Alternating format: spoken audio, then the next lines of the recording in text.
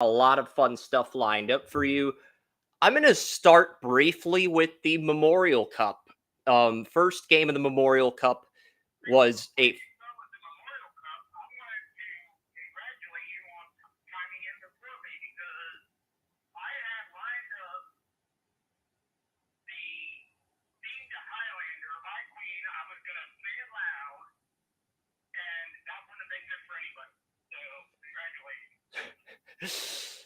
it's just sort of a timing thing. Usually, whenever I pause, you take the lead on things. So I noticed you weren't speaking for a few seconds, so you were thinking of something epic to say that could have been an epic disaster. And then I realized, all right, we got to pivot into this. But as far as the Memorial Cup goes,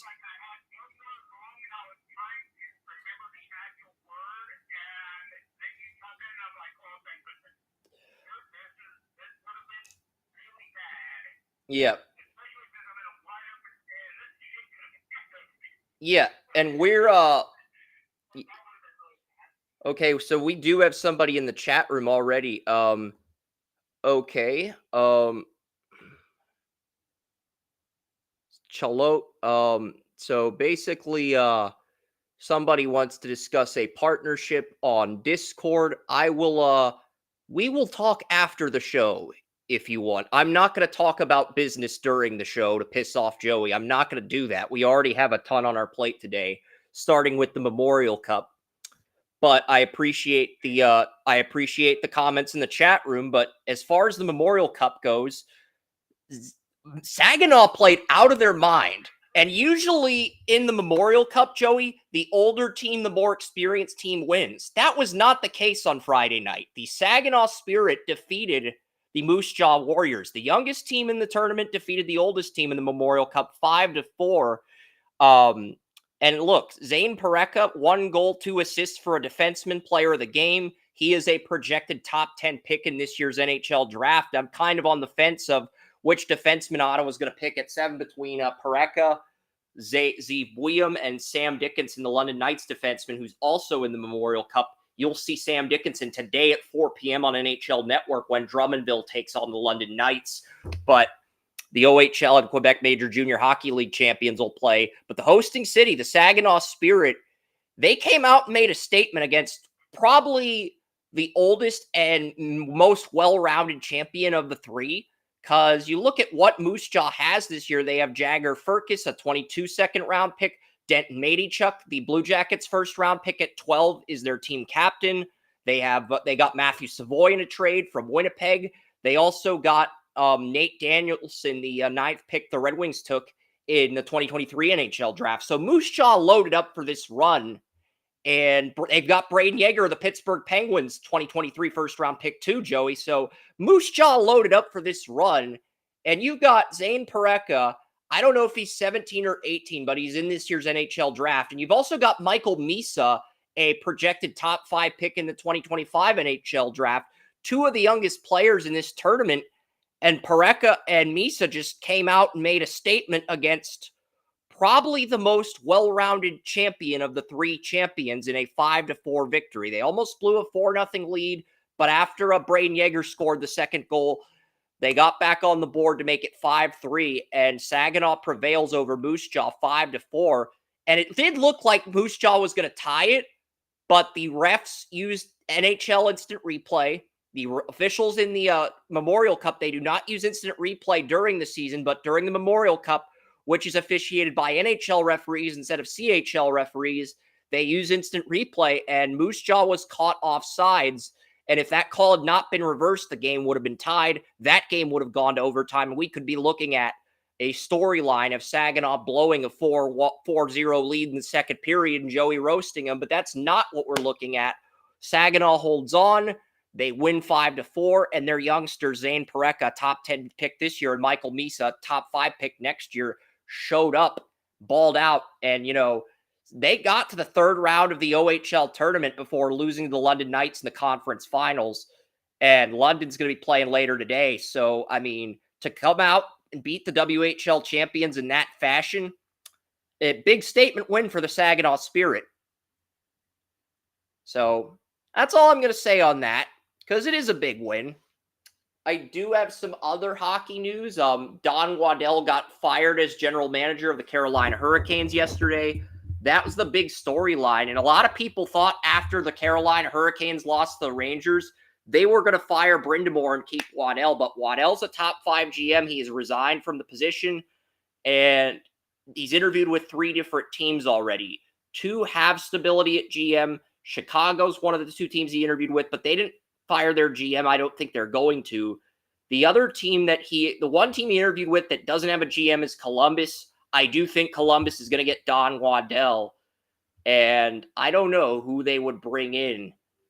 I think they would get the Seattle Kraken head coach who worked for Dave Francis, or Ron Francis.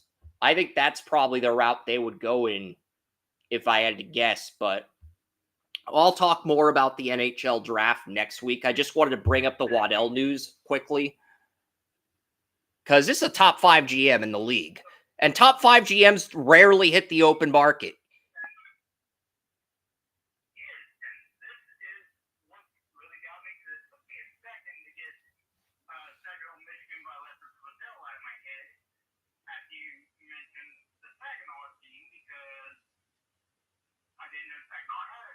They have an OHL team. They have an Ontario Hockey League team on Saginaw, Michigan. They have an Ontario Hockey League team. They do. So that's where the Memorial Cup's being hosted this year. Usually it's in Canada.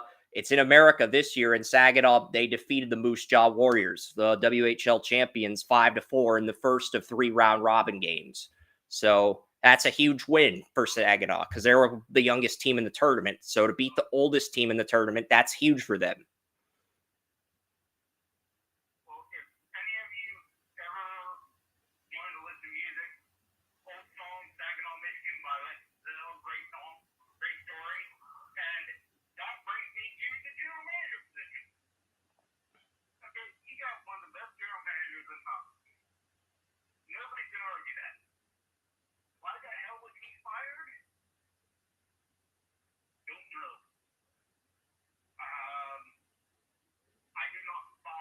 Outside of Dallas, I would argue the one team that's drafted well consistently over the last 8 years, outside of Dallas, there's 2. There's New Jersey and there's Carolina. Those are the only 2 teams that come close to Dallas in terms of drafting and reloading and adding quality talent and big-time stars in the NHL draft the last 8 years. The last 7-8 years. Those are the only 2 that come to mind. So, to look.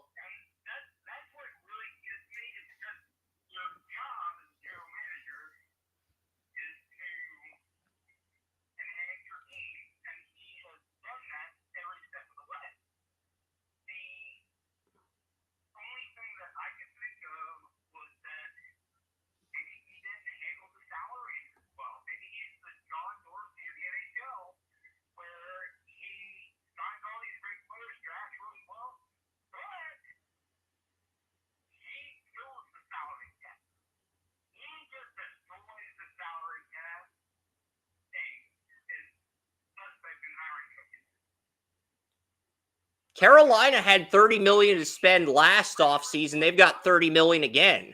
If anything, I would argue Waddell was too passive. I admire the fact that he wanted to retain his core players and pay the guys he drafted high. But at the same time, they had $30 million to spend on players last year. They could have gone out. They could have got Tristan Jarry. They stuck with Frederick Anderson, their goalie. And while that wasn't a bad move, I felt like they were way too passive on the blue line. I mean, they relied on Brent Burns, and they had another guy they brought in from a trade with the Flyers, and they relied on those 2 guys, and they're a Jacob Slavin. So they had like 2 or 3 defenders they relied on, and everybody else just underperformed. And they had $30 million to spend last offseason. They have $30 million to spend once again, but you're going to have to pay Martin Nikas, your second-line right winger who scored the first goal against the Rangers. You're also going to have to pay Svechnikov, your first-line left winger, and you're going to have to pay Seth Jarvis. So all those, and Getzel, who you got at the trade deadline. So all those salaries are going to take a good chunk of that $30 million away if you extend that core. But you do need defense.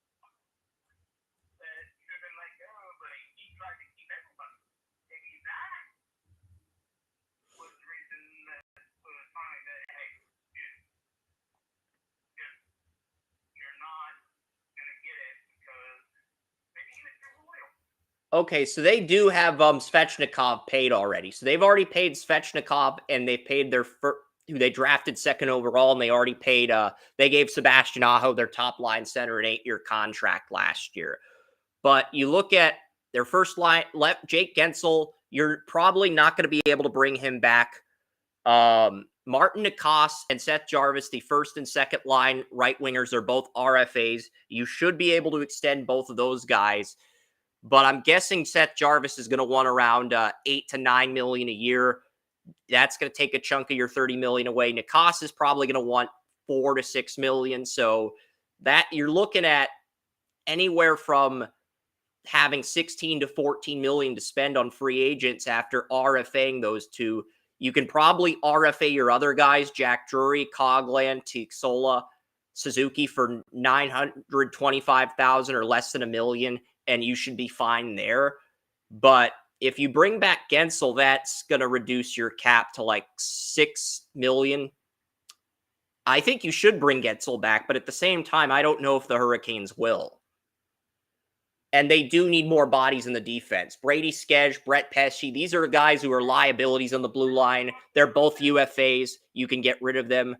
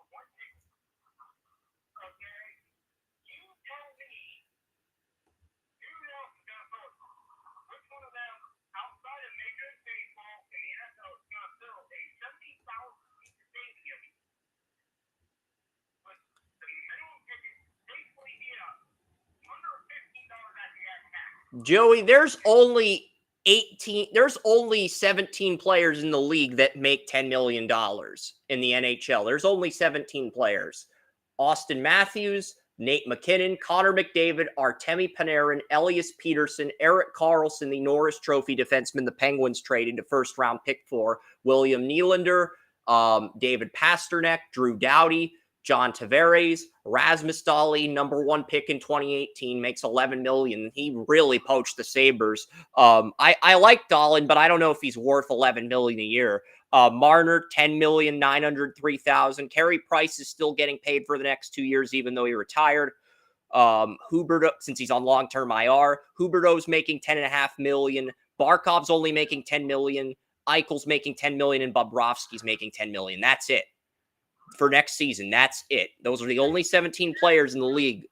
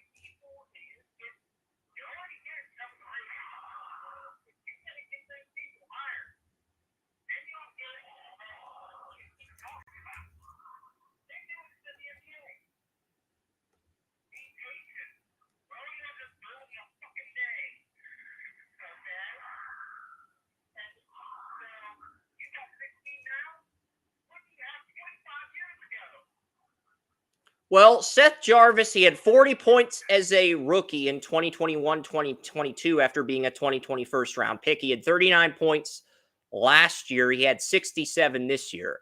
I would say he deserves to get paid. He had a career-high 9 game-winning goals, and he's played 68 games his rookie year, 82 his second, 81 this year. I would say Seth Jarvis deserves to get paid. 3 years on the first line at right winger. I would say Jarvis deserves to get paid. Okay. Does he deserve 9 to 10 million right off the bat? Probably not, but he deserves somewhere between 7 to 9 million, depending on how much you want to pay him. And that's the thing. He's coming off a really good season, so you are going to have to pay him.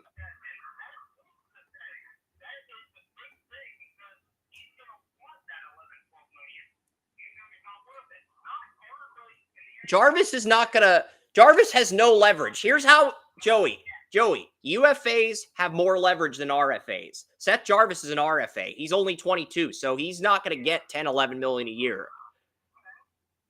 He could choose not to sign his tender, but he'll get substantially more money than what he's making now at $925K a year. Are you implying that's all he deserves? Because he deserves more than that.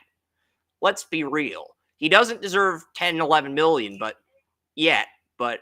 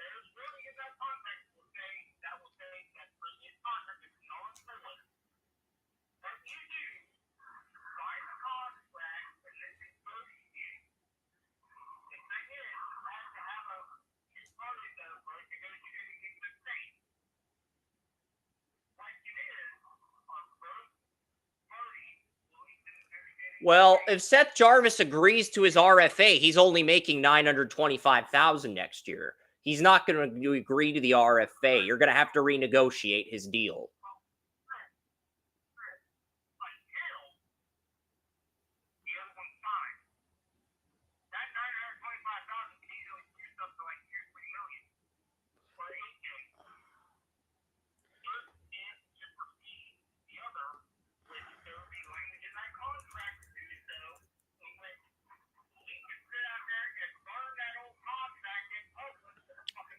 Okay, so when Jason Robertson got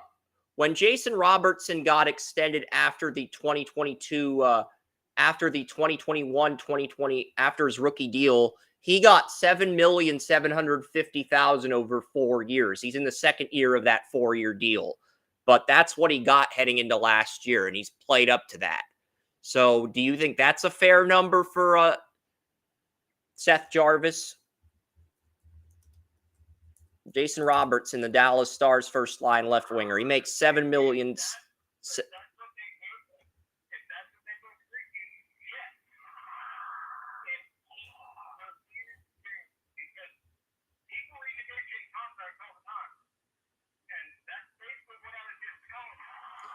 Well, to be fair to Jason Robertson, he was coming off a 79-point season when he got that contract, and he's had 109 and 80 points since then the last 2 years. So he's earned every cent of that contract. But back to Jarvis.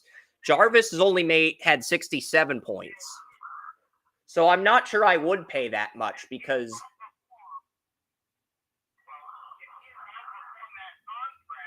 he's outperformed his current contract, $925,000 a year, but has he outperformed Jason Robertson, who's made $7,750,000? The answer is no. He had a career high 67 points this year. That's great, but I'm thinking around 6.7 to 7.3 million a year. And I'm willing to make it a 4-year deal where he's an RFA and you can renegotiate that deal once he's an RFA again. With Seth Jarvis, I'm willing to do that, like a 4-year bridge deal instead of a 7 or 8-year contract if I'm Carolina. No, Seth Jarvis is 21. Jarvis is 21. So if you made him an RFA, he'll be 26. He'll be an RFA for one more year, and then you can give him an 8-year contract and keep him in Carolina until his 30s if he plays up to that.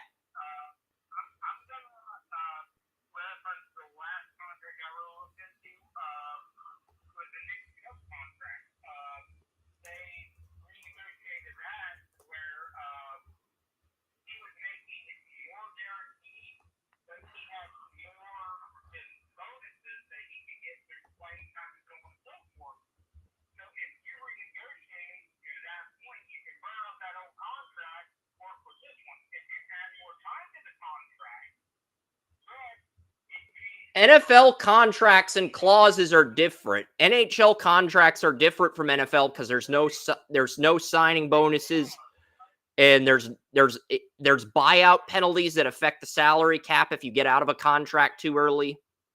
That's all I'm pointing out.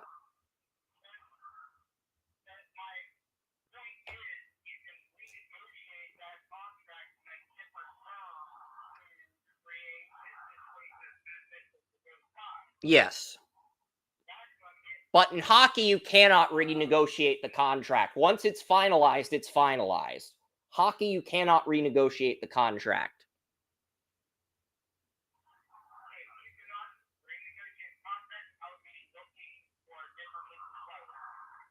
I don't think Seth Jarvis is a player you can replace. Even if you wanted to take a player in the NHL draft and develop him, I don't think you can get a player of Jarvis's caliber in the 20s. And I think Carolina needs to draft a defenseman more so than an offense. So I would pay Jarvis, but I would pay him in the $6.7 to $7.3 million range. Now, Martin Necas, on the other hand, now that's a player I'm open to dealing if I can get another high first-round pick because after having 71 points in 2022, 2023, Martin Necas only had 53 points in the regular season. Now, don't get me wrong. Necas is a good player, but is he a player you want to pay more than Martin Necas? What is Martin Necas currently making? Let's look that up. Because I don't know if he's $6 million. Martin Necas is making $6 million a year. Martin Necas is making $6 million a year. I don't know if I want to pay him more than that. And the 57 points for $6 million a year, somewhat underwhelming, slight overpay. Necas is probably going to want $6.225 million or $6.2.5 million. $6,250,000. That's probably what Necas wants. I'm not willing to go above $6,225,000 because honestly, I think Necas is on the brink of being an overpay. He's not an overpay yet, but I think he's on the brink of becoming an overpay. So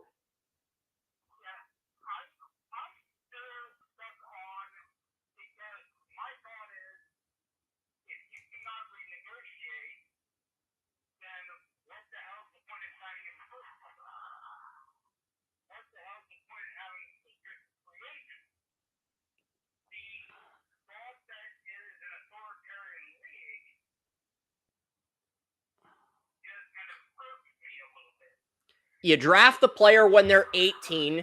Once they're 3 years in the NHL or up, they become an RFA at 21 or 22 or 23 or whenever you call them up to the NHL. And then you can give them anywhere from a 1 to 8 year deal. As long as they're under the age of 27, you can give them anywhere from a 1 to 8 year deal. As long as they're past the first 3 years of their rookie contract. So Jarvis is a player I would give an 8-year deal to. Necas is a player I would probably give a 1 or 2 year deal to at this point, if I'm being honest. I don't think Necas is worth more than $6 million a year because Necas regressed. Jarvis improved.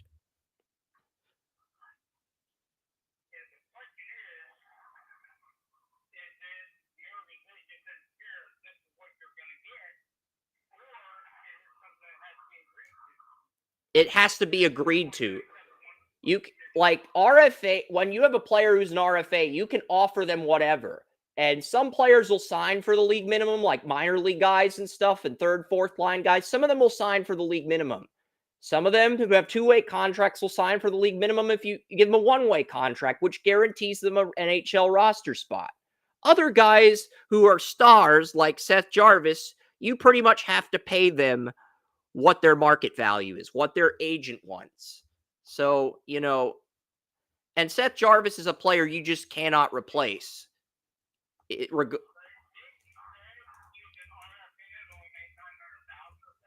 Yes. So he's not going to get 7-8 million, but he's going to get 6 million. He's going to get at least 6 million. I would say 6.7 to 7.3 because his numbers are worse than Jason Robertson's with Dallas, but his numbers are good and he has 3 years of experience as a first line right winger. I do think he's going to get better. Okay, so according to Spectrum News, he's going to get an 8-year deal worth $8 million per year. Yes.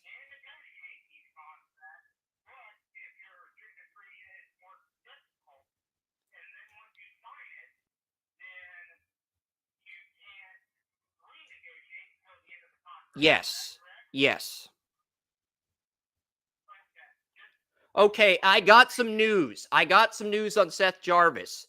Reports are that Seth Jarvis will get an 8-year deal worth $8 million per season. That's more than Robertson. And his production, while it's good, 67 points, Robertson had 71 in his contract year, and he's making under $8 million. I'm not sure if I would pay Seth Jarvis $8 million a year for 8 years, but I get it. He's your first line right winger. You have $30 million in cap space, and that's approximately what the agent and client want from the team in order to sign, in order to get a guaranteed signing on the dotted line. Because his production isn't as good as Robertson's was in Dallas. That's the only reason I say that.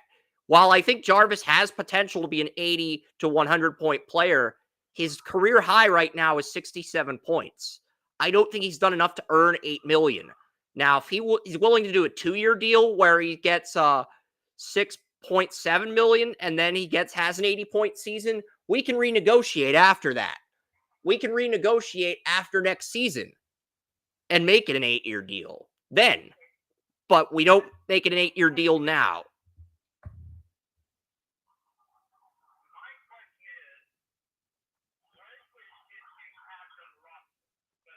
Seth Jarvis has 3 years of experience as a first-line right winger.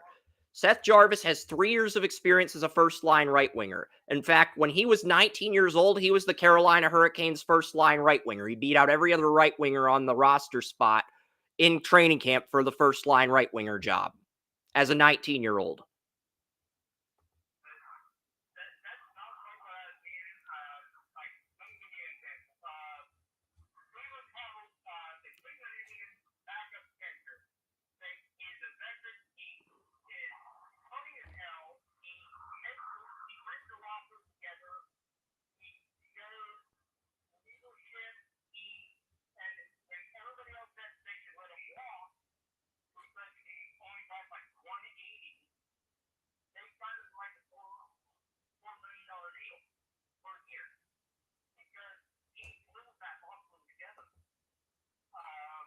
That's not exactly the best example.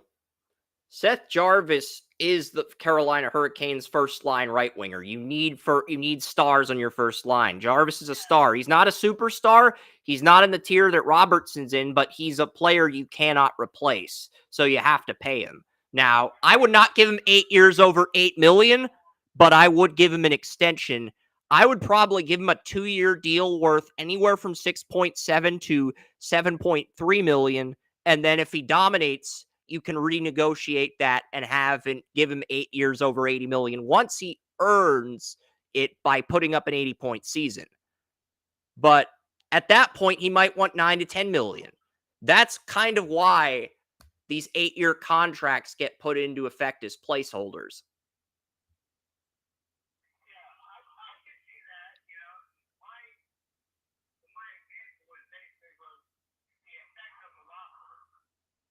NHL players just try to focus on winning games. They try to focus on winning games. They're very yes sir, no sir, very traditionalist, very traditionalist in the sense where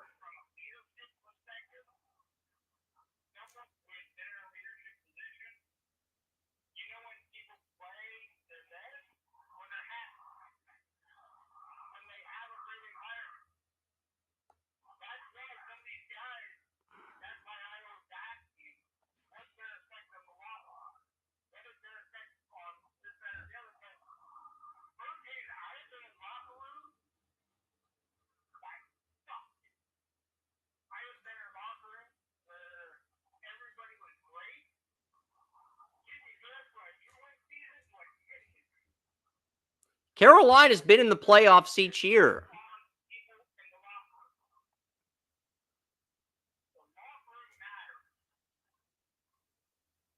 It does.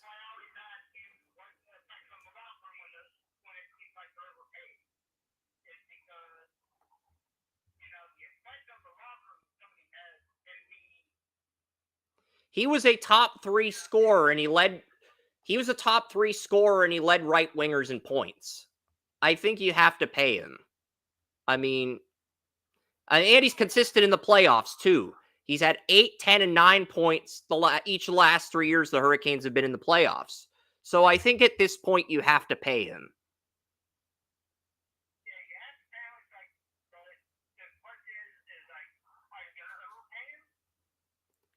You probably are going to have to overpay him. If you want to secure him now for under $10 million, you probably are going to have to overpay him at 8 years, $8 million. Because if he puts up an 80 to 100 point season next year, he might want 9 or 10 million if you give him a 2-year deal or 6.7 million.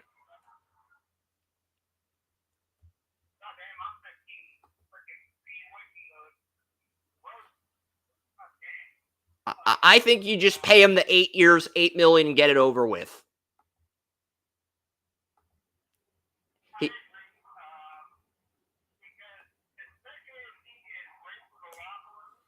Yeah.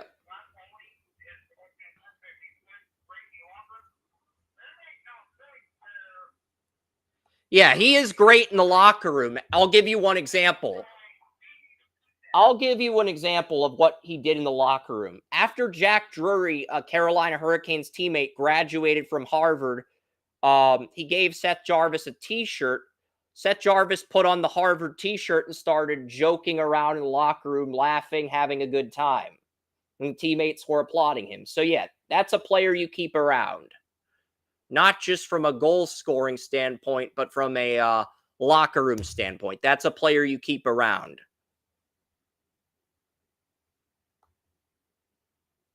So I think you...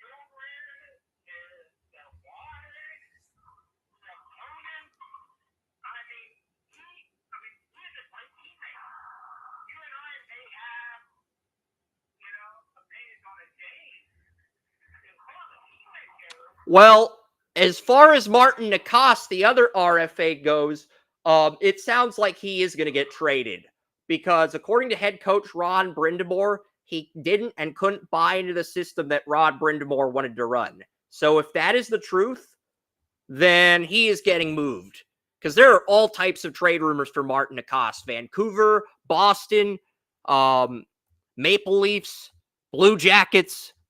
There are all sorts of rumors for Martin Nikas. You could probably flip him and get a second first-round pick from a playoff team, whether it's a Colorado or Dallas. You could probably flip him and get another first. A late first. Not an early first, but a late first.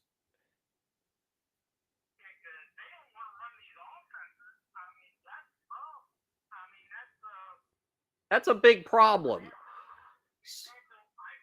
So he's already... Yeah, so you pay Seth Jarvis, but you move Martin Nikas, because I did not know he has lost some favor with the head coach, Rod Brindamore, who you just extended. So if that is the case, he's not buying into Brindamore's system, move him. That's a player you move. Now, why pay him when you can use that money elsewhere?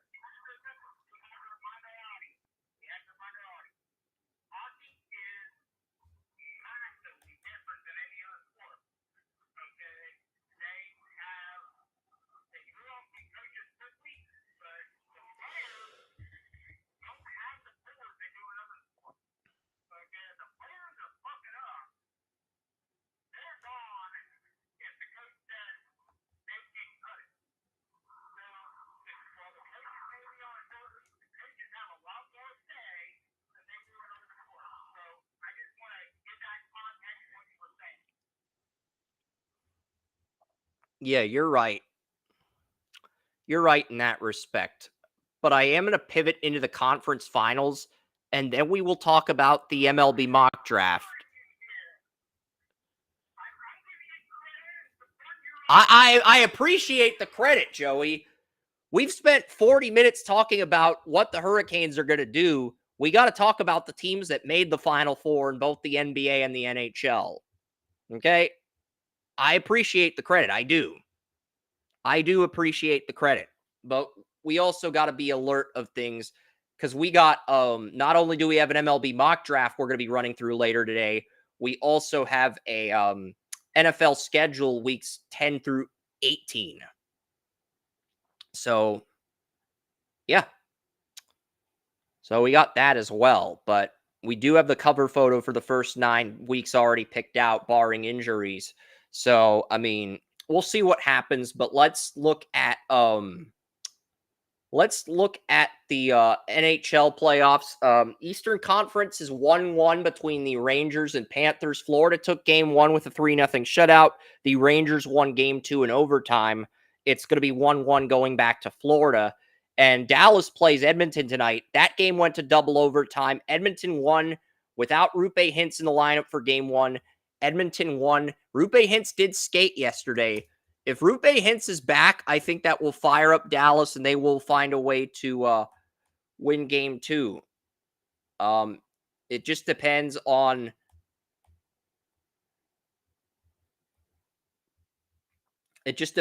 whether he plays. He has not been confirmed to play yet, but he did practice because Roope Hintz got injured in game 4 against the Avalanche when Dallas went up 3-1 in the series in Colorado. They knocked out Colorado without Roope Hintz, but without Hintz on the ice, you could tell there was a different energy against Edmonton. And Edmonton's a little bit healthier right now. So if you're Edmonton, you want to finish Dallas before Roope Hintz comes back. If Roope Hintz is back, I think he'll be back tonight. And if he's not back tonight, he'll be back by game 3 at the latest. And then Dallas will probably go on a run after that. Because I just feel like if Dallas is fully healthy, they're just a little bit better than Edmonton. And they knocked out the last 2 Stanley Cup champions, Vegas and Colorado. It's not that Edmonton can't win. Edmonton does have more stars on their roster, but I also feel like Dallas has a better overall team by the slimmest of margins. But even though Edmonton's got a pretty complete team, if Edmonton had kept Kyler Yamamoto, I probably would have picked Edmonton to win the series, but they didn't keep Yamamoto. They moved him. So I'm leaning Dallas by the slimmest of margins for that alone. But, game went to double overtime.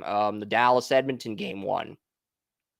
So it's going to be interesting to see what happens tonight and what the status of Roope Hintz is, because Dallas has 3 players, Miro Heiskanen, Jason Robertson, Wyatt Johnson, Jake Ottinger. They have 4 different players with a case for the Conn Smythe Trophy.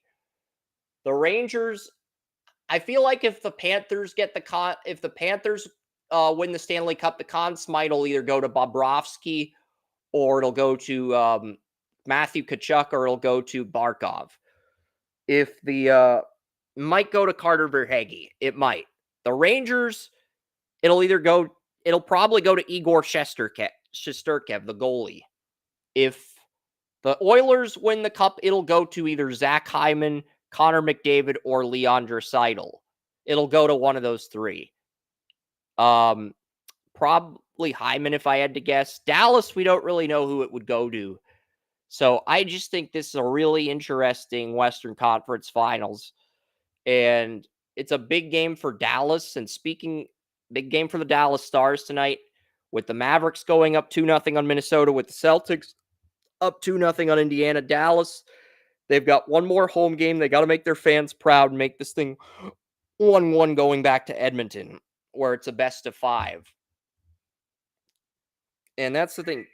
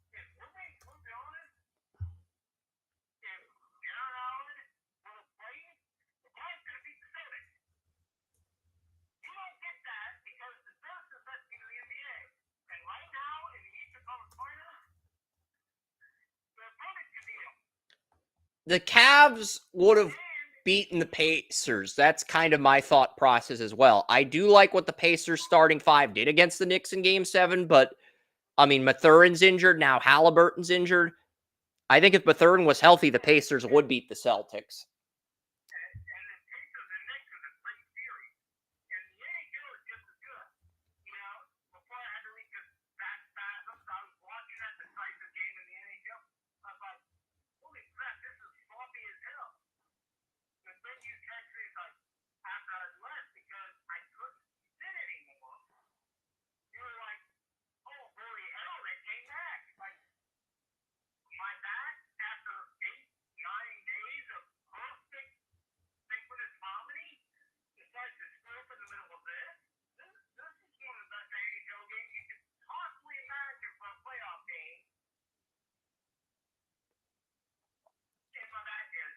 Yeah, Dallas beats Colorado in double overtime. Rangers went to overtime in Game 2. Dallas Edmonton Game 1 of the Western Conference Finals went to overtime. I mean, would you say this is the most competitive NHL playoffs we've had since 2000 when you had both New Jersey, Philadelphia, and Dallas, Colorado go to Game 7?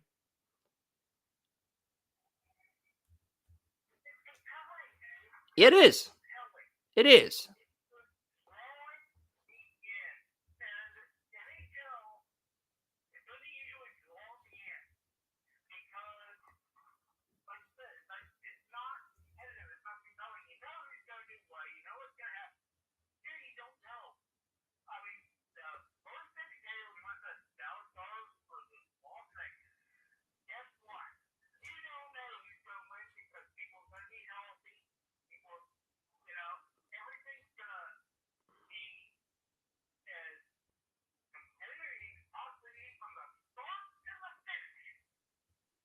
And Vegas had a 2-0 series lead on Dallas, but the Stars came back and won the series in a nail-biter of a series.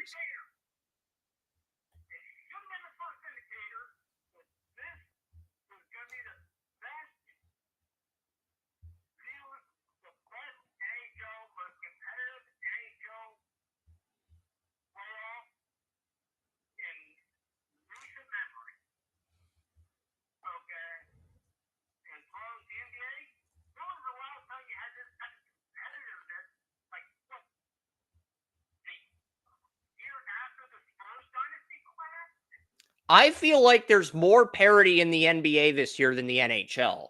Maybe I'm saying that because I had Dallas, Edmonton, Florida, and the Rangers in my Final Four at the start of the Stanley Cup playoffs. This is the first time I've ever correctly predicted the Final Four for hockey.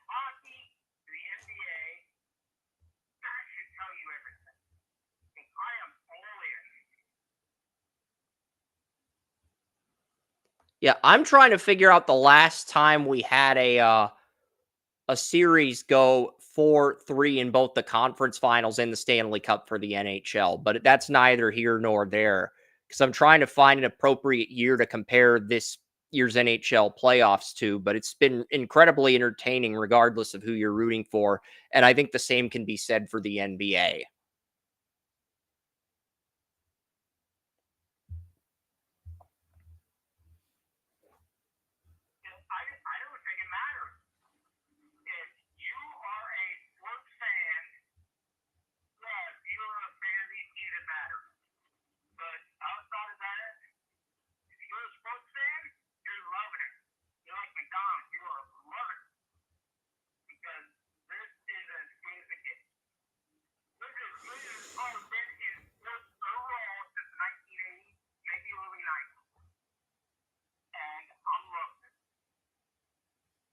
Well, I think a big reason Dallas was able to beat Vegas is Vegas's assistant coach from their 2023 Stanley Cup team left to go to Dallas because he wanted to reunite with Peter DeBoer. And that probably tipped the scales in Dallas's favor because now that assistant coach has a chance to get a second Stanley Cup. That's the only person on the 2023 Vegas team that has a chance at a second cup. And there's a lot of good assistant coaches on the market, Joey. Paul, did you know the Edmonton Oilers hired former 90s defenseman Paul Coffey to be an assistant coach? That's a big reason why their star defenseman, Evan Bouchard, 2018 first-round pick, has broke out this year offensively. Paul Coffey, Gretzky's defenseman in the 90s, is the assistant coach on the Oilers. So that is a coach I would look at. Vancouver also has former Avalanche defenseman Adam Foote as an assistant.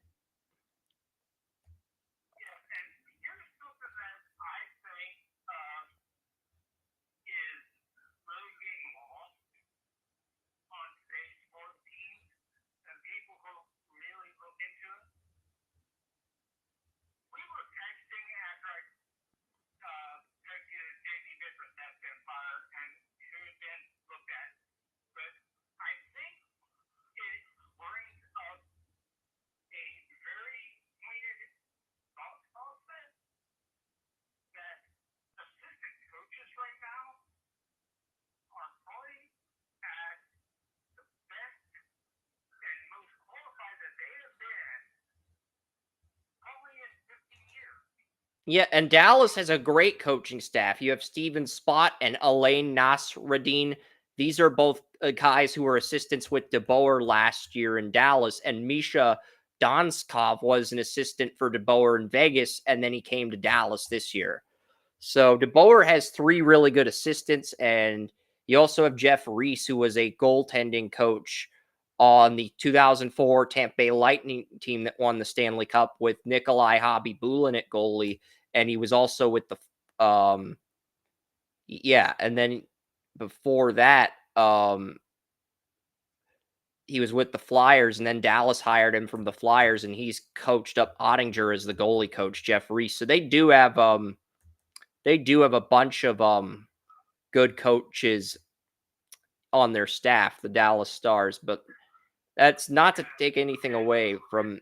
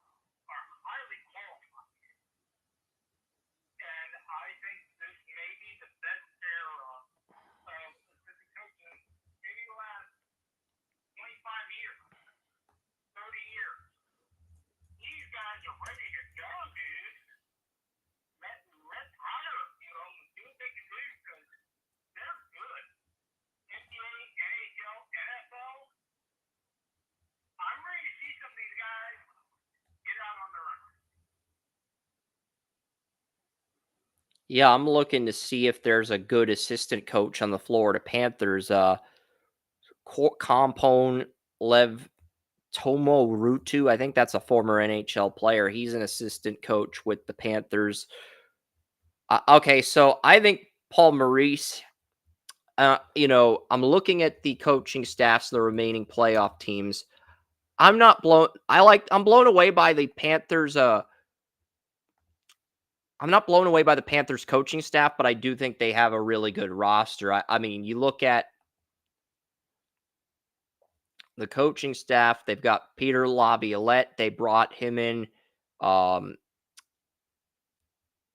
like the Rangers front office. I'm not keen on the coaching staff. I think the Oilers, who fired Todd Woodcroft, they fired Jay Woodcroft or something. They brought in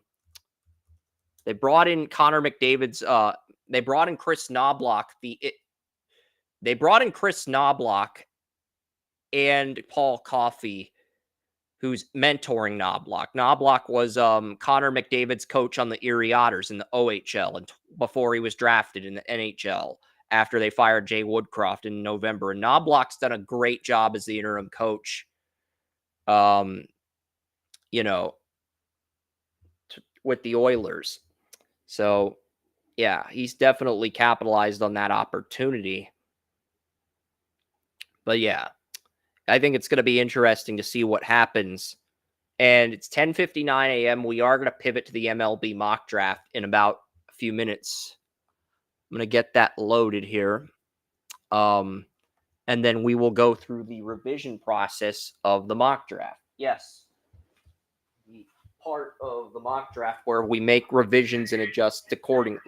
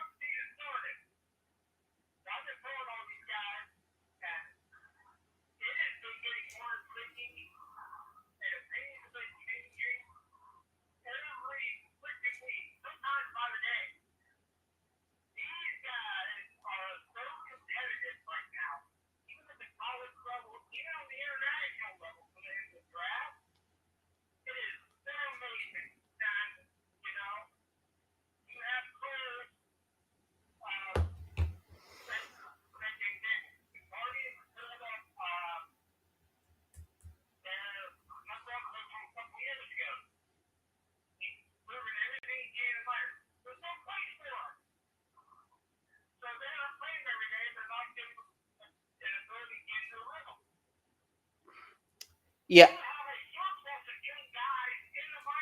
Let's talk about the players in college baseball more so than the players in...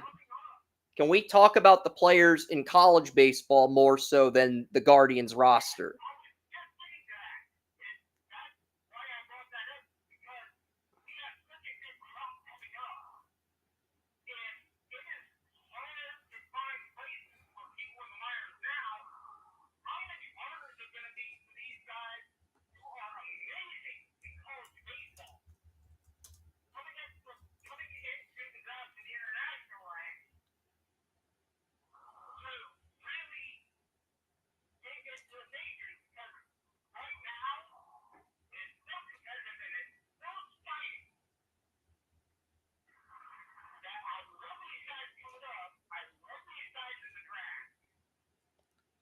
I mean,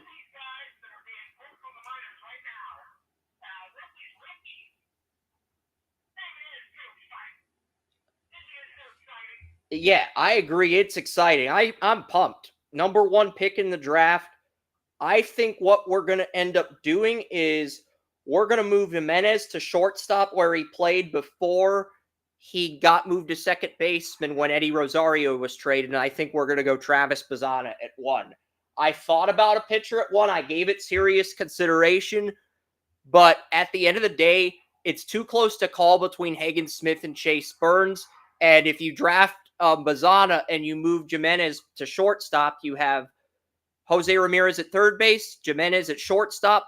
You have Bazzana at second base, Josh Naylor at first base, and Bo Naylor at catcher. And what's the safest thing to have outside of pitching? An infield that can hit and defend. That is your best insurance outside of pitching when it comes to building a roster from the ground up. So I have Travis Bazzana going first to the Guardians for that reason.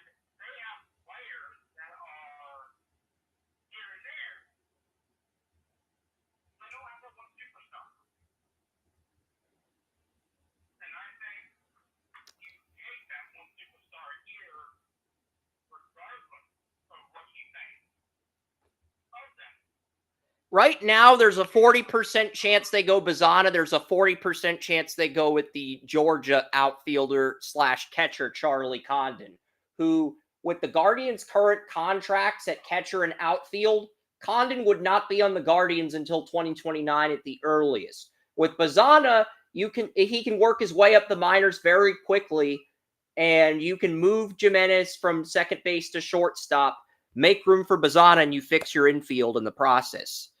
I'm not opposed to pitching, but at the same time, I feel like Bazana is the best player at a position of need.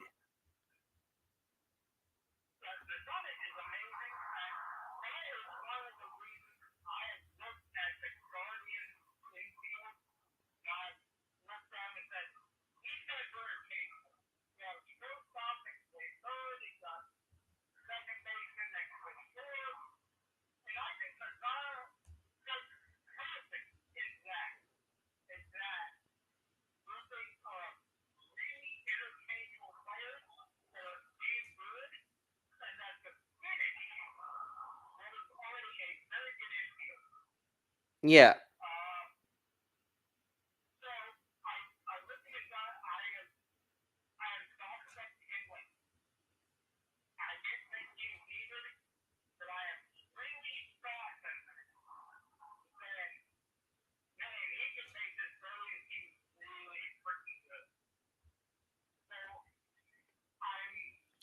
Plus, I think Bieber's coming back on like a 2-year deal, because what I heard is Shane Bieber wants $20 million a year, but the problem is nobody's willing to pay him that. Not even the teams, because all of the teams are thinking, okay, Cleveland must know something about Bieber that we don't know, and I think they're going to offer him a 2-year extension worth $15 million, and then Bieber's going to take that, and if he dominates once he comes back from his injury, then he can command 20, 25 million a year and command that overpay. Right now, Bieber doesn't have the leverage to command that overpay, not just from the MLB teams, but from the Guardians. So he might take a $15 million team-friendly deal, which is a $500,000, $1.5 million pay increase from what he's currently making, and stay with the Guardians. And that would give Cleveland a 2-year window to win a championship. If you get Bazan at 1 and you bring back Shane Bieber, that essentially gives you a 2-year window to win a championship.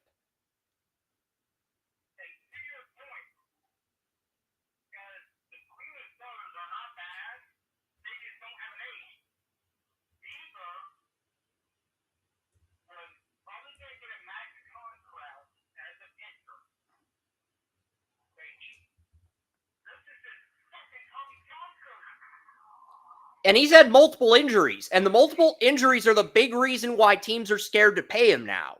So the Guardians can get him back for less than they'd have to give up. I think Dolan's willing to pay $15 million for Bieber, but not a cent more, not a peso more. But he'll do that for 2 years.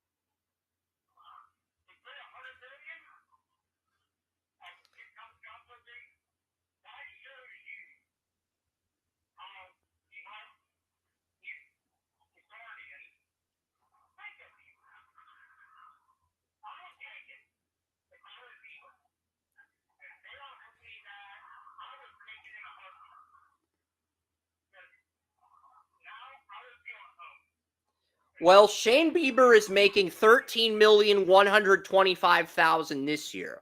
I feel like Bieber's going to say, we want $15 million. The Dolans are going to say, we'll give you $13.5 million. They're going to try to lowball him, and they'll meet. Well, Bieber's actually going to want $17 million. Dolan's going to offer $13.5 million. They'll meet at $15 million. That's kind of what I'm projecting. And they'll...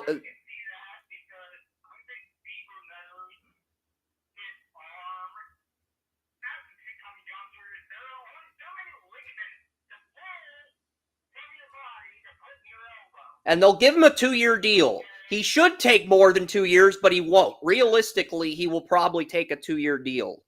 And you'll have a 2-year window to win a championship with Bazzana and Bieber. That's kind of my thought process on why Bazzana goes first over a pitcher. Because even though I like Hagen Smith, Chase Burns has outperformed Hagen Smith in the tournament, the conference tournament. So I think it's a little risky to take a pitcher at 1. I'm not opposed to it, but I think Bazzana will end up being the pick for Cleveland at 1.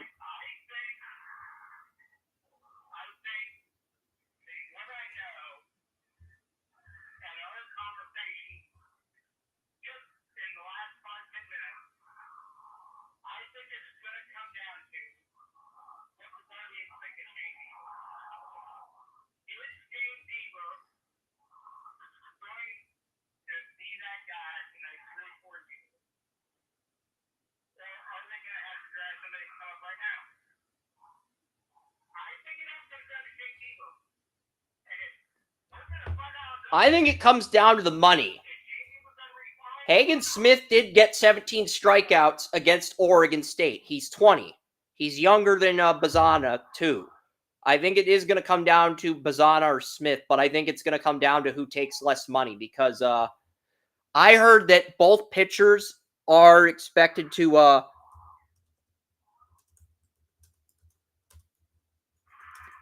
I heard there is I'm looking at the I heard that Hagen Smith may end up signing with Scott Boras.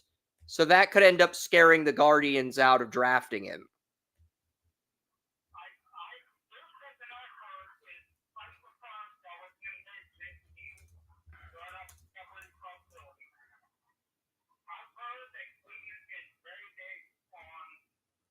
Chase Brewer is Bazzana's agent.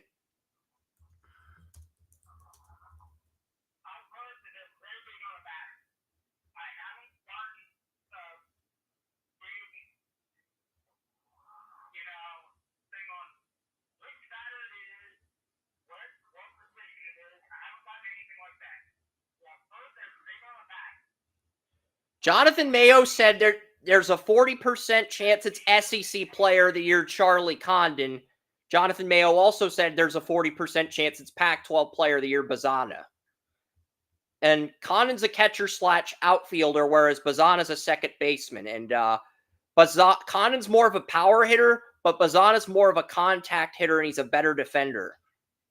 So, but Condon hit 35 home runs this year.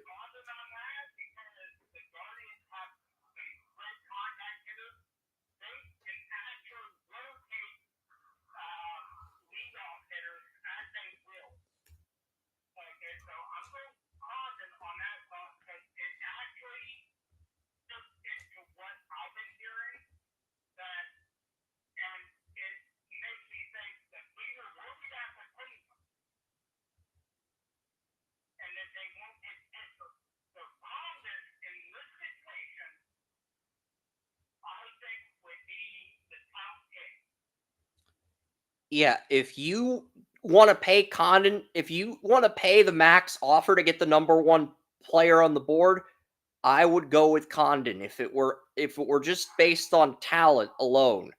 But if you want to save money under slot, go with Bazzana. I think Bazzana would have a quicker path to the MLB, but I also think Condon would really be a breakout player. He had 35 home runs for Georgia this year as the SEC Player of the Year.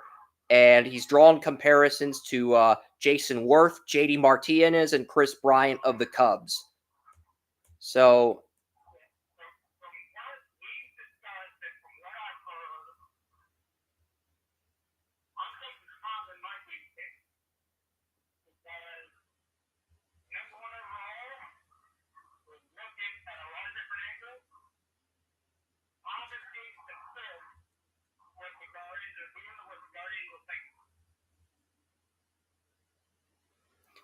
Bazzana has the better floor than Condon. Condon has the higher ceiling, but Bazzana does have the better floor.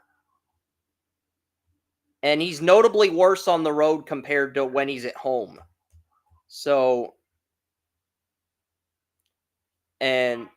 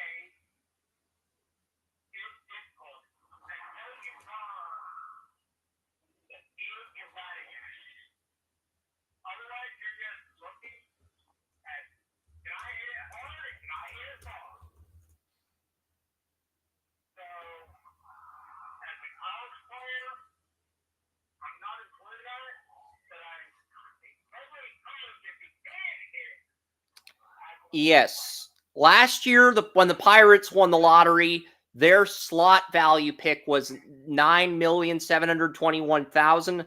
I believe they got Paul Skeens for $9.5 million, who took less money to play with the Pirates. I think it was 9.3 to 9.5 million, somewhere in that range, that what Skeens agreed to. The Guardians are going to have $10,570,600 to spend in the number one pick. Condon is going to command at least $10 million. You might be able to get Bazzana for 9.8 and save up to $770,600, which you can use on a second round pick. So that if a first round talent falls the second round, you can use that extra slot money to overpay a second round prospect with a first round grade. That's kind of why I'm thinking Bazzana will be first.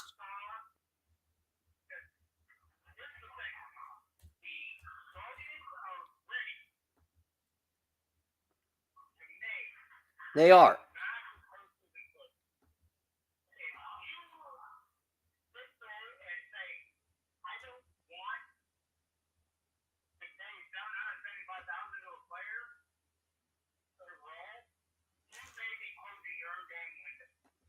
Yeah, but you're going to pay. Do you want to pay the extra $770,000 to get Condon, the best player in the draft, and pay that max slot of $10.5 million for the number one pick, or would you rather pay Bazzana, who's only probably going to cost around 9.7, 9.8 million, and then use the extra $770,000 on a second round pick if a first round talent falls the second round? That's the big question. I think the Guardians would prefer the latter of those two options, but I am in agreement with you that if you go best available player, you should pick Condon. Now, I think Bazzana has a better floor, and I think he's got a quicker path to the MLB. With the Guardians having their outfielders locked up to contracts, I think, I don't know when we would see Condon in the MLB.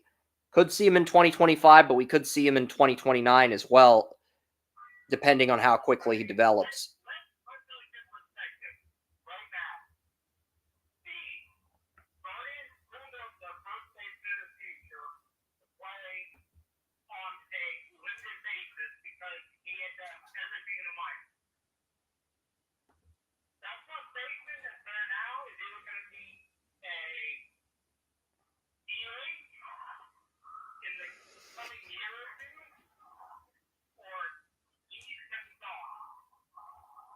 You mean Josh Naylor? You mean Josh Naylor? That's the Guardians' first baseman. Josh Naylor, the older brother of Bo Naylor.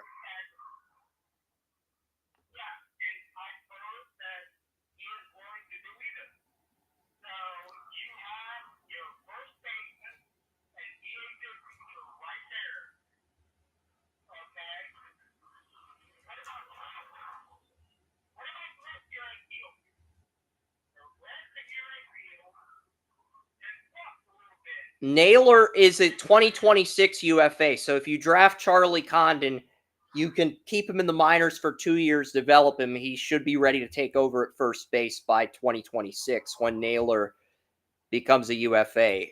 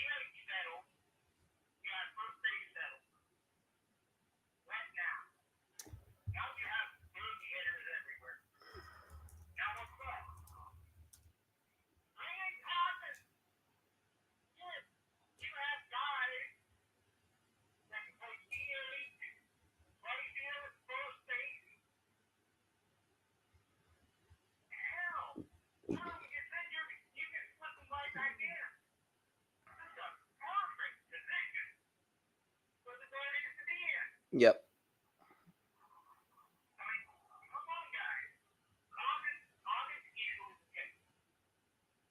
Yeah, if you stay put and you pay him what he wants, I am in agreement. But I also feel like it just depends. If you want to move Jimenez to shortstop, you take Bazana. But if you want to keep Jimenez at second base, then you take Condon. I think it's a very simple by the numbers decision. But it's 40-40. You've talked me into Condon. It was not easy. You have talked me into Charlie Condon. I want to go Bazana for the Reds here, but I don't think Bazana.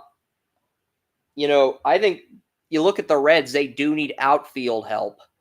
They've got Jake Fraley at right field, Spencer Steer at left field. I think Condon's a better fit for the Reds personally. So maybe I'll stick with the Bazana, but regardless, I think they're going to go 1 and 2. I think Condon and Bazana are going to go 1 and 2. I'll put Bazana at 1, but I think they're going to go 1-2 regardless of what order they go in. I think both the Reds and Guardians are going to take Bazana and Condon.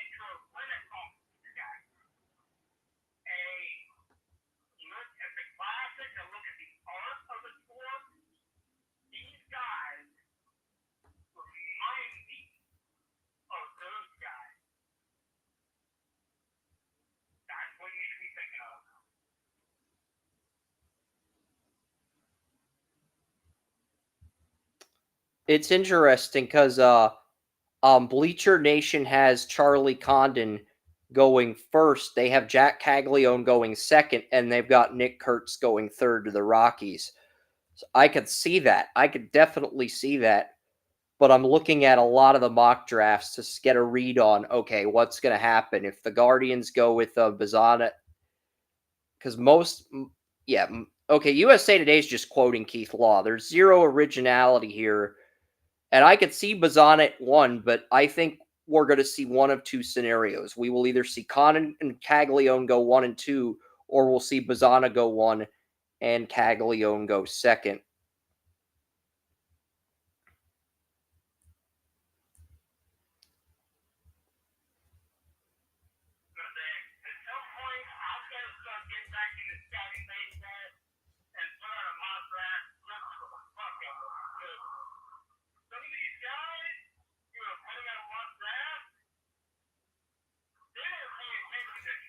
The Reds have lost Joey Votto, so I'm of the thinking we either go Jack Caglione or who's a first baseman / pitcher, or we go with Nick Kurtz, the Wake Forest first baseman that I mocked at number 1.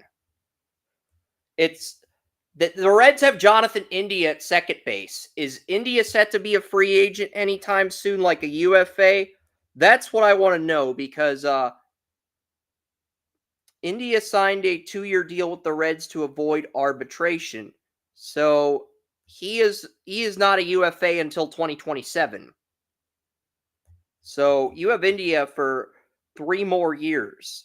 Yeah, you could draft Bazana, but he would be in the minors for 3 years until India's gone. And then he would take over for India if you drafted him at 2. Whereas if you draft a first baseman, you're much more likely to get an impact player. That's why this is a tough call for the Reds, Joe.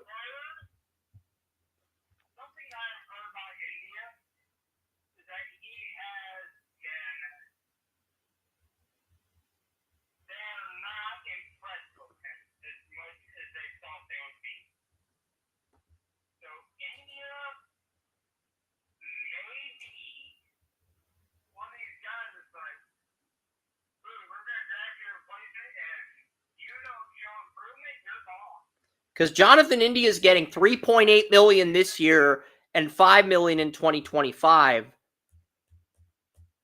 And then he will be under contract until 2027. I do not know what he will be making in 2026. But he would be eligible for 1 more year of arbitration in 2026 if Bazana is not ready for the majors by 2026.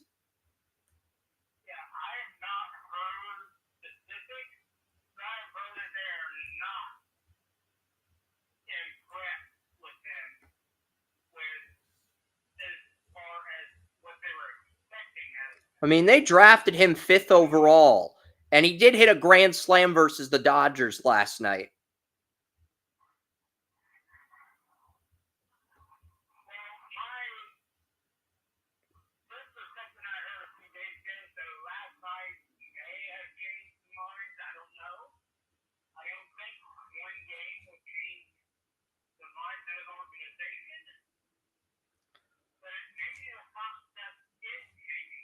Well, India's currently has his worst career season. He had a lot of promise in 2021 when he had a 269 batting average and 21 home runs as a rookie. Showed a lot of promise.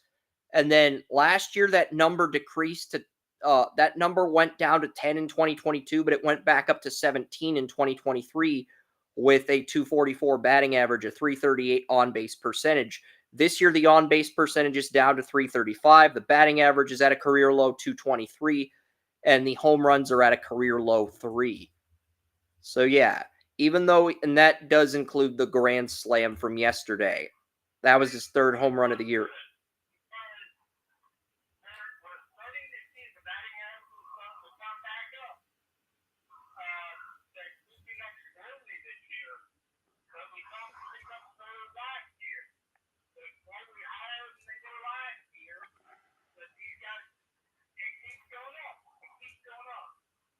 And he has a 190 batting average in his last 7 games. with 6 strikeouts, 4 walks, 4 RBIs, 1 homer, 4 hits, 4 runs, and 21 at-bats.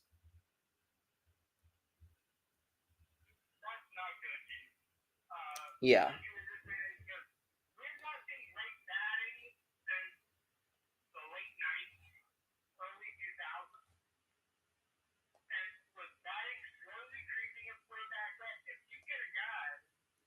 All right, we'll go Bazana at 2. So I am getting Joey's input on these picks, but go ahead and continue your rant. I'm going to get some information on the MLB draft board.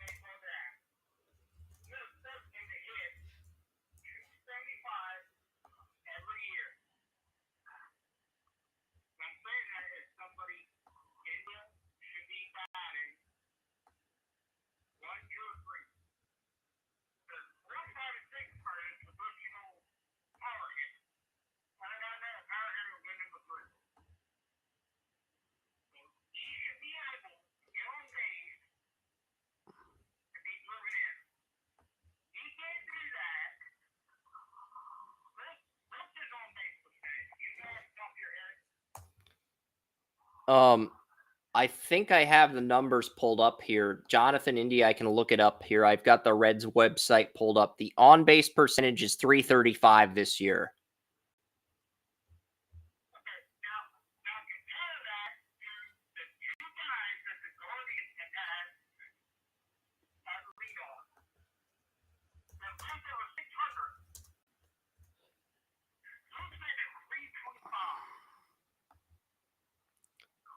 I'm looking at the Bazana. I'm looking at Bazana's batting. I'm looking at Bazana's on-base percentage because I'm pretty sure it's higher, but I'm double checking, and then I'll get to the Rockies at 3 because I think the Rockies they're yeah. I'm looking at the on-base percentage here. I'm trying to get the actual numbers here for Bazana to compare them to India's on-base percentage. How does this thing not have the on-base percentage?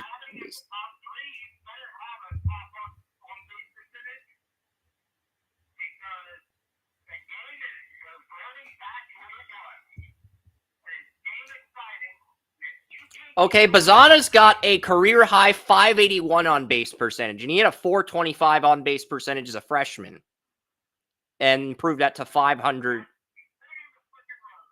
Yeah.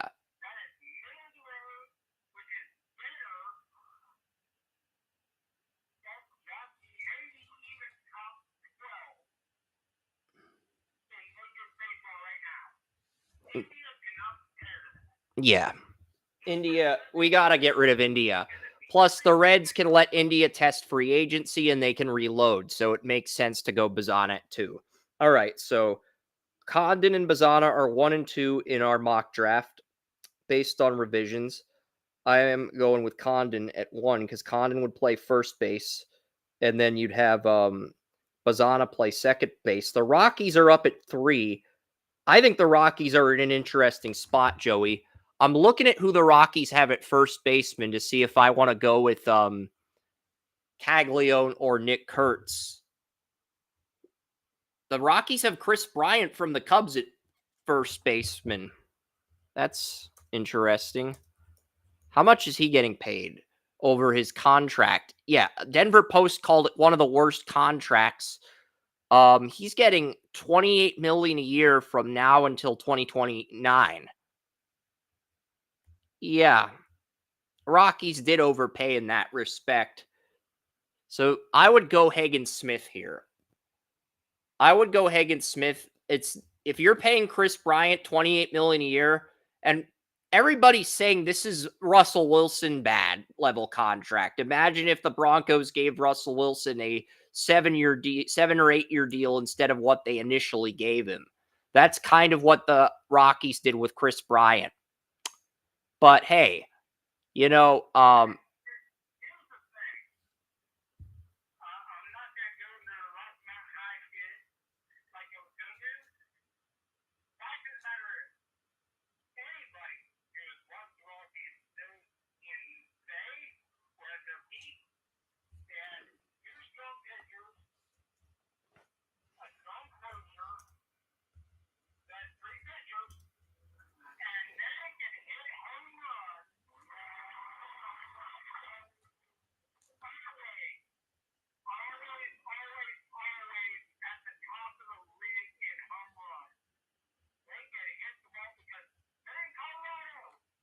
last year the Rockies had no pitchers with an ERA of under 4.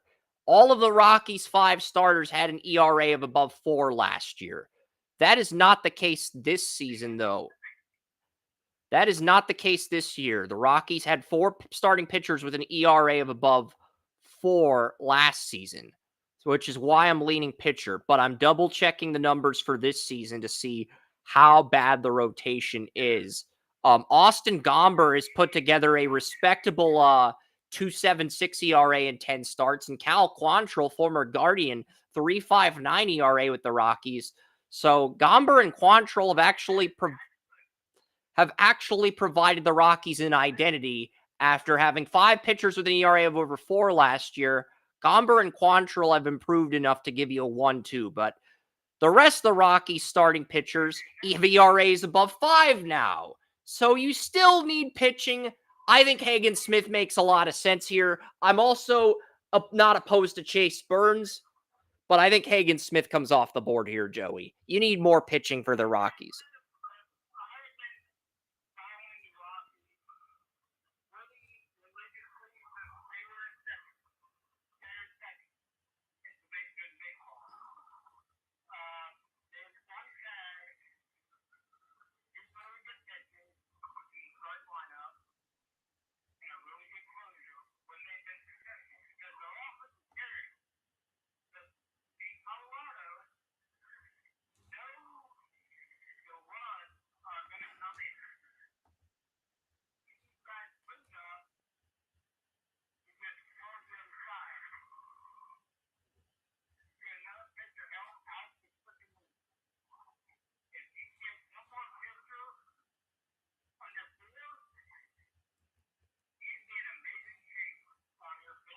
And I think Hagen Smith is that guy. And the Rockies do.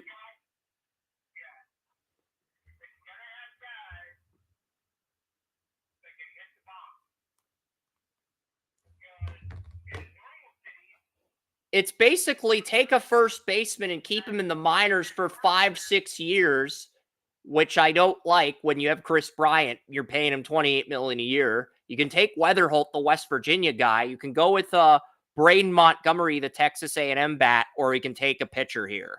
I think a pitcher's the best option. You'd still have Charlie Blackmon under contract at right fielder for the Rockies.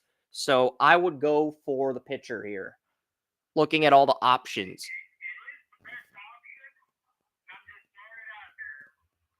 I'm not opposed to a batter, but I just don't think there's a better option for the Rockies at 3.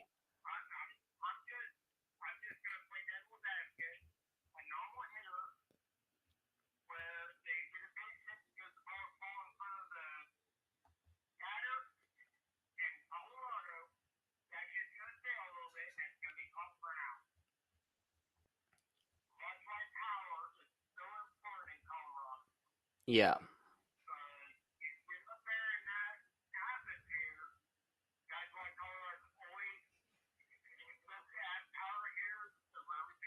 Yeah.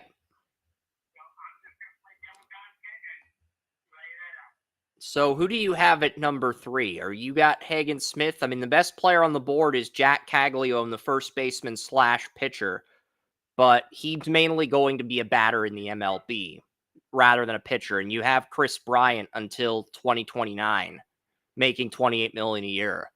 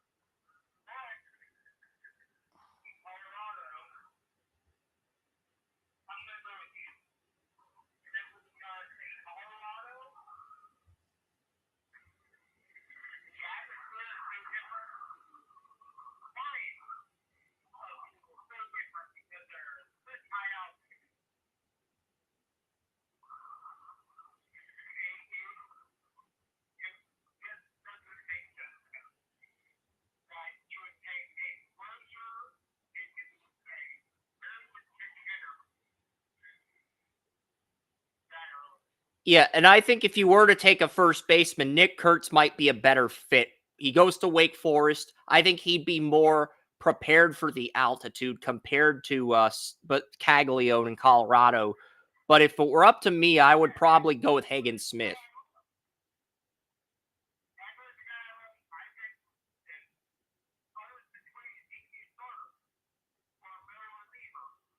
But we seem to be in agreement that Hagen Smith is the best option at 3. We're trying to bring up other possibilities for Colorado, but logistically, Smith is the best one.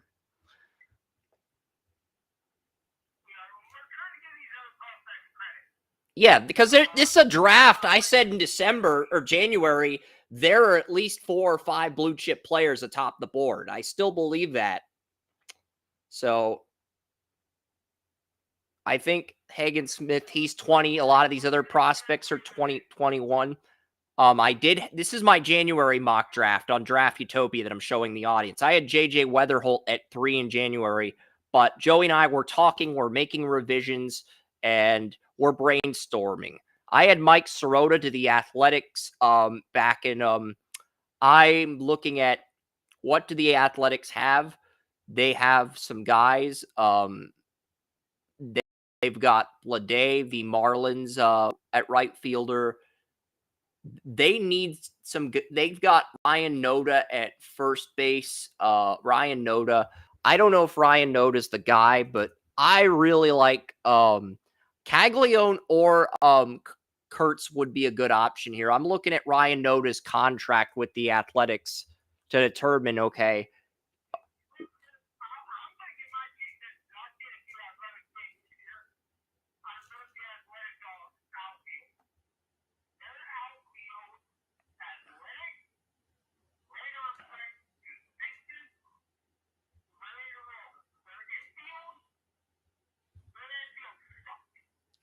well, Ryan Noda only signed a 1-year contract for $725,000. He's batting .220. He's 28.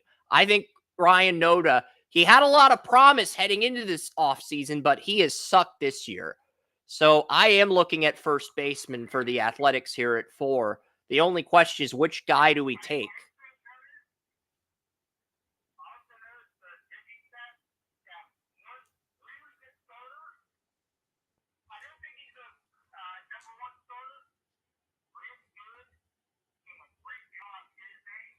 Joe Boyle, I believe. Joe Boyle, he had a 1.93 ERA and 3 MLB starts with the Athletics. That's it. They've got Boyle. They really don't have anybody else. They've got some decent middle relievers and a couple of long relievers, but there's nothing that are decent enough to get you out of 6-0 jams if it's a second or third inning. So, like, when I'm looking at the Athletics, I could see Chase Burns here, but I think Nick Kurtz is the best player on Wake Forest. So for me, this is a first baseman. It's just, do you like Caglione or Kurtz more? That's really the discussion you got to have here at number 4 if you're the Athletics. Because I had these two at 1 and 2 in my very first MLB mock back in January. So I don't think you can go wrong with either guy.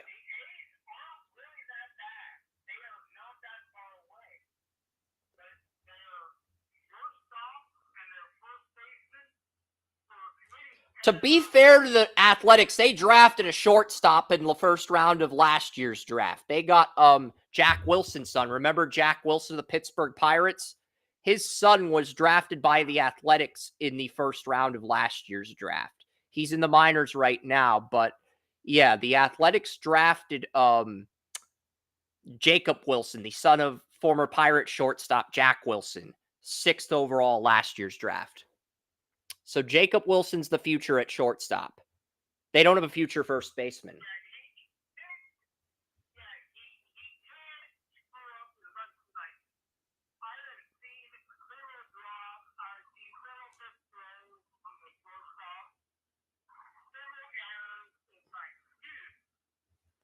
Well,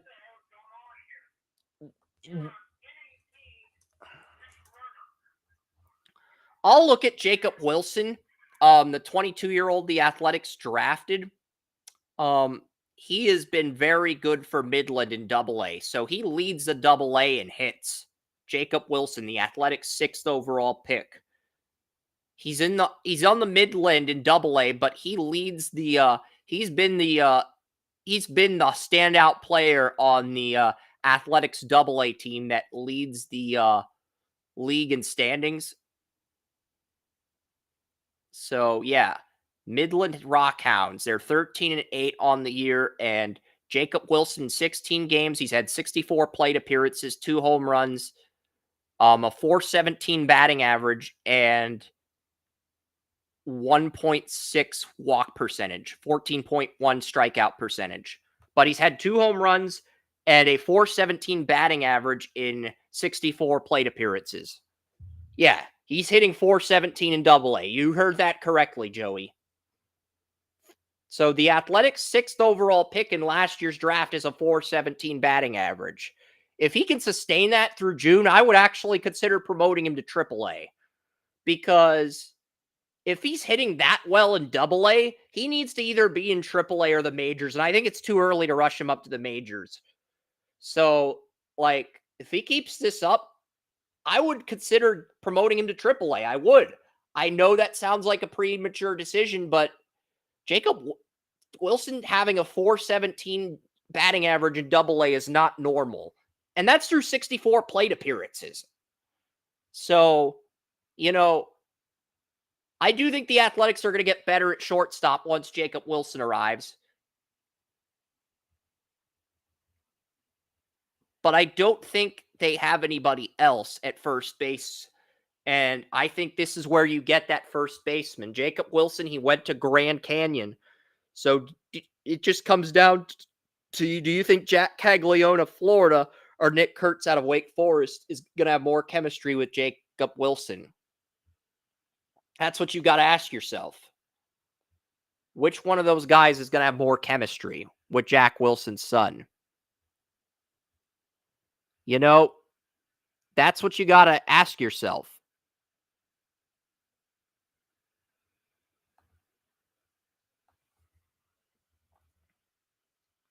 So, I think we go first base here. Which guy do you want? I had Kurtz at 1 and Caglione at 2 back in January. But this is a coin flip pick.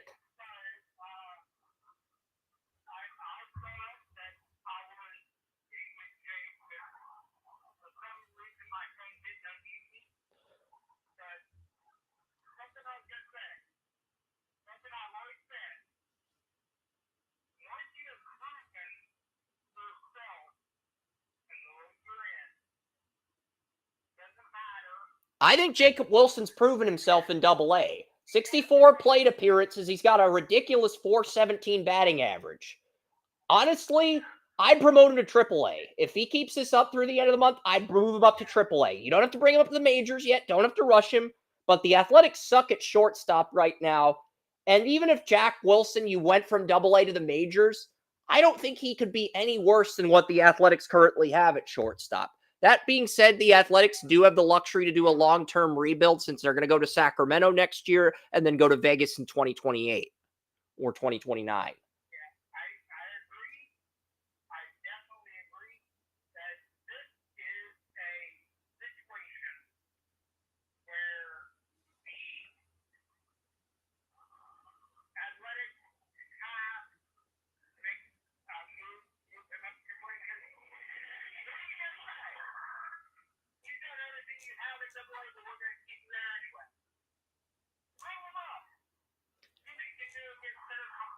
Yeah, I'm not saying bring him up to the majors. I'm saying bring him up to AAA and let's get a gauge on what he can do at AAA.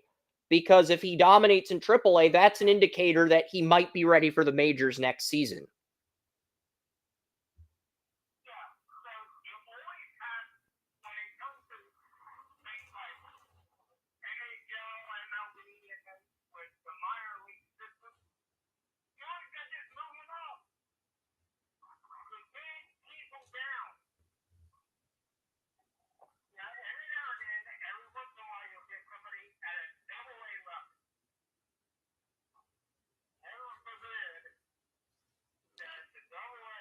He's the only guy on that team with a batting average of above 400.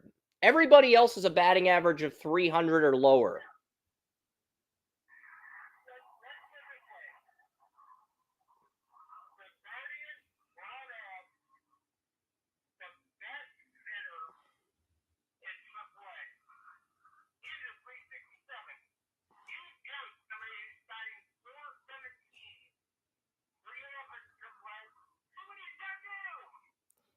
He's doing that in Double-A at the moment, but at least give him the opportunity to play in Triple-A. If he's doing that in Double-A and you don't want to rush him up to the majors, at least give him the opportunity to go play in Triple-A, because I think that's a travesty. The Athletics suck at shortstop, and their best shortstop that they took 6th overall last year is batting .417 in Double-A.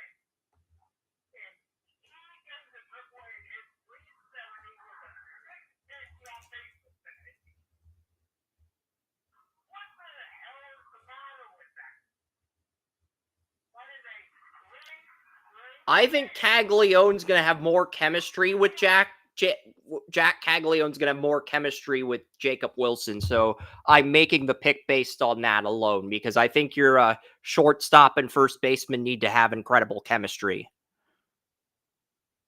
I know Caglianone's slightly older than Kurtz, but I'm taking the chemistry into account.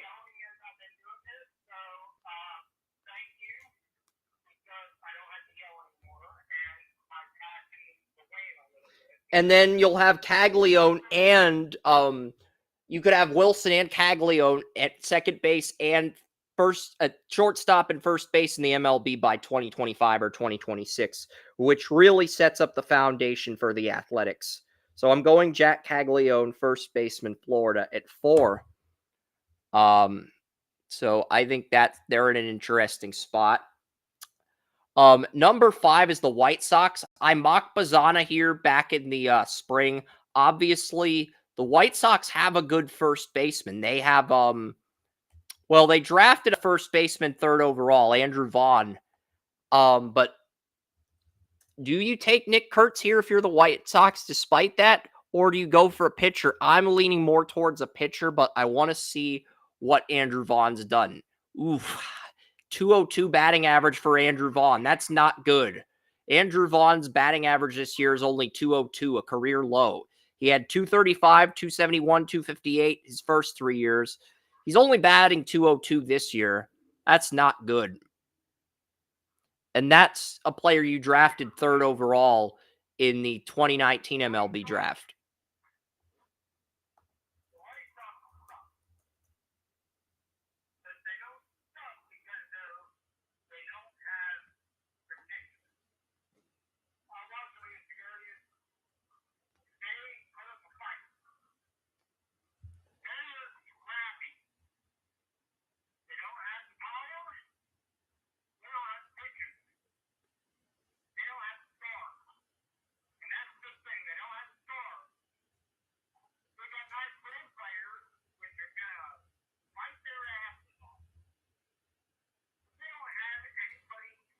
I think Nick Kurtz is a star. I do. I think Nick Kurtz, even though I like Andrew Vaughn, he was drafted 3rd overall in 2019. He's a UFA in 2027. Even though I like Andrew Vaughn, Nick Kurtz has the ability to be a big-time star at first baseman. And when I say that, I mean my player comps for Nick Kurtz were Mark McGwire as a batter and Keith Hernandez as a defender. So that was my comp for Nick Kurtz. I think he's an upgrade over Vaughn. As much as I like Vaughn,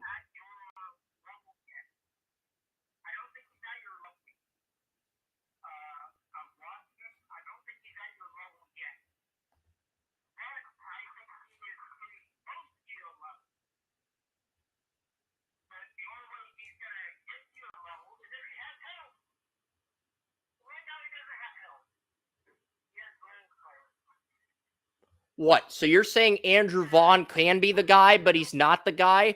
What exactly are you saying? Are you saying that about Vaughn or Kurtz?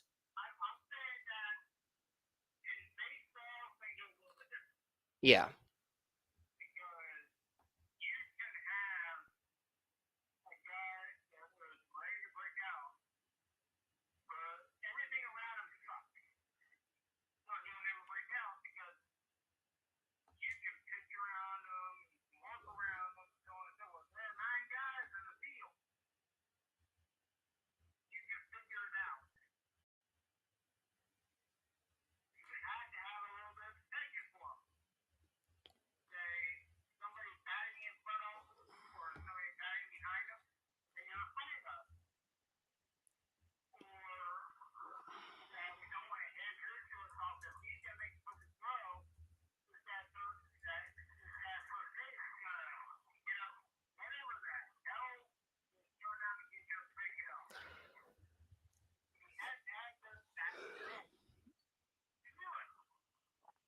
Yeah, because I'm looking at the White Sox. I'm looking.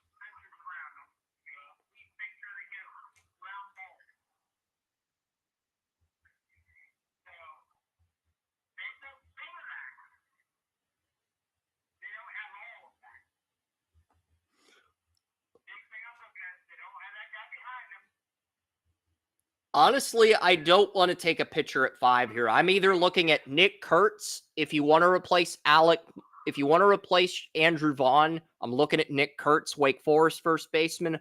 I'm also looking at Braden Montgomery, the Texas A&M outfielder. I'm not sure if he's a pure right fielder or a left fielder. I've got to look at the fit before making a verdict on that.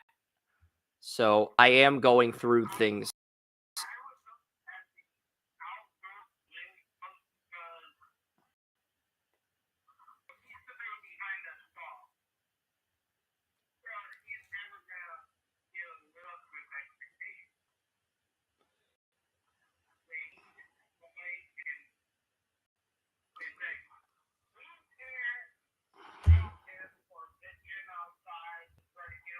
Braden Montgomery's a right fielder. So the White Sox have stability at right fielder, but at the same time, what do they have as far as the White Sox apparently have a good right fielder, but like White Sox right fielder. Apparently they have Zach DeLoach and they have some other guys, Oscar Colas.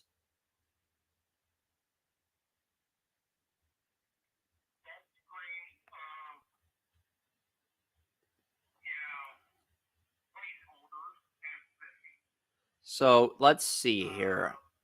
Zach DeLoach contract, and we'll look at Oscar Colas. I'm looking at these placeholders because I'm leaning Braden Montgomery. Here, but we do not know. Zach DeLoach is in pre-arbitration with the White Sox. You could get Zach DeLoach, or you can get, do you trust Oscar Colas? Oscar Colas and DeLoach are both 25. So, and Colas is from Cuba. So, I mean, ooh. Yeah, I mean, Colas has a batting average of 0. He's only had one at bat against the Guardians, and it was 0 for 1. DeLoach, what is DeLoach doing for the White Sox? Because if it's not good, I'm thinking Montgomery's the pick here. I love Nick Kurtz, but if you're still confident that Andrew Vaughn can turn things around, maybe you go Braid Montgomery here if you're the White Sox. That's the big key. Okay, so both right fielders have an ERA. So both DeLoach and both 25-year-old batters have a batting average of 0. Okay, I have to go Braden Montgomery. For the sake of the White Sox, I have to go Braden Montgomery here. I have to. You just cannot have your two best right fielders. I don't care if they're dealing with injuries. If they both have batting averages of 0 at this point in the season, that's inexcusable.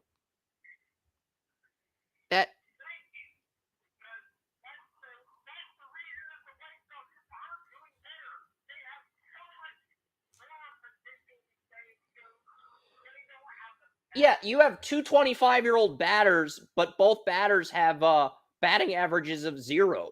So I have to go Braden Montgomery at 5 here, Texas A&M. And, you know, I like Nick Kurtz. I think he's a top 5 talent, but the White Sox have Andrew Vaughn at first base. They really don't need a first baseman.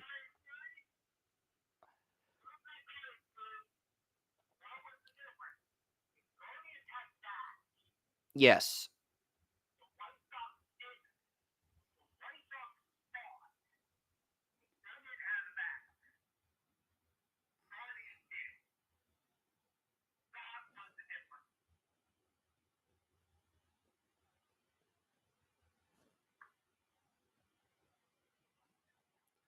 Yeah, I'm looking at Nick Kurtz for the Royals. So the Royals would get Nick Kurtz at 6. And I do like their 2018 first round pick. Don't get me wrong. Royals did draft a first baseman in the first round of the so apparently Vinny Pasquantino and Nick Pratto. Nick Pratto, we'll see what Nick Pratto's contract is like and what he so Nick Pratto signed a 1-year $3.45 million deal in pre-arbitration.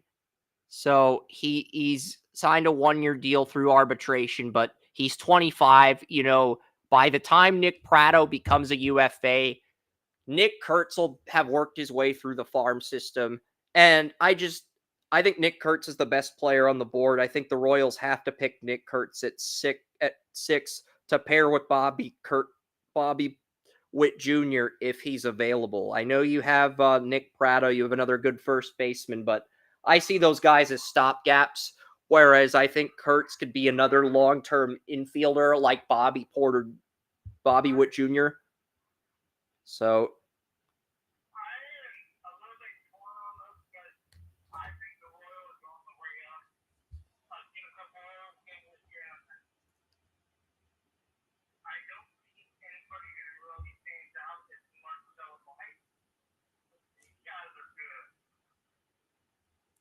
okay, so Nick Pratto, the Royals sent 3 players down to AAA, including starting first baseman Nick Pratto, who's red hot right now, which I do not understand.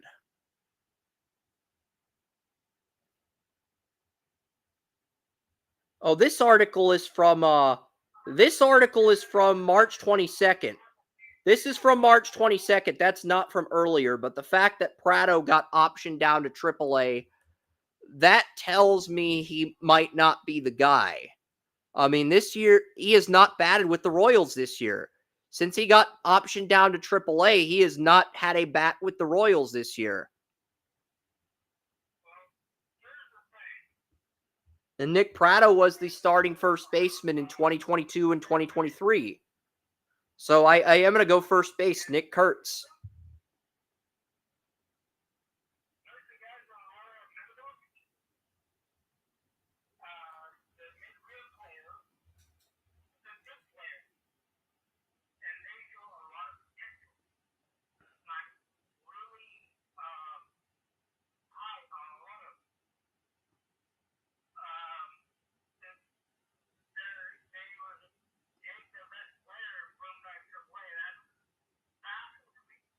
Well, Nick Pratto was their best first baseman, but they sent him down to AAA after he got hot in spring training. He was one of the last cuts.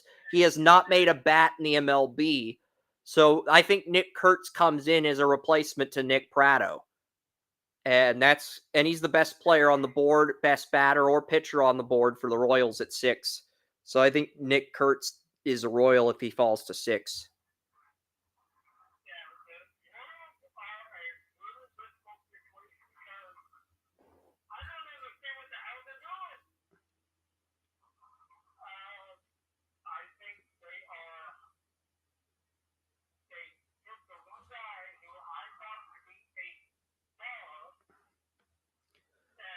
Well, they have Bobby Witt Jr. He's a superstar. Nick Pratto, they've got Salvador Perez and Bobby Witt Jr. They've got 2-star infielders. Nick Pratto could have been that 3rd star, but they chose to demote him to the minors, and they have not played him once this year. So they're going to replace him if they get an opportunity to replace him.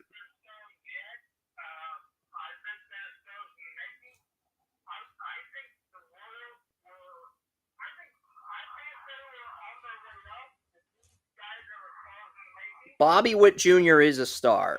I mean, you don't get a 7-year contract like Bobby Witt Jr. unless you're good. You do not get what Bobby Witt Jr. got unless you're good. I mean, he got a 7-year contract in the offseason, a huge contract for the Royals at shortstop.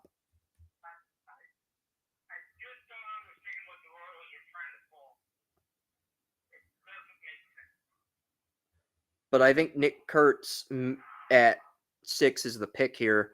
All right, so we've gone through 6 picks here. Who's on the board at number 7 here? Number 7 is the Cardinals. I think the Cardinals need pitching, and I mocked Charlie Condon at the beginning of the year, but I don't think that's the player they end up with.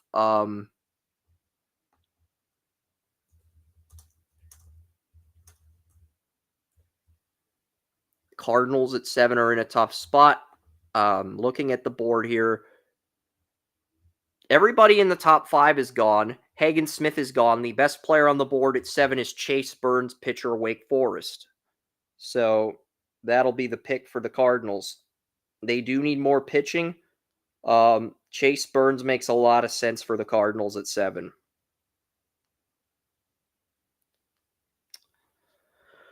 All right. Number 8 is another tough call.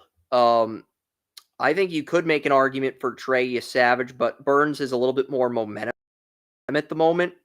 But the Angels need pitching. I am going to go with Trey. No, I'm going to go with Trey Savage, East Carolina here at 8 for the Angels. I mean, this draft has 3 pitchers that could be number 1 starters in Smith, Burns, and Trey Savage. I like Savage more than the West Virginia batter, who a lot of people are mocking at 8. But, we're not high on the West Virginia batter. And I think there are 3 pitchers that warrant that top 10 consideration. I do. So I think you could either go J.J. Weatherholt, West Virginia batter, we didn't like. You could go Connor Griffin, the top high school batter in the draft from Jackson Prep. You could go Bryce Rayner, a shortstop from Harvard Westlake, high school bat. Or you can go Trey Savage, who's ranked 11th. Savage has a better ERA than Chase Burns.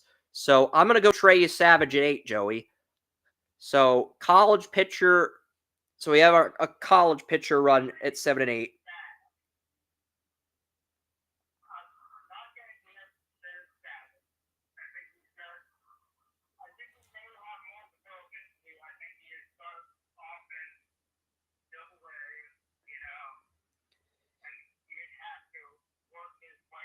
Yeah.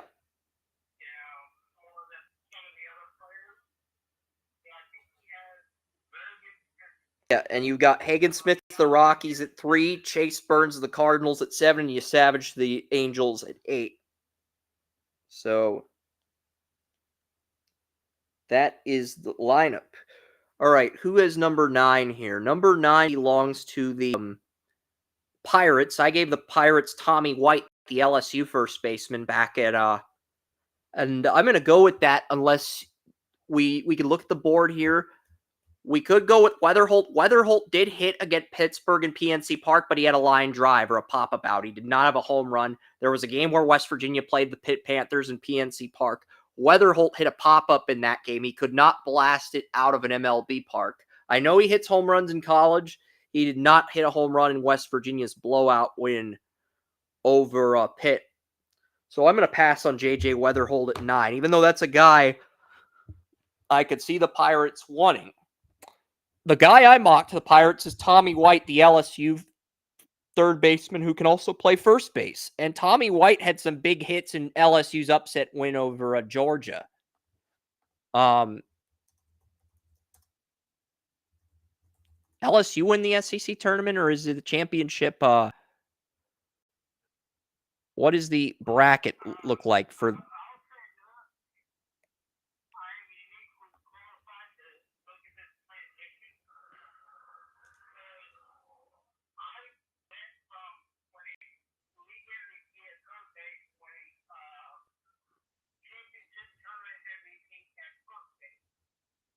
Okay, so South Carolina LSU is on the SEC network right now. I'm leaning Tommy White, but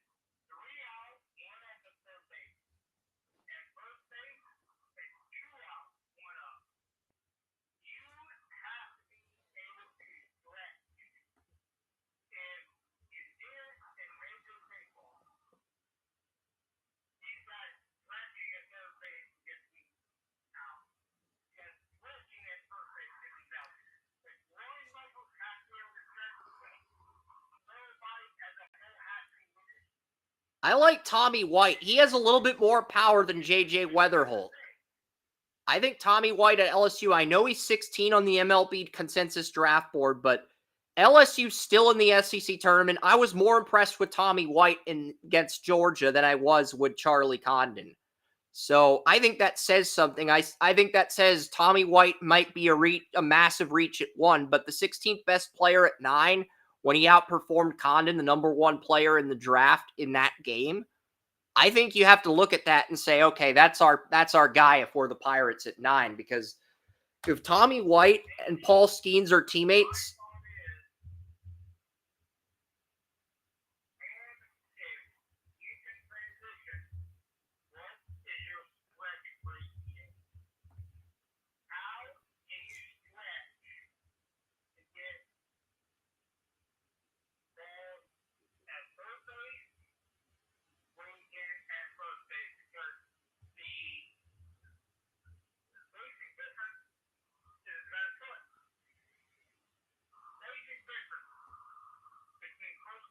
he played third base in college, but will move to first base in the pros. He lacks range and is erratic at the hot corner at third base, though he earned praise for getting through the season and filling a team need despite his bad shoulder.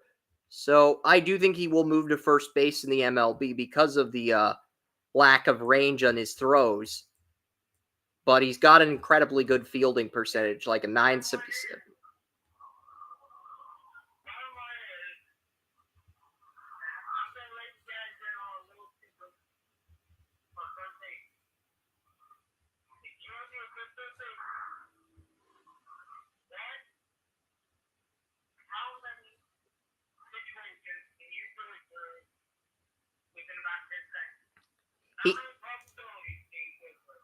He has experience at first base too.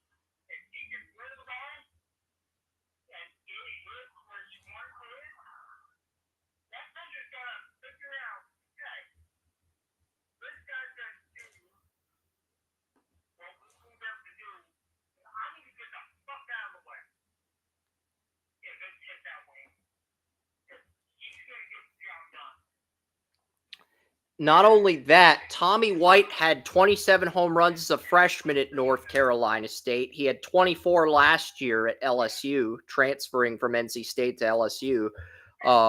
Tommy White.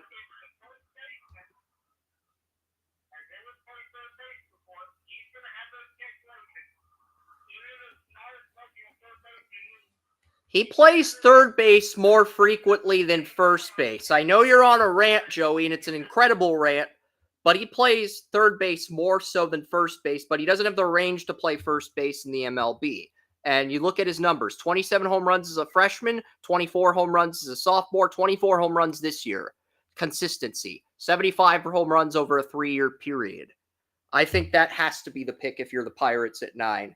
Tommy White is a first baseman. Teammates with Paul Skeens, there's already chemistry there.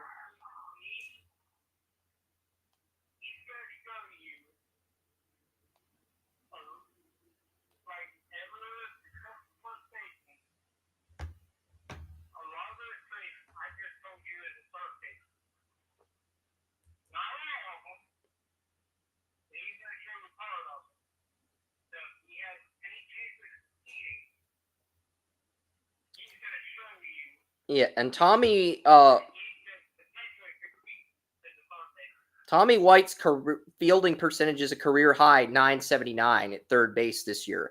But he is probably going to move to first base in the MLB because he can play both third and first base. He's projected to move to first base.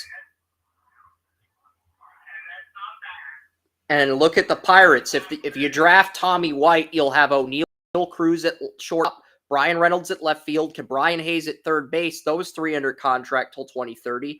You'll have center fielder Jack Sawinski under contract till 2030. Henry Davis, he will be under contract till 2031. You got Joey Bart, the former Giants catcher. You also have Rowdy Tellez, who signed a 1-year deal. You have Leover Paguro and Nick Gonzalez, 2 second basemen. Both of them. You've got a right fielder who doesn't enter arbitration till 2026, and Josh Palekios. And you could keep both of those second basemen until 2031. The Pirates have 10 quality batters, with 8 of those batters under contract till 2030. If Bob Nutting encourages his GM Ben Cherington to use arbitration clauses. So, I mean, Pirates are in a great spot. And this is why I told you this team would have a window to contend once Paul Skeens arrived. Because not only do you have Mitch Keller, Paul Skeens, and Josh Jones, you also have 8 batters under contract until 2030. If you got Tommy White, you would have 9 batters under contract until 2030. And that gives you a legitimate window to win a championship if you're the Pirates.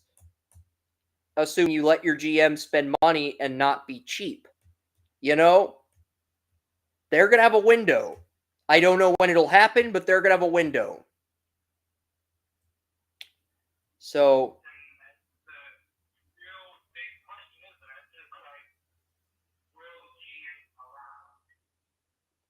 well, the owner, Bob Nutting, is cheap. The GM he's pretty much allowed the GM to spend the money on players he wants to keep. He's allowed the Pirates to be more aggressive in paying top talent compared to previous GMs. So there might be a window for the Pirates at 9. So I think it's a great time to be a Guardian fan, Red fan, or Pirate fan. Now, number 10 is where things get tough. Because I mocked Seaver King, a second baseman, to the Nationals, but since J.J. Weatherholt, the West Virginia second baseman, is on the board, we're going to give the Nationals J.J. Weatherholt at 10.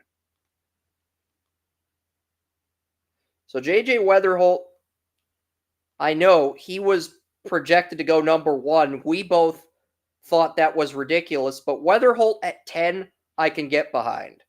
Before that, probably not, but at number 10, the Nationals really need a second baseman, so I'm going J.J. Weatherholt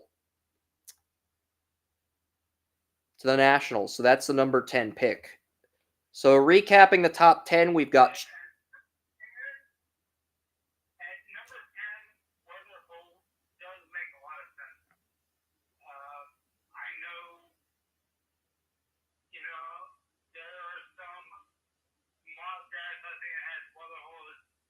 number 1 in the winner. But at 10, it makes a lot of sense.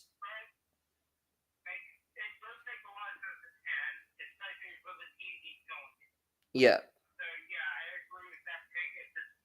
And recapping our top 10, we had Charlie Condon to the Guardians, Travis Bazzana to the Oregon State second baseman of the Reds, the SEC Player of the Year Condon to the Guardians, Bazzana to the Reds at 2, Hagen Smith to the Rockies at 3, the Arkansas pitcher, Jack Caglione to the Athletics at 4, the Florida first baseman, Braden Montgomery, right fielder, Texas A&M goes to the White Sox at 5, the Royals get Nick Kurtz, first baseman, Wake Forest, the St. Louis Cardinals get Chase Burns, pitcher, Wake Forest. The Angels get Trey Savage, East Carolina pitcher. The Pirates get Tommy White, first baseman, LSU.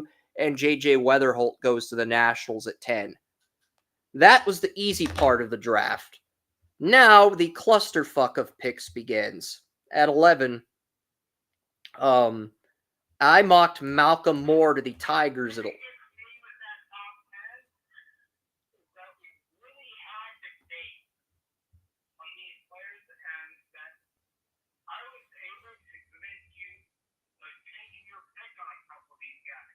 Yeah.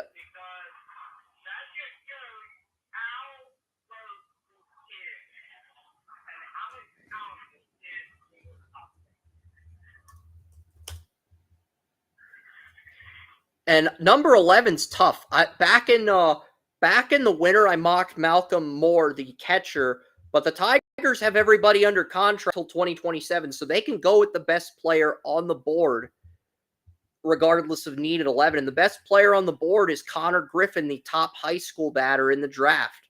He's projected 9th on MLB.com. He's a shortstop / outfielder from Jackson Prep. Would you rather? Yeah, I mocked him to the Red Sox at 12. So Connor Griffin will go to the Tigers now at 11. He moves up a spot. Center fielder from Jackson Prep High School.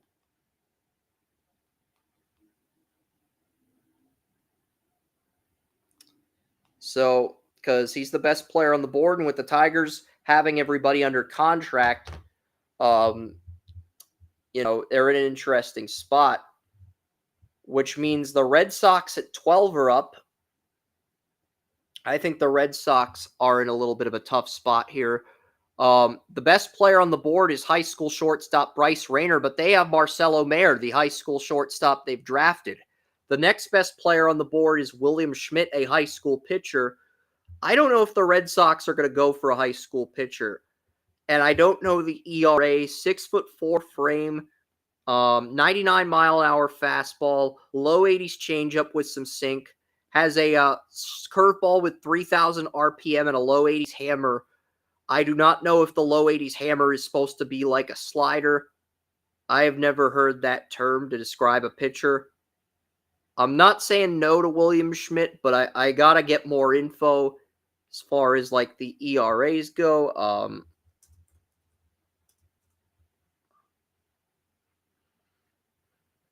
6'4", 185. Catholic high school pitcher. And he did sign with LSU, and he's a first-round projection. He was the title game MVP, so he did lead his team to a Division I district title, had 9 strikeouts in the championship game. Don't hate William Schmidt, but I do think it's a slight reach at 11. And I could see why you'd be uncomfortable with a high school pitcher at 11, Joey. I do. I could see why that would be a little bit uncomfortable for you, but the top players on the board, the top college player on the board is Caleb Lomavita, the catcher of Cal. The Red Sox drafted the Virginia catcher in the first round. He's already in AA with their first-round pick last year, so they're not going to draft a catcher. The next best player on the board is Billy Amick, a third baseman for Tennessee. The Red Sox have Rafael Devers at third base, so they're not going to pick a third baseman. So, I mean, this is tough, Joey. This is tough. Seaver King is also there. Wake Forest third.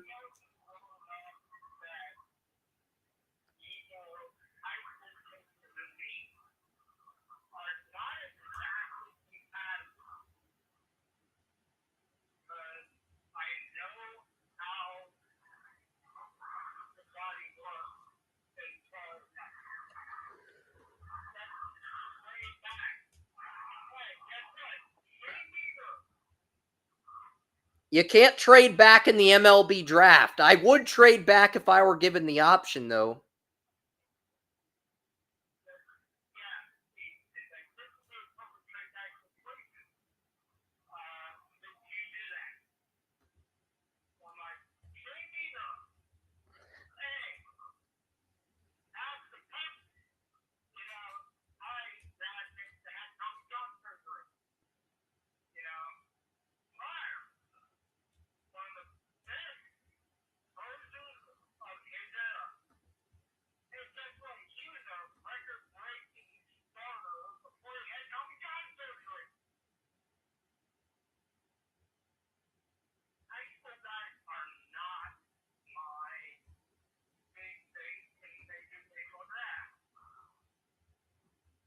They're not mine either. I just don't know who else we can get at pitcher. The Red Sox need pitchers and center fielder. There's not a center fielder worth picking here now that Connor Griffin's off the board. So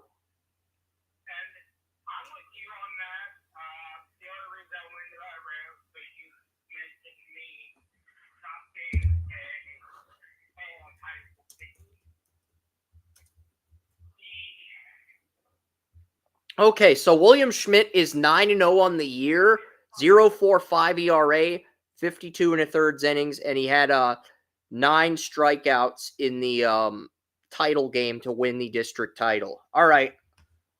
I that was my last objection because I did like the variety of pitches William Schmidt had. I just wanted to confirm the ERA was low. So William Schmidt will come off the board at 12, high school pitcher. I do not like mocking a high school pitcher this early, but I can't really argue with the thought process here at this point.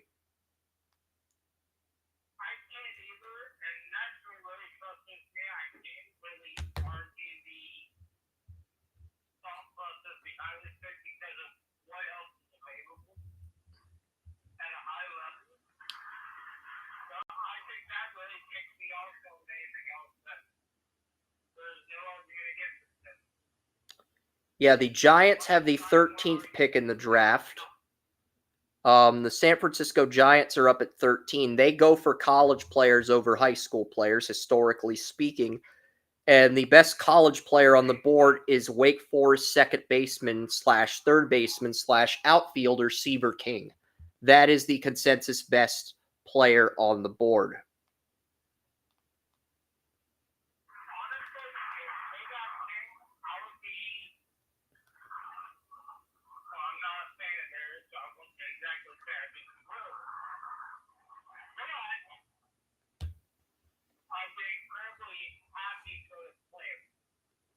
Yeah.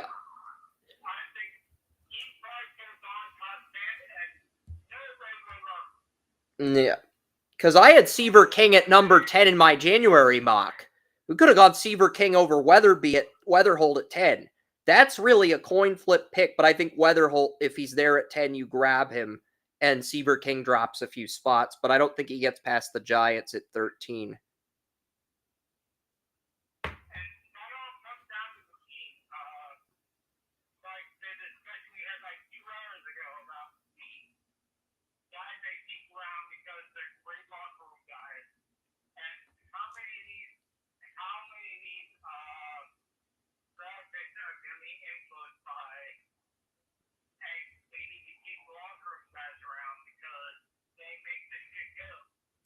The Giants really need starting pitching, but they've got 7 batters who were hitting double-digit home runs last year.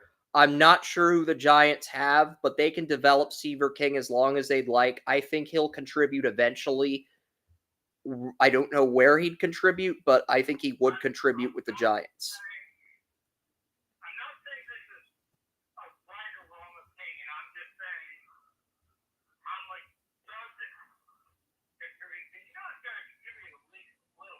Yeah.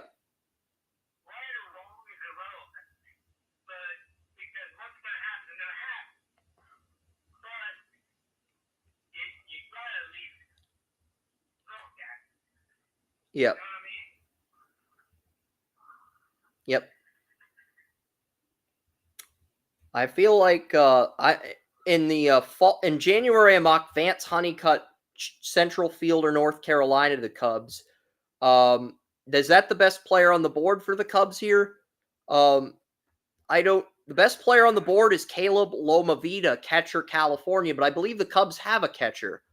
I believe the Cubs poached Wilson Contreras from the Cardinals.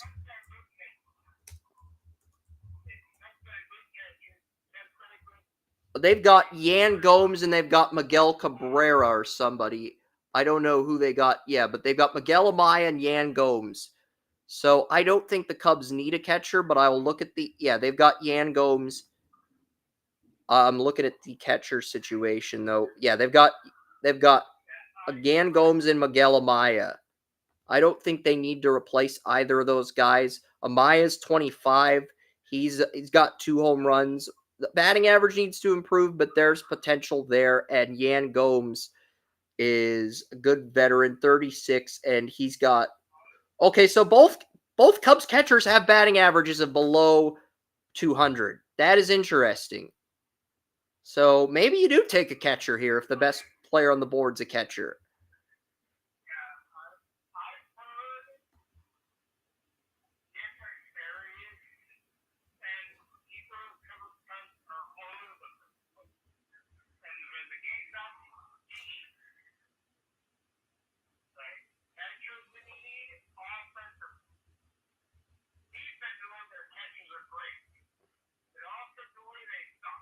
Yeah. And Lomavita is the best catcher in the draft, Caleb Lomavita.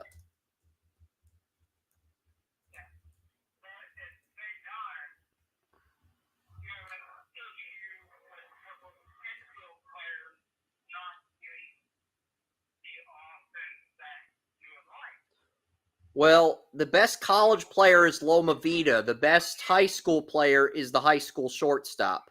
Would you rather draft a high school shortstop here than a catcher? That's the big college catcher or a high school bat. That's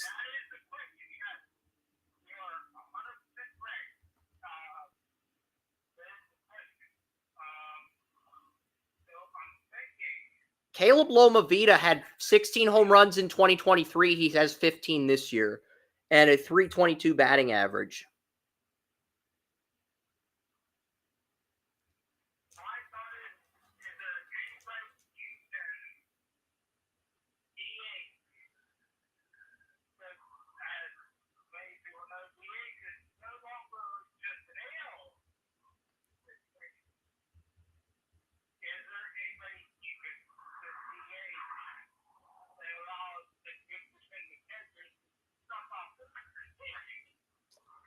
Let me look. Caleb, outside of Bryce Rayner, shortstop, Harvard Westlake, and Caleb Lomavita, you have Billy Amick, Tennessee, Cam Caminiti, the nephew of Ken Caminiti, 17-year-old nephew, Ryan Sloan. You have Slade Caldwell, high school outfielder, Carson Benj, Oklahoma State, Cam Smith, third baseman, Florida State, James Tibbs, outfielder, Florida State, Vance Honeycutt, North Carolina, Walker Janet, catcher, Sam Houston State. I mean, there's a few players that could be intriguing. Malcolm Moore, catcher, Stanford, Kalen Culpepper, Kansas State shortstop. I mean, it's going to be interesting to see what happens here.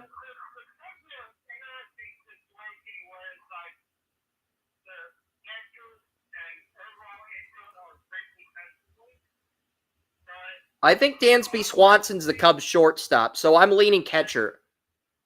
I'm leaning catcher for that reason. Because I like Swanson. I don't think you can get a replacement to him in the draft.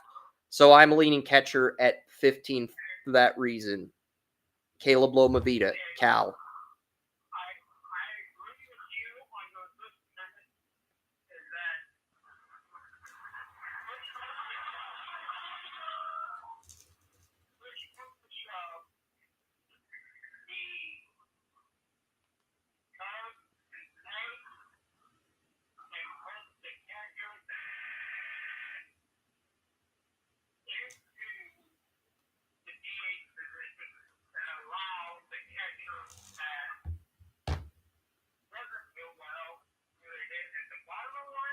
Because this is a better hitter. You can either, there isn't a player with the flexibility to play DH, according to the MLB.com website. That's the thing.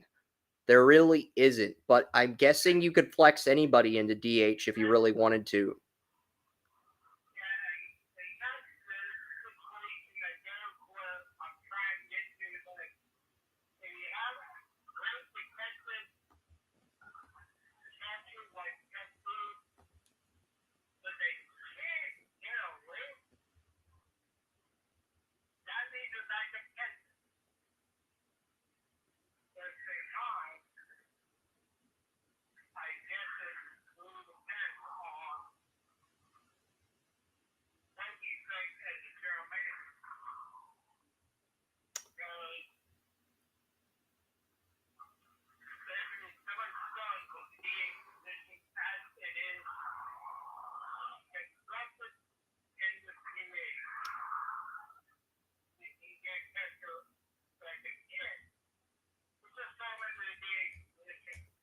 Yeah.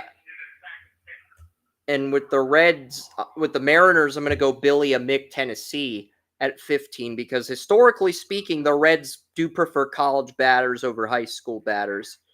So I'm going to go Billy Amick, third baseman, Tennessee. And right now, you look at the Mariners, what they have. The Mariners have Crawford at shortstop, Julio Rodriguez at center fielder, Mitch Garner at DH, Cal Raleigh at catcher, and Ty France. You have 5 quality bats. You have Cade Marlowe at left fielder as your 6th quality batter. So you bring Cole Young, the second baseman from North Allegheny Mild High School, up at some point. You'll have that 7th impact player. That really leaves right fielder and third base by process of elimination. So, and Billy Amick fills a need at third base. He's the best player on the board. And the Tennessee third baseman is a Seattle Mariner at 15. Only one high school batter and one high school pitcher have been picked. It's not intentionally that way. It's just gone that way based on team needs and taking different factors into account. The Marlins. I mocked Cam Caminiti to the Marlins at 16.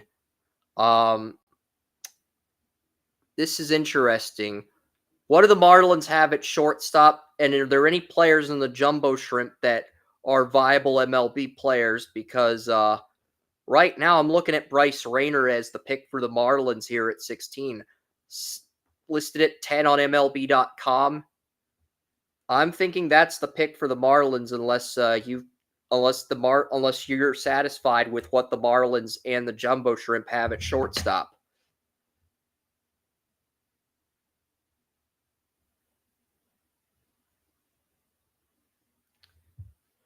I do like Caminiti, don't get me wrong, but what do the Marlins have at shortstop? Do you know? Do you definitively know, Joey?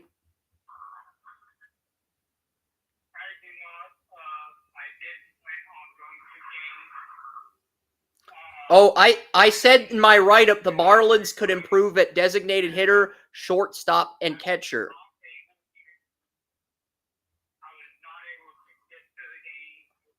So shortstop is a need for the Marlins. So we'll go high school batter over high school pitcher. Because I did point out in my Draft Utopia write-up that shortstop was a need for the Miami Marlins. So we will go at the top. Since the second best high school batter, Bryce Rayner, is a shortstop projected to go 10th overall, went to Harvard Westlake High School in California.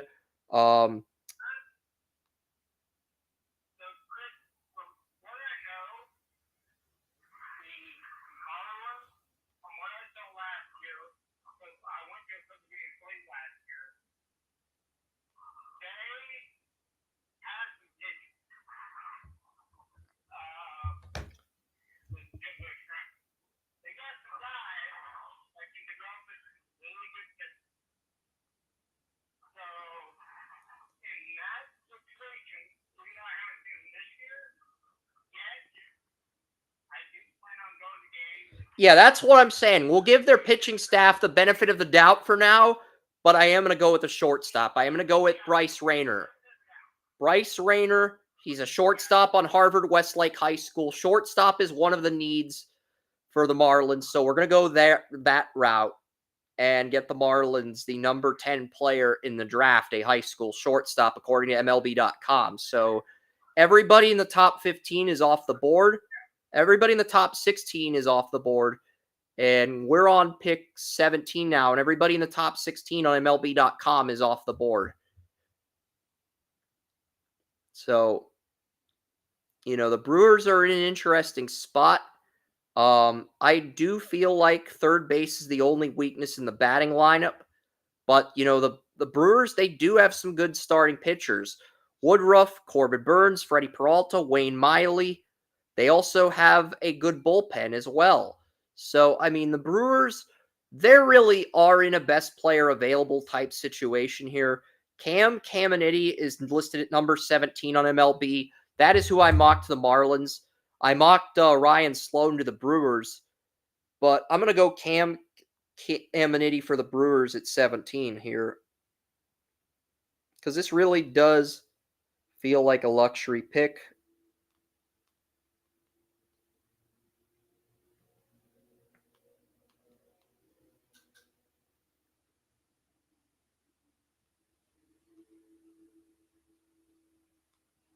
Saguaro High School in Arizona. So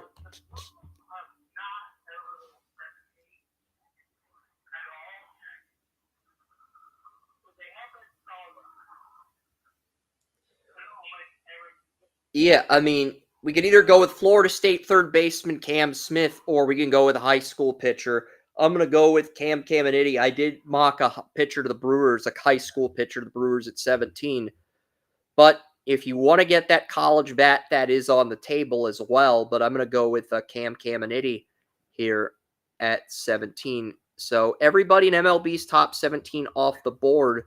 The Rays, I gave them Caleb Bonham as Wander Franco's eventual replacement. I'm not sure what the Rays need. They do not have Shane McClanahan this year. You could draft Ryan Sloan. Ryan Sloan, who I mocked the Brewers at 17, is the 18th best player. I'm not opposed to him. 6'4", 220. And, he had a 0.58 ERA last year. He's got a good 93 four-seam, a 92 two-seam, but he doesn't have a secondary pitch outside of his fastballs. So, but he's got great size at 6'4", 220. So, but you got to develop his in a good ERA, good command, good velocity. He's just got to develop secondary pitch to his fastballs. That's really the only knock with him. I am going to go with Ryan Sloan to the Rays here at 18.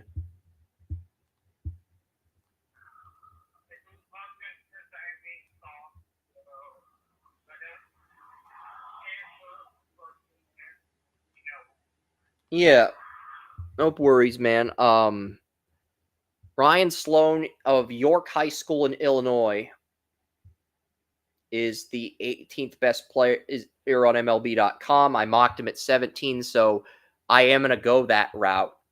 And then number 19, the New York Mets. I mocked Chase Burns here. Chase Burns is not going to make it to the Mets. I'm sorry, Mets fans. Looking at the board here, the best player available is Slade Caldwell, a high school outfielder.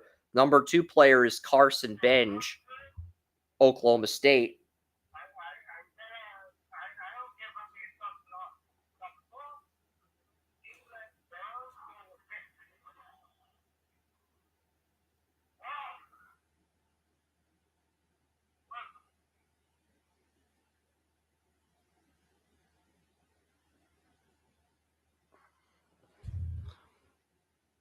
What exactly do the New York Mets need?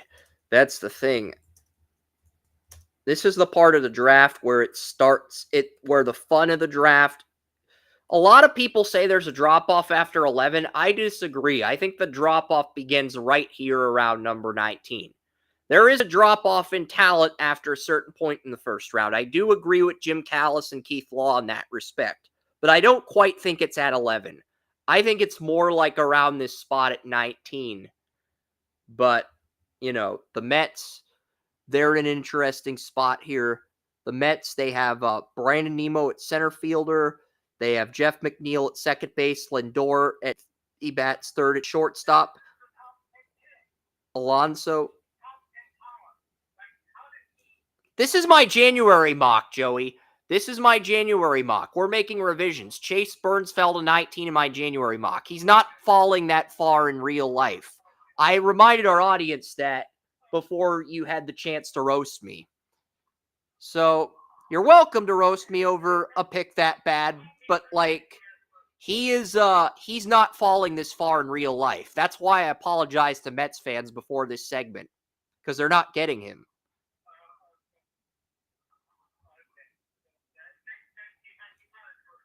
All right, good. They have one good starting pitcher in Kodai Senga from Japan, and the rest of the rotation sucks. I do love the batters in the Mets lineup, but they need pitching in the worst way possible. So I am going to go pitcher here. The best pitcher on the board is 28 is Brody Brett out of Iowa. There's also Jonathan Santucci. He's a left-handed pitcher from Duke. Was that the pitcher you saw last year against Coastal Carolina, Jonathan Santucci? Was that the pitcher pitching when Duke played Coastal Carolina last year?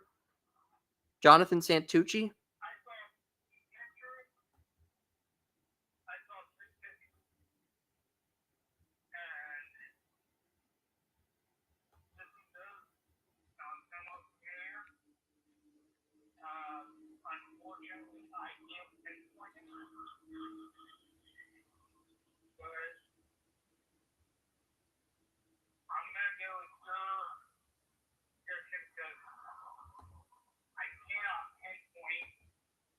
The Mets need pitching. This is the problem. They could go high school pitcher, but I just think it's riskier. Cash Mayfield is the top high school pitcher on the board. He has some similarities in his projection, but he does have some similarities to Jordan Wicks on the Cubs. But I don't know. He has a fastball in the 90s. He has a changeup, an advanced changeup in the low 80s. He has a slurvy breaking ball, like a slider curve, a slurve ball. So he's the only pitcher in this draft in the first round prospects that has a slurve ball, Cash Mayfield High School. But I'm looking at Brody Brecht. I'm looking at Santucci. This is tough because the Mets do need pitching. We're not ignoring that. The Mets need pitching.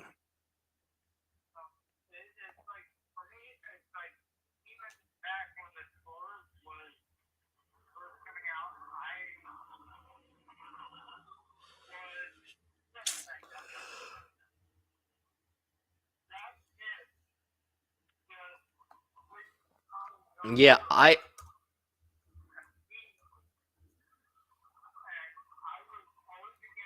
and the Duke pitcher had multiple Tommy John surgery.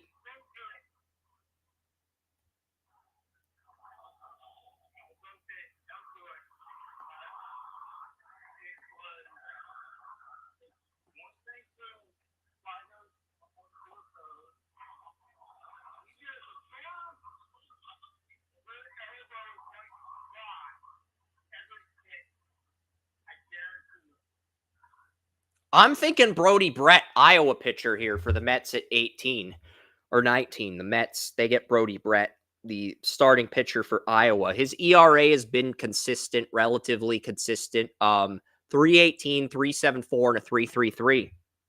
So I'm going Brody Brett here, pitcher Iowa 19.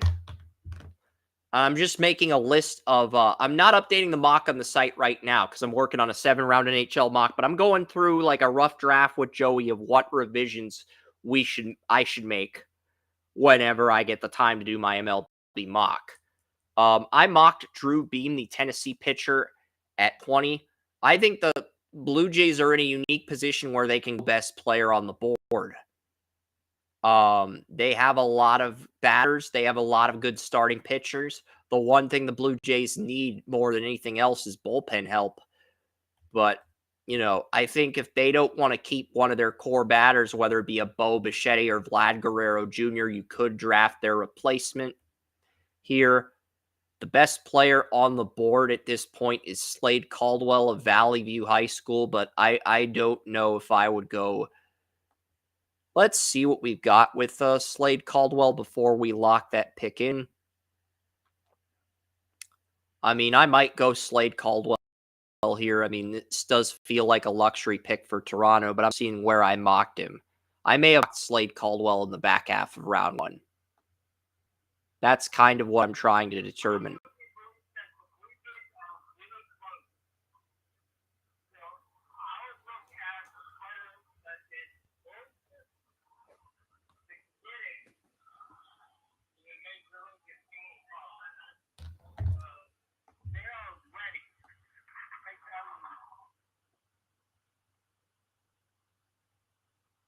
Interesting, because I'm looking at Toronto.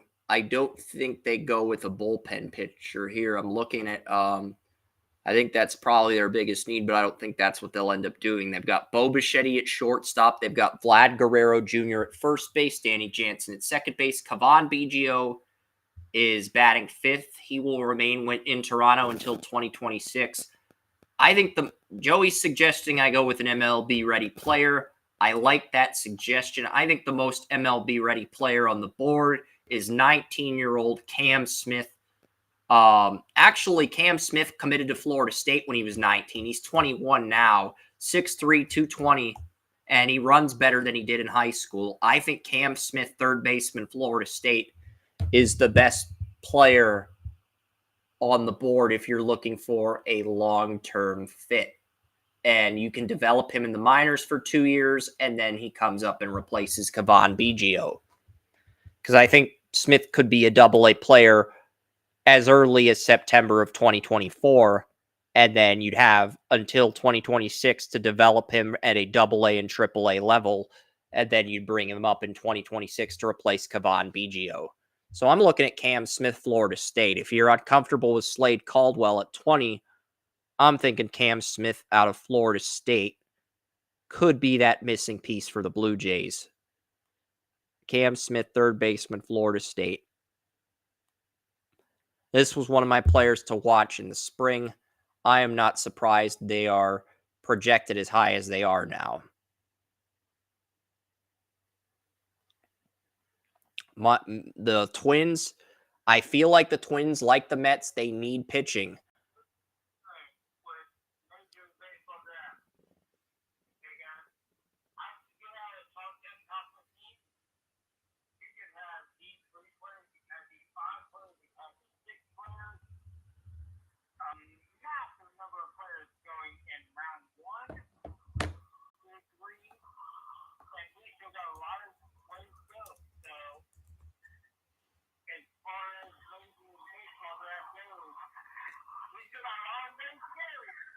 I mean, Jonathan Santucci, I'm looking at what he's done because he's had multiple.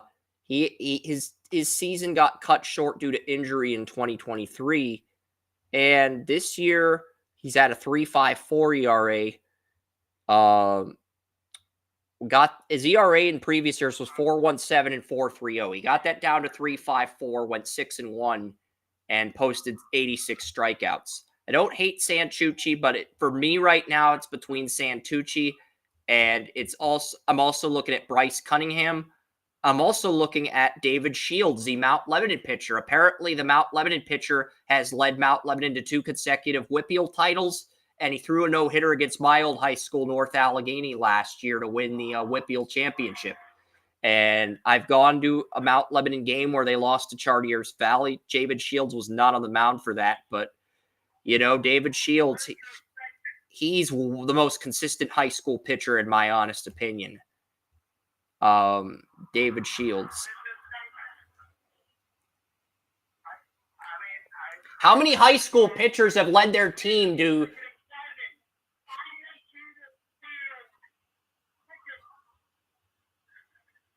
how many high school pitchers have led their team to 3 consecutive district titles, back to back to back from a sophomore as a senior. How many people can you say that about? Honestly, I think that kind of puts I honestly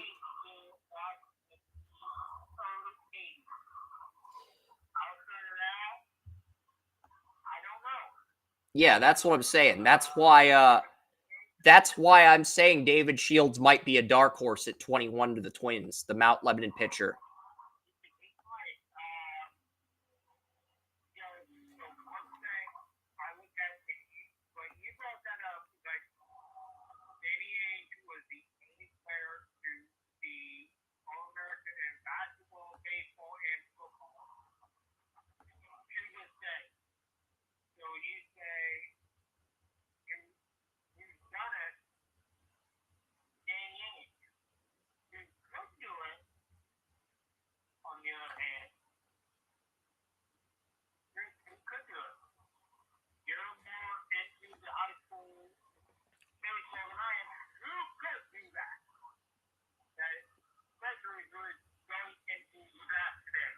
Yeah, and he's expected to pitch against North Allegheny on May 23rd in the championship game, where it'd be a rematch of last year's Whitfield, where Mount Lebanon threw a no-hitter against North Allegheny, and that no-hitter was courtesy of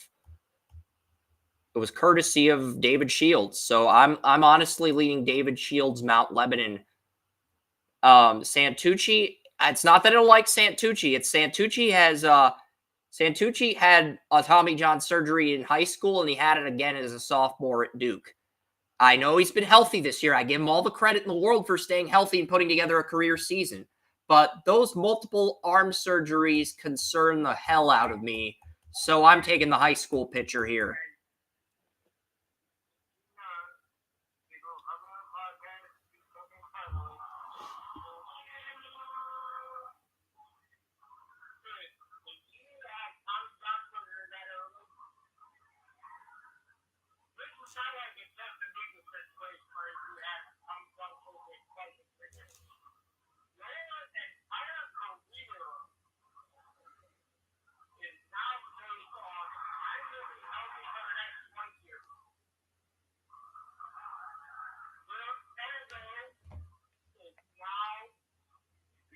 Oh, yeah, and another fun fact, Ian Happ of the Chicago Cubs went to Mount Lebanon before enrolling in Cincinnati. So Mount Lebanon, they are a powerhouse baseball program.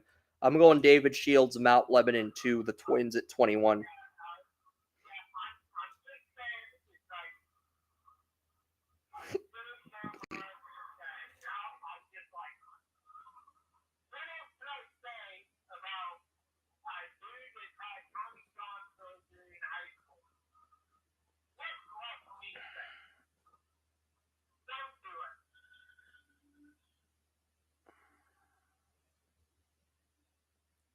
Yeah, I mean, the Orioles have all of their batters under contract.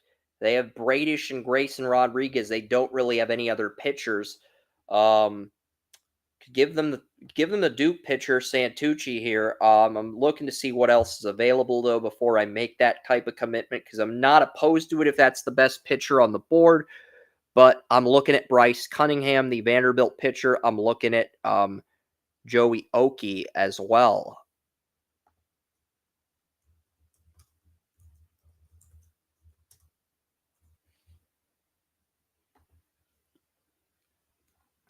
Bryce Cunningham, 6'5", 230. I like this. Bryce Cunningham, 4.20 ERA, no. I would rather take the Duke pitcher, even though he's got some big medical red flags. That's just my 2 cents. But, you know. So for the Orioles, we'll go at Jonathan Santucci out of Duke here.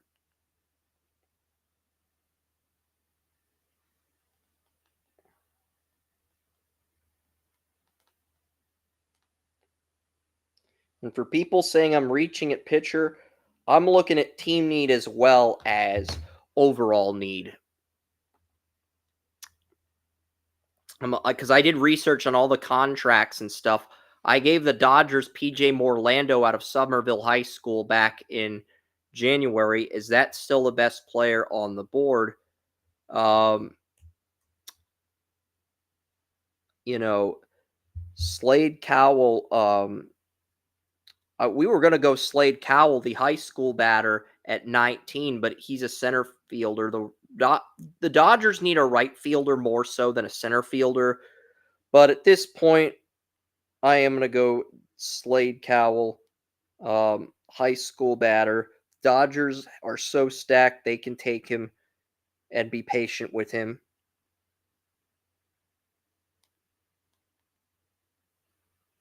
So Slade Caldwell of Valley View High School in Arkansas is the Dodgers pick at 23. And the South Carolina LSU game is underway on SEC Network. It's a college baseball game, so I'll have a better glimpse of Tommy White and some of these LSU guys as we're scouting them. But the Dodgers are going to get Slade Cowell. 24, the Braves. I love the Braves batting lineup and starting rotation. I really don't see a weakness on the Braves. I think their bullpen's pretty strong too. So the Braves are in a spot like the Dodgers where they can go best player available over need. And they're going to get Carson Benj, the outfielder on Oklahoma State. That's the best player on the board, and they're going to get that. He's an outfielder slash pitcher, right fielder slash pitcher. Carson Benj is actually a better fit for the Dodgers than the Braves. But I already typed in Slade Caldwell to the Braves. But yeah, Carson Benj, right fielder, Oklahoma State. So now everybody in MLB's top 21 is off the board.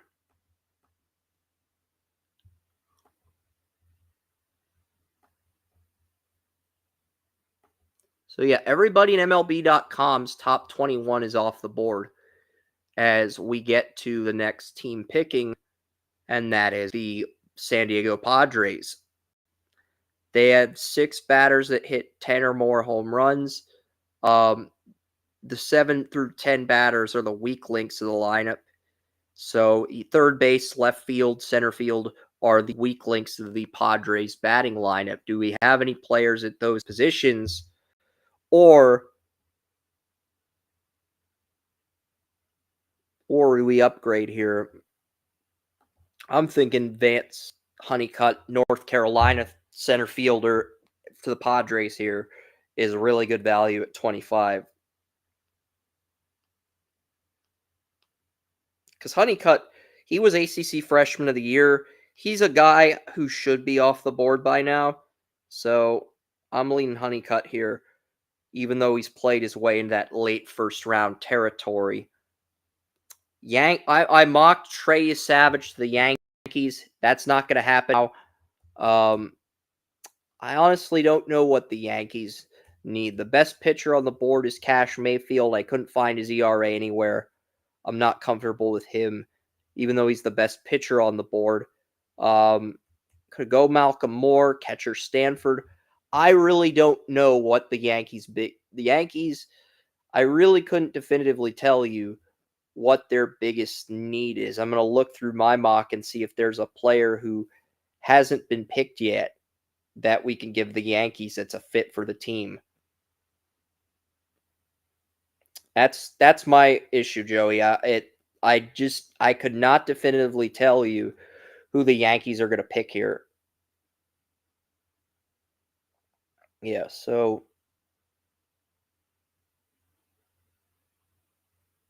I do think there's some good talent in the draft.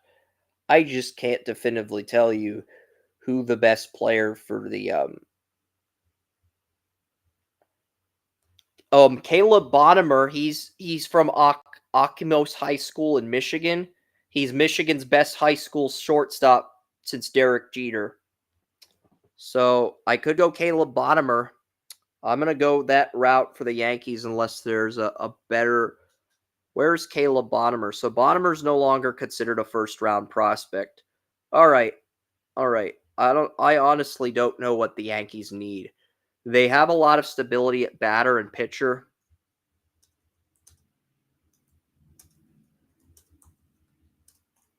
Give me the Yankees batting averages. What do we have here? Juan Soto, 315. Trevino, 284. Volpe, 279. Judge, 275. 273 for John Bertle, 236. 252 for Oswaldo Cabrera. 249 for Rizzo. 246 for Stanton at GH. 221 for Gleyber Torres. If there was a second baseman, I would upgrade there. I think you're set everywhere else. Austin Wells, 209 batting average, but the emergence of Jose Trevino is the only reason I'm not going catcher. But let's see the contract for Jose Trevino. Jose Trevino, it is a one-year deal, $2,360,000, and he's 31.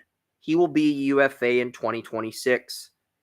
All right, so we are going to go catcher then. Because if Trevino took the starting catcher job from the other guy, the guy the Yankees were supposed to get,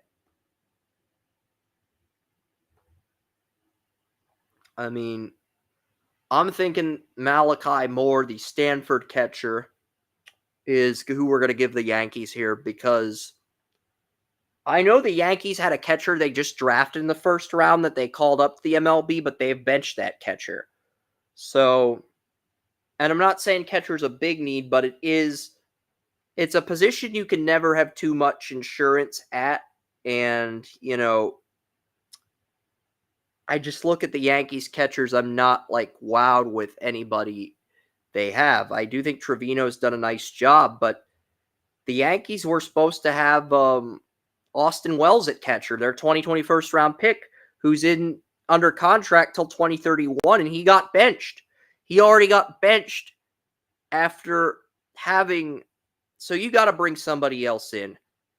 And I think a college bat would suffice after bringing in a high school bat, and it didn't work out. So Malcolm Moore, Stanford catcher, is a Yankee here at 26.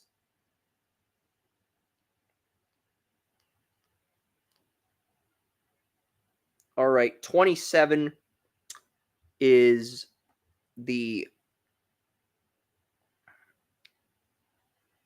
Phillies. I did have Slade Caldwell going here. I'm not exactly sure what I'm going to do with the Phillies now. Is James Tibbs out of Florida State? Is this a center fielder or is this a right fielder? That's what I would like to know. He is. Yeah, he's below average runner. He's probably going to play left field. Is left field a position of need for the team picking at 27? The Phillies. They have Kyle Schwarber at DH. Bryce Harper is the first baseman. Nick Castellanos. Bryce Harper's the left fielder. Castellanos, Alec Boehm's third baseman. Bryson Scott, second base. JT Realmuto. Brandon Marsh hit 12 home runs. The Phillies do not need. Phillies need a center fielder, but I just don't think. I like James Tibbs, but he's more a left fielder than a center fielder. Phillies need a true center fielder or a pitcher. And I don't know if there is a pitcher that wows you at this point in the first round.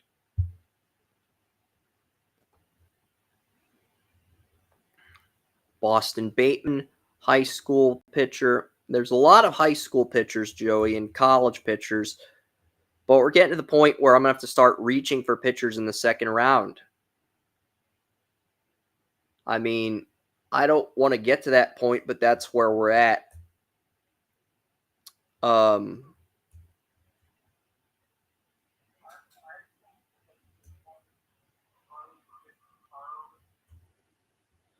let's look up what position James Tibbs plays on Florida State. And if he's a center fielder on Florida State, I can live with Tibbs at 26. He's an outfielder / first baseman, so he's a right fielder as well as a first baseman. So that's not bad value, but I just don't think that's a big need for the Phillies here at 27. They really do need either a center fielder or another pitcher to go with their group. I mean, technically the best player on the board that hasn't been picked yet is, there's Dakota Jordan of the North Mississippi State. Let's look at him. I think Dakota Jordan is a right fielder. He could be a center fielder. Let's look. Dakota Jordan.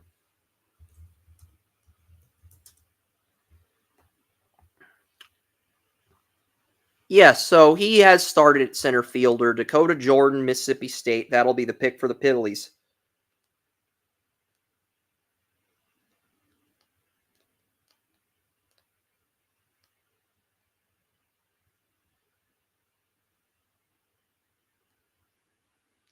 And yeah, we're only going to do the 1 through 30 today. We'll do the sandwich round next time. Sandwich round is like the picks 31 through 40. And then maybe the second round if I get to that after next time.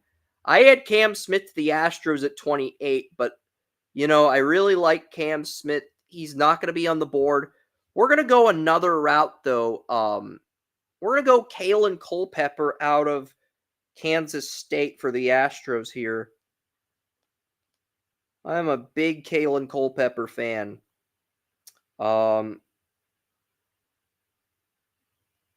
And the Astros will be getting the Kansas State shortstop as a third baseman, with Alex Bregman set to be a free agent.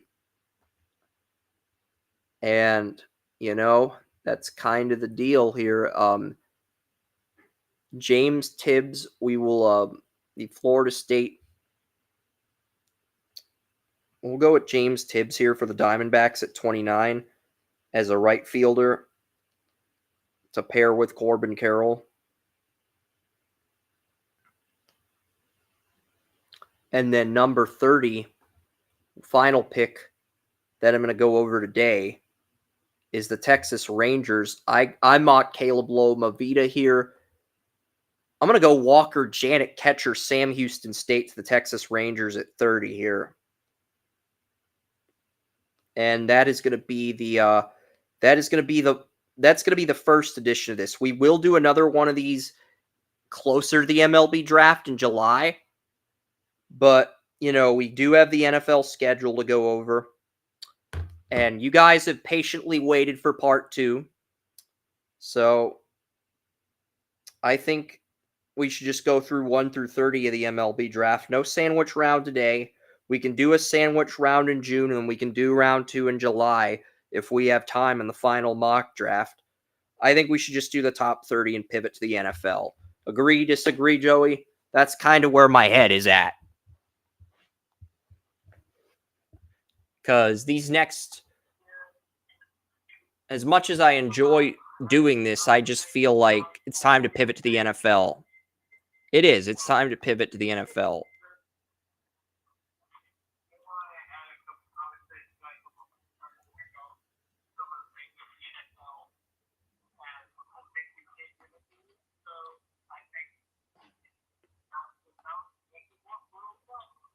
Yeah.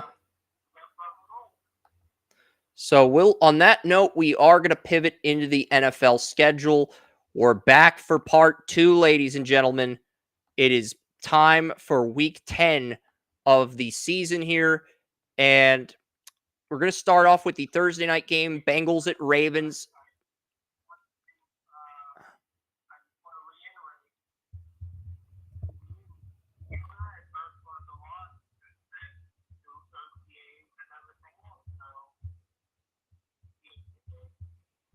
I think the Ravens are wanting to be one of these teams that gets hot in the second half.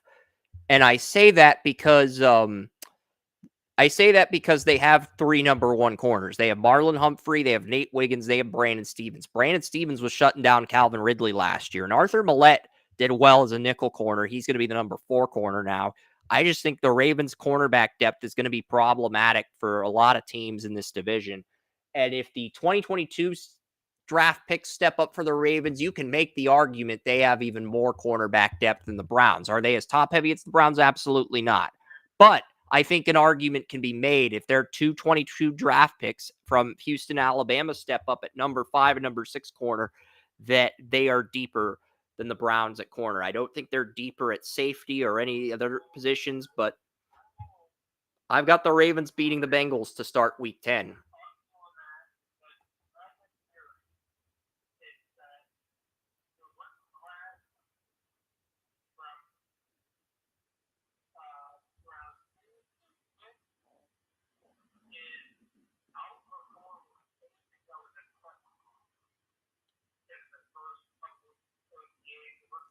But you don't have that guy who's there. I mean, Miles Harden, if he can win the cornerback job, we can revisit this conversation. But right now, I would say the Ravens are a little bit deeper at corner. I don't think they're as top heavy as the Browns, but I think as far as just cornerback room 1 through 6, I think they're slightly deeper. But yes, I've got the Ravens beating the Bengals.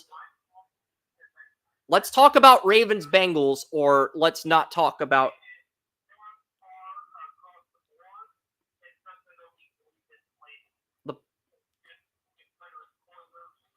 You'd rather debate about the Browns cornerback room during the Browns bye week. This is the Browns bye week. This is the only time in the show where I get a breather from Joey's Browns rants for the next 7 weeks, 8 weeks.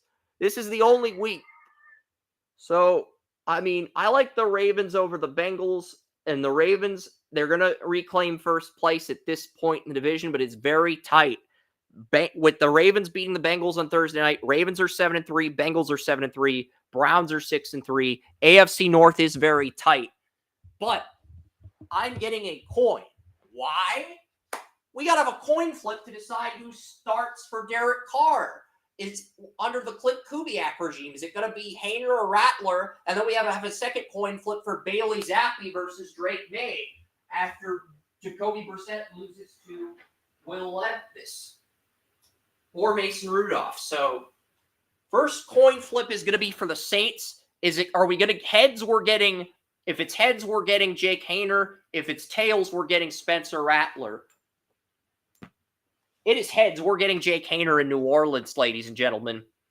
And heads, it's going to be Drake May. Tails, it's going to be Bailey Zappi until the bye week in week 14. Ugh, the coin has cursed me. The coin has cursed my Patriots and blessed thy Saints. So Jake Haener is going to beat the Falcons in week 10 to get the Saints to 2-8 on the year. And Caleb Williams is going to beat the pants off of Bailey Zappi. This is not even going to be entertaining. So the Bears win that one. The Steelers beat the Commanders to get to 5-4 on the year. The Giants beat the Panthers. So the NFC South gets a little bit more interesting here.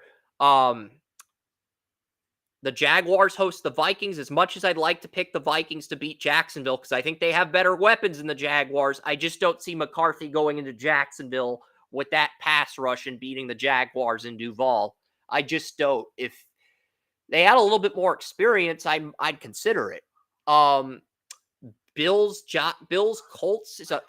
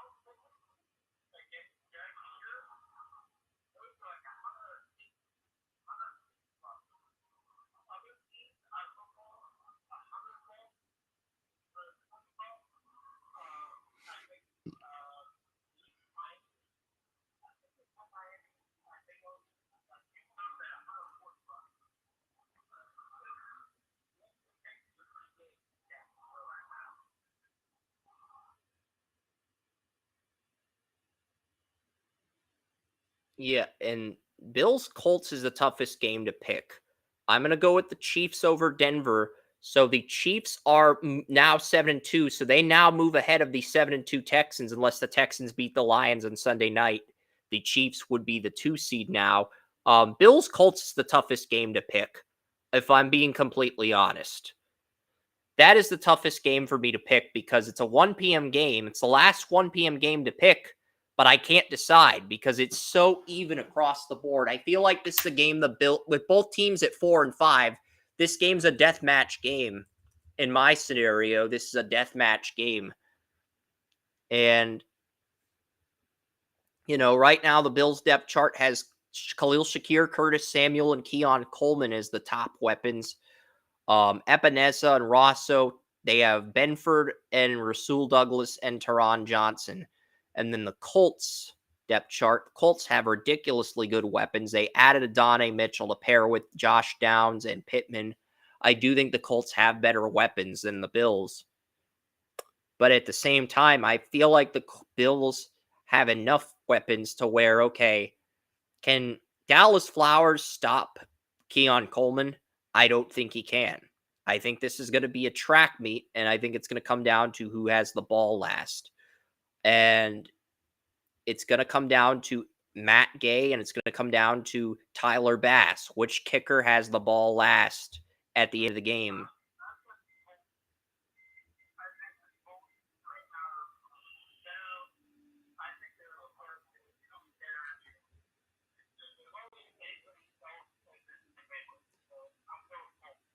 Yeah, I mean, I've got the Bills at 4-5 and the Colts at 4-5. I'm gonna flip. I think these teams are so.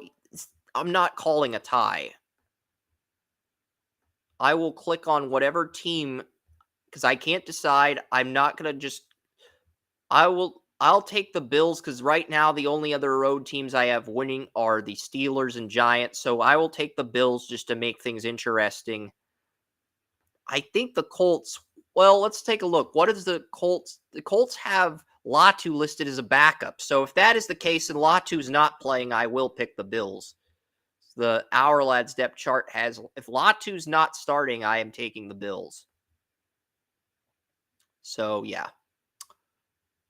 All right, so the Bills, and then we have Titans-Chargers afternoon game. I want to take the Cardinals to upset the Jets, but I can't.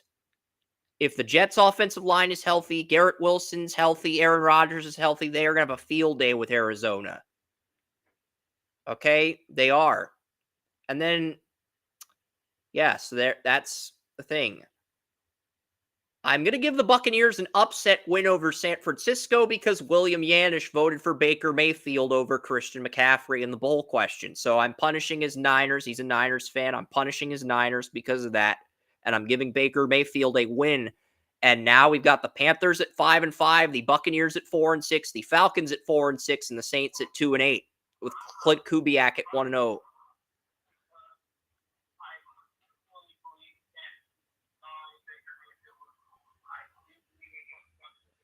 I don't think his offensive coordinator is good, and I think he's going to underperform like Daniel Jones did this year after getting the money. I don't think he's as good. I think Baker's a product of Canales. I don't think Canales is a product of Baker. I think Baker's a product of Canales more so. And you've got the Rams offensive coordinator that went 5-12 with Matthew Stafford as Baker's new OC. So I just feel like that's a bad coordinator for Baker.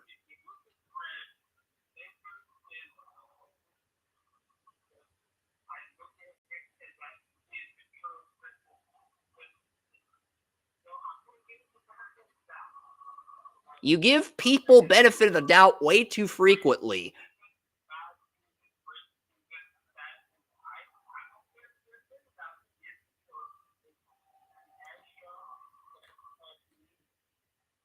I'm giving Tampa Bay a win to punish a Niners fan for voting for Baker Mayfield as a cover photo. But regardless, the Buccaneers are 4-6. They're a game back of the NFC South now. The Eagles lose to the Cowboys. The Cowboys make things interesting at 5-4 now.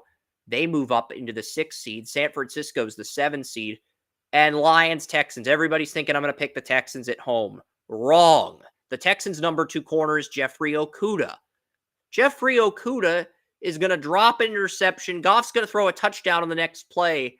And Goff is just going to point at Jeffrey Okudah with a shit-eating grin. Lions upset the Texans on Sunday Night Football.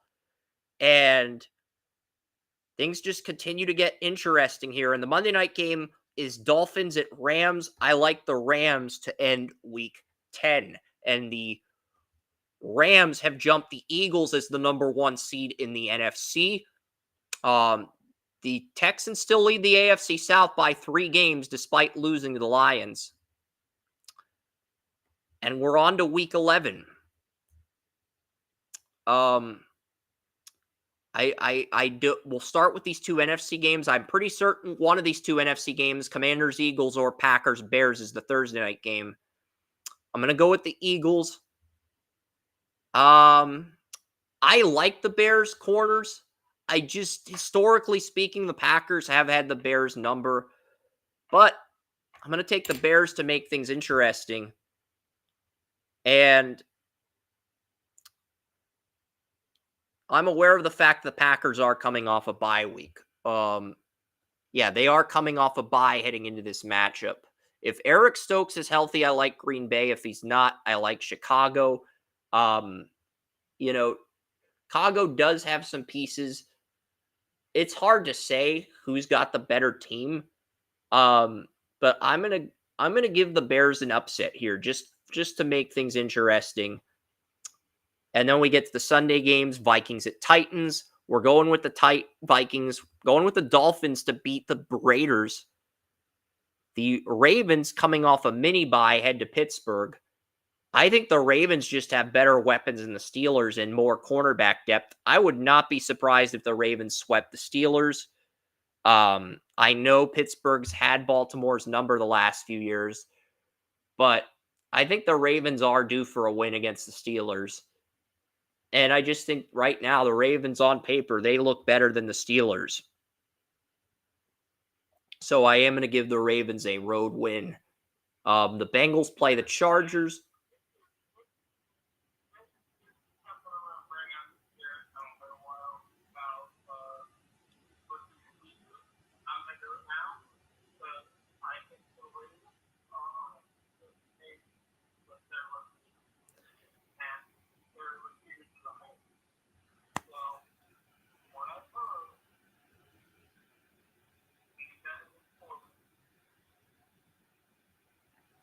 The Browns play the Saints. I don't think the Browns have a left tackle that can stop Myles Garrett, so I am giving the Browns the win.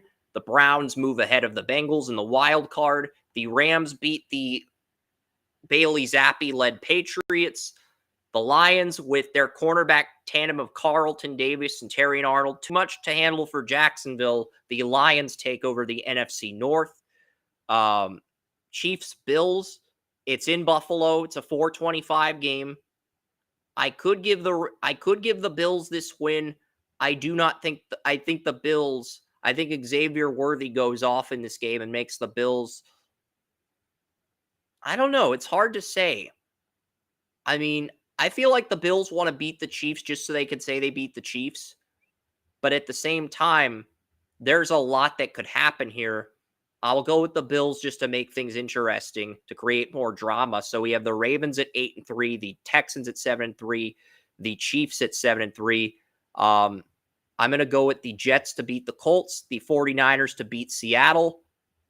And yeah, Seattle's at 3-7 along with and I've got Cousins, Denver. I'm going to go with Atlanta to beat Denver in Denver. Even though the altitude, that may not be friendly for Kirk Cousins, I am going to go with Atlanta to beat Denver. And then the Monday night game, I just feel there's more urgency for Dallas to beat Houston. So they do. And Texans, they enter week 12 on a 2-game losing streak here. We'll do a standings update after the bye weeks in week 14.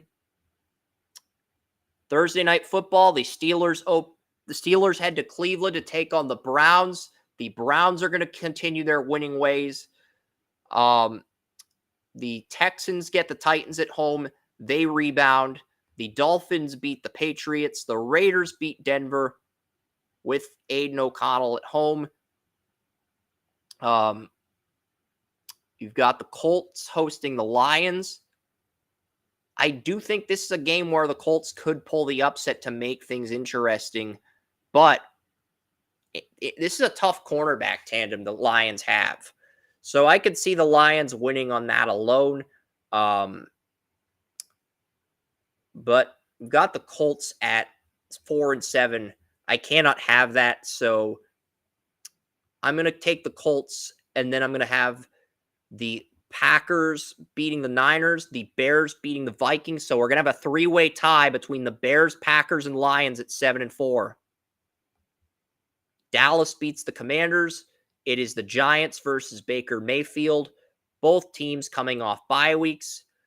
Baker Mayfield's going to have a really tough pass rush to face with Brian Burns and Kayvon Thibodeau.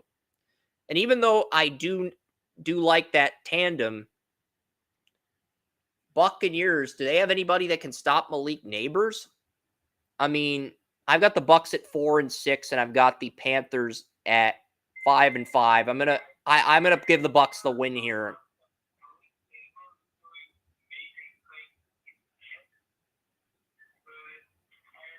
I just don't think. I think this is gonna be a low-scoring game, but Baker's gonna do just enough to win. It's gonna be like a 17-13 game where Baker takes 9 sacks, like Burrow took in the playoff win against the Titans. But Baker's going to do just enough to beat Daniel Jones. It's going to be an ugly win, but it's going to be an ugly win for Tampa. I'll take Seattle over Arizona at home.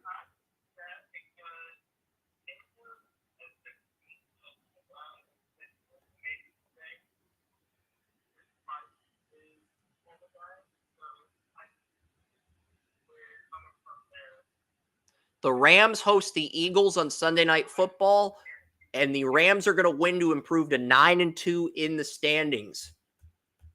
And the Ravens play the Chargers on Monday night. The Ravens are going to win to improve their record to 9-3. And now that brings us to week 13.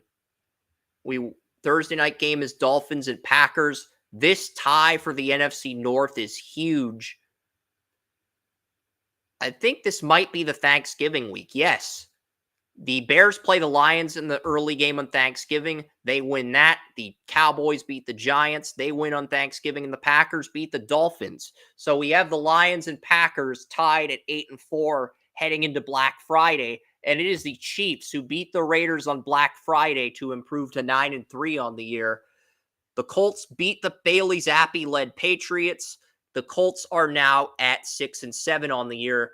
They've won 2 in a row since losing to the Bills. No, we're doing every other game before Browns Denver. That is very bad. That is very so yes. I've got the Falcons beating the Chargers coming off a bye. They reclaim first place. But I've also got Baker Mayfield losing to Dave Canales. So it's the Panthers and Falcons at 6-6. The Rams, they play the Saints coming off a bye week. And Clint Kubiak pulls an upset of the ages on Sean McVay and Jake Haener after losing the Browns. So the Saints are now 3-9 on the year. They've strung up some nice wins.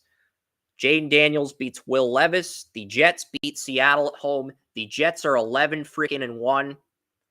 I can't believe it. The Jets are 11-1. The Vikings beat the Cardinals. The Commanders beat the Titans.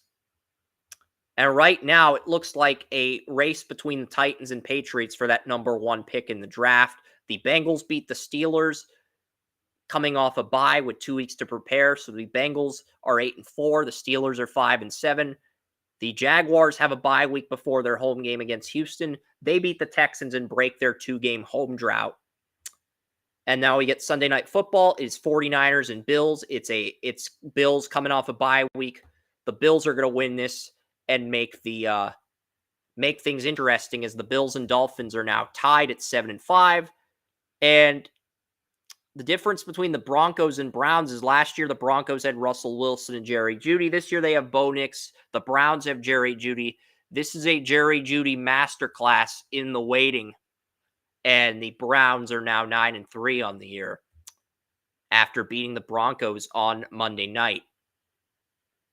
And final bye week before we get to a reaction here. I don't know the Thursday night game. I believe it's Packers at Lions. So I'm going to give the Lions the win here over Green Bay at home. I'm going to give J.J. McCarthy a home win over the Falcons to improve the Vikings to 6-7. The Giants have a mini bye before hosting the Saints. I don't think Jake Haener can stop the Brian Burns tandem. The Kayvon Thibodeau, Brian Burns tandem pass rushers is really good. I've got the Giants improving to 6-7. I've got the Eagles defeating Bryce Young to get to 9-4 on the year.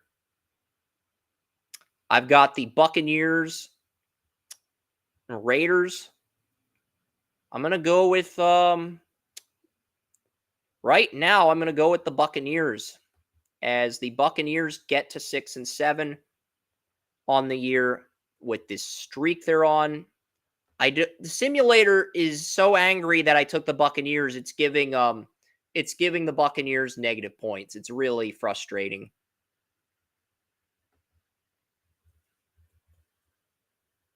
But yeah, Buccaneers are going to beat the Raiders. The Rams are going to beat the Bills. Sorry, Thomas Coburn, not sorry. The Jaguars are going to beat Will Levis. The Steelers are going to beat the Browns in Acrisure. The Bills and Browns always split, Joey. And Tomlin always finds a way to pull off a win when you least expect it. The Dolphins are going to beat the Jets and end their winning streak in Miami. So the Jets are now 11-2 on the year. Got the Cardinals beating Seattle. We've got the 49ers beating the Bears to drop the Bears to 7-6. And that's huge for the Niners. I've got the Chiefs beating the Chargers on Sunday Night Football to improve to 9-3 on the year. And the Bengals play the Cowboys on Monday night. The Cowboys are coming off a mini bye. I mean, that's really the big reason to pick the Cowboys. That's really the big reason I'm leaning Dallas here. And this win would get them back in the division race. Whereas the Bengals, if the Cowboys are playing a normal Sunday afternoon game, I'd take the Bengals. It's a Monday night game. I like Dallas in the Monday night scenario here. But yeah, looking at this, looking at what we have right now, we have the Drake May is going to start in week 15. We have the Patriots and Titans at 1-12 competing for that number one pick. We have the Saints at 3-10. We have the Broncos at 3-10. Got Seattle and Arizona at 4-9. Washington 4-9. Raiders are 4-9. The Jaguars and Colts are both 6-7 on the year. The Chargers are 6-7 on the year. The Bills are 7-6, but are out of the wild card at the moment in the AFC. The Giants are 6-7. We've got a three-way tie between the Panthers, Buccaneers, and Falcons at 6-7. The Saints could still theoretically win the division at 7-10 if they win out. And then we've got the you've got the Cardinals at 4-9. The Bears are 7-6, but the Bears are 7-6 this late in the year. The Giants are 6-7. The Vikings are 6-7. The 49ers have the tiebreaker over the Bears at 7-6. A lot can happen in these final 4 weeks, but the Bengals at 8-5, they have the last wild card. The Dolphins have the second to last wild card at 8-5. The Browns at 9-4 have the number one wild card, which would set up a rematch with the Texans in Houston. If things hold up there. The Packers are 8-5. The Eagles are 9-4. The Panthers are 6-7. The Lions are 9-4. The Cowboys are 9-4. The Rams are 10-3. The Chiefs, Ravens, and Jets all 11-10 wins as we head into the home stretch here. Final 4 weeks. Any thoughts, reactions before I get to week 15 of the NFL season?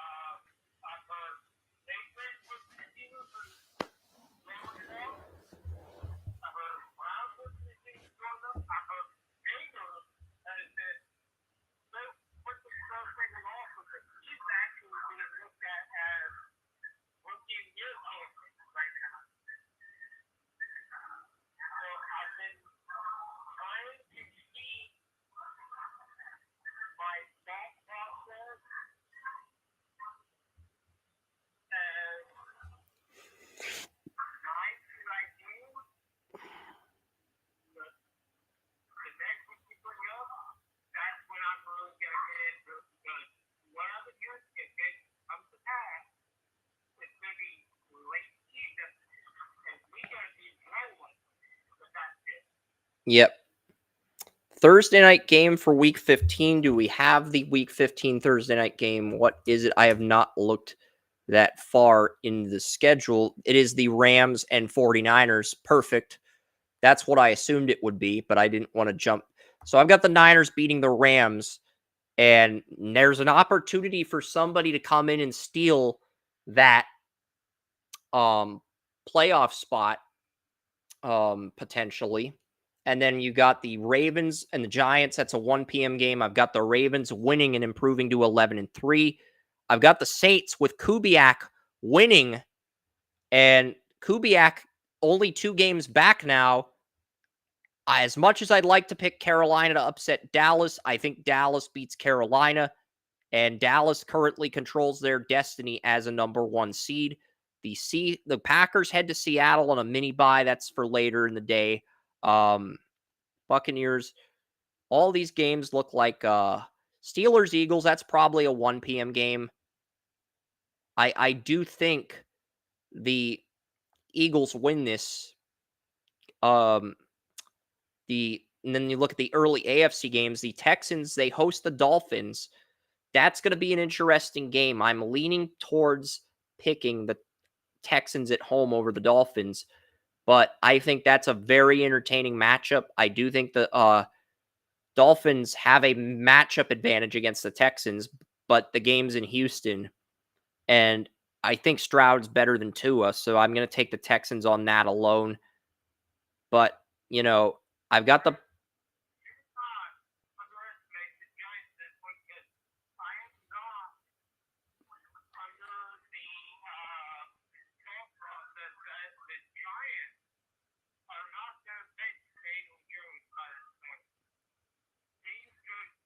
They're even with Drew Lock. I don't think it'll matter. I just think the Ravens are that much more of a complete team, with all due respect.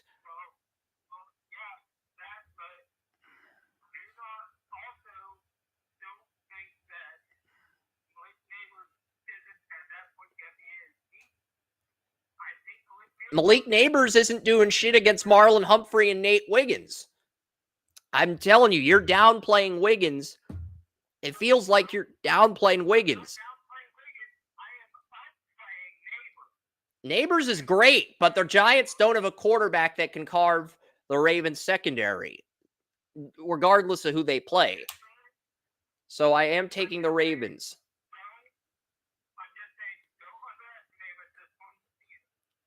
I think the Ravens are going to go on a run to end the year. I do. I think the Ravens are going to continue their run to end the year. I'm going to take the Browns over the Chiefs. So the Chiefs drop to 10-4. They're the number 3 seed. Buccaneers play the Chargers. I've got the Chargers charging against the Buccaneers. The Drake May beats the Cardinals.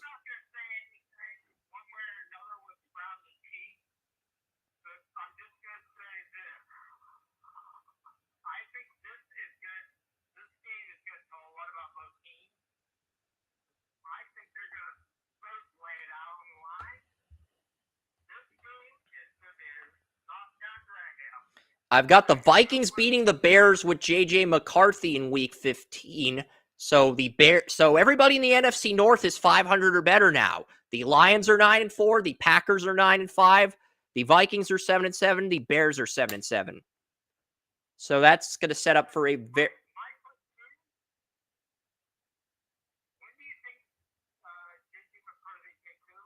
Week 7. That's kind of what I projected. I could be anywhere between weeks 4 and 7.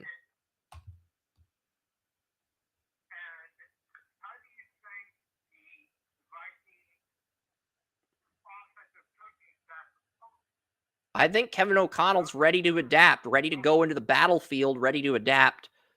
I'm going to take the since the Colt is a baby horse, I'm going to take the Broncos in an upset over the Colts, and that's going to end up costing the Colts a playoff spot as they drop to 6-8, and the Broncos improve to 4-10. So yeah, and I've got the Lions beating the Bills, which will drop the Bills to 7-7. Yeah, Bo Nix has done well in training camp. I've heard a lot about Bo Nix as well. I think there are going to be a few games where Bo Nix pulls some upsets here and there. I don't think anything spectacular will happen with Bo Nix, but I do think there are some games here and there where Bo Nix can pull an upset. Beating the Colts at home this late in the year in the snow is one of them, is one of those potential upsets. And then Monday night, it is the Falcons. It is the Raiders. Orange Raiders get a win. We get more drama in the NFC South, ladies and gentlemen. Orange Raiders, they're 5-9. They could still theoretically get in at 8-9, but the Bengals are 9-5. The Dolphins are 8-6. So the Raiders, they win a Monday night game late in the year. And the Saints, with Clint Kubiak as interim head coach, are only 2 games back of the division. The Buccaneers, Panthers, and Falcons are all 6-8 entering Week 16. So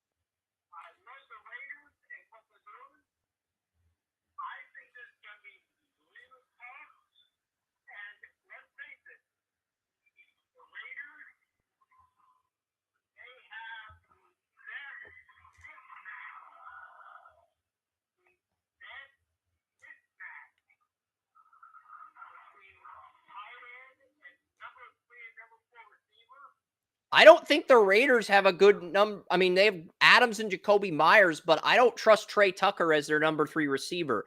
Opening up Week 16, the Browns and Bengals on Thursday night. The Bengals win, and both the Browns and Bengals are 10-5 on the year. But we get to the Saturday games, Texans at Chiefs.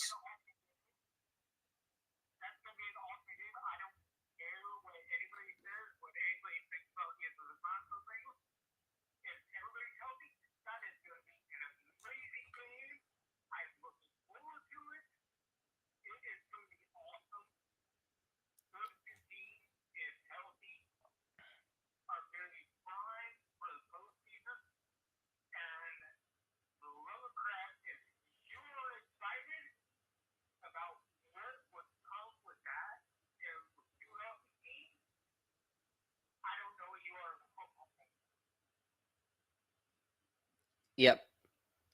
So looking at this game, I've got the Chiefs beating the Texans. The Texans dropped to 9-5 after an 8-3 after an 7-2 start. The Chiefs. Oh, the Texans are 9-6 now, actually. And the Ravens sweep Pittsburgh, so the Ravens are now 12-3 on the year. So the Jets have to beat the Rams in order to maintain home field, and they will. Yeah.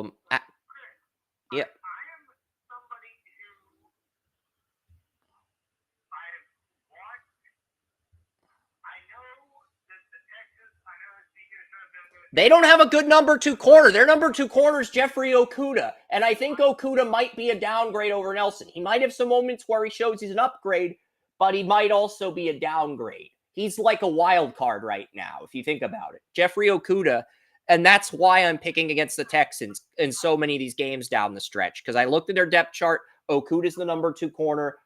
That's the one player on this group I have questions about. I trust their offensive line. I trust Diggs. I trust Stroud. I trust the weapons on the offensive side of the ball. I trust the edge rushers. I trust the linebackers. I trust Stingley. Number 2 corner is my big question with the Texans. And that may limit the amount of games they win this year.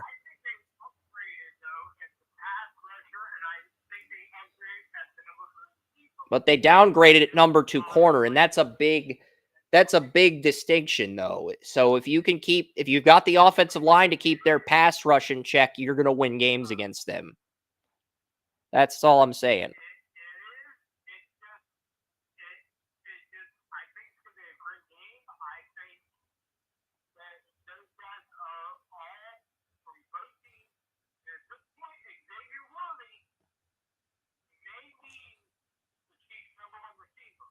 Yeah.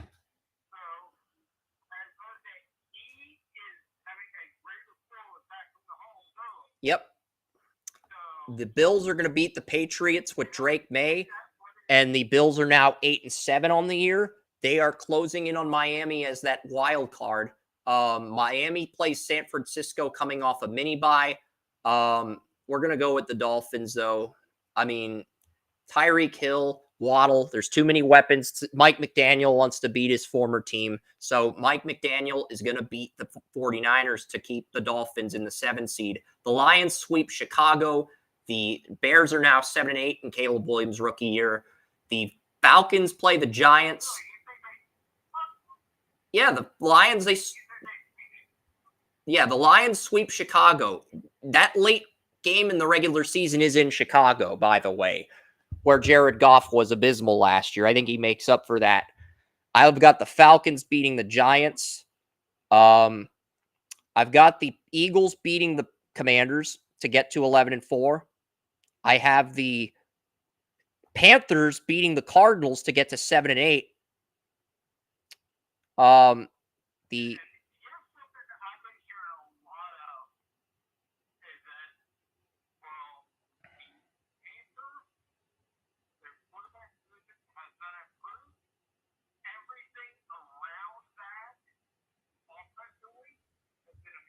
Yep. All right, so we get to the afternoon games here.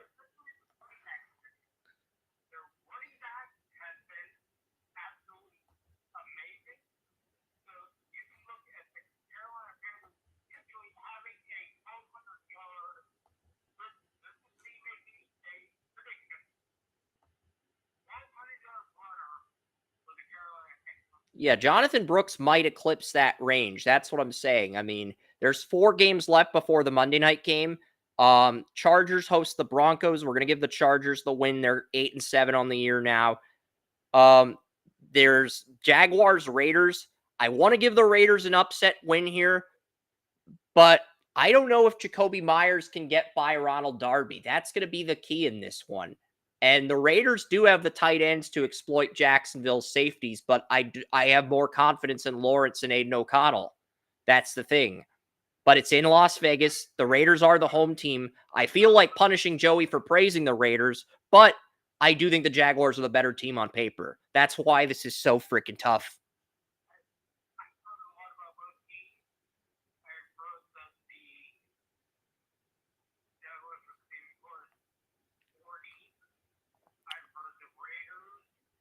But the Jaguars winning just creates more drama, Joey, because if the Jaguars win, we have the Dolphins at 9-6, the Jags at 8-7, the Bills at 8-7, the Chargers at 8-7, and that drama sells.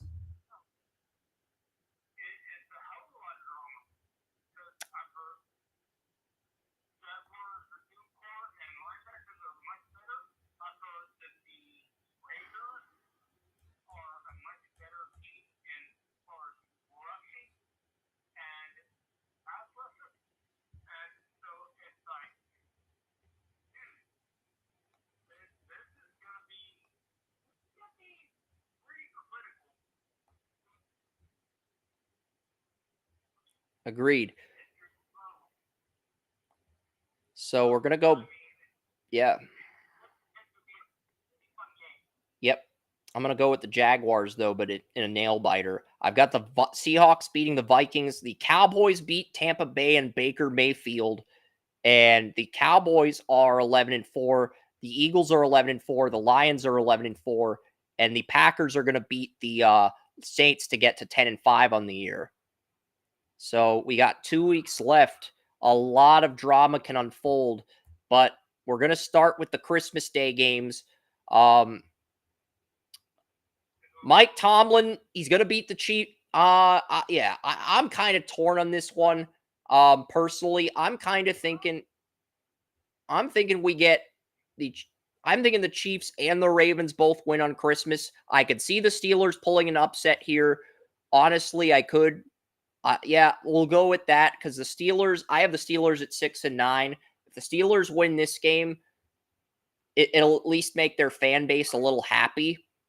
I mean, they do have a defense that can shut down Mahomes, and if it's snowing, I mean, anything can happen.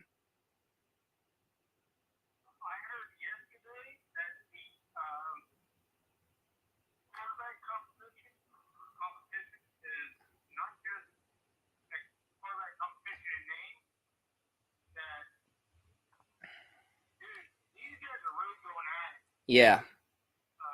So I'll take the Chiefs. If there's a quarterback competition, I'm taking the Chiefs. But it's interesting, to say the least.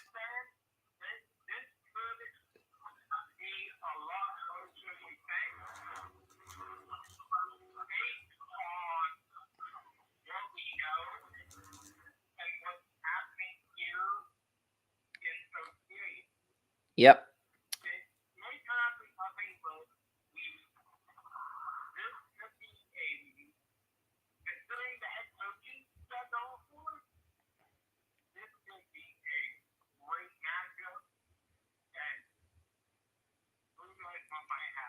Yep.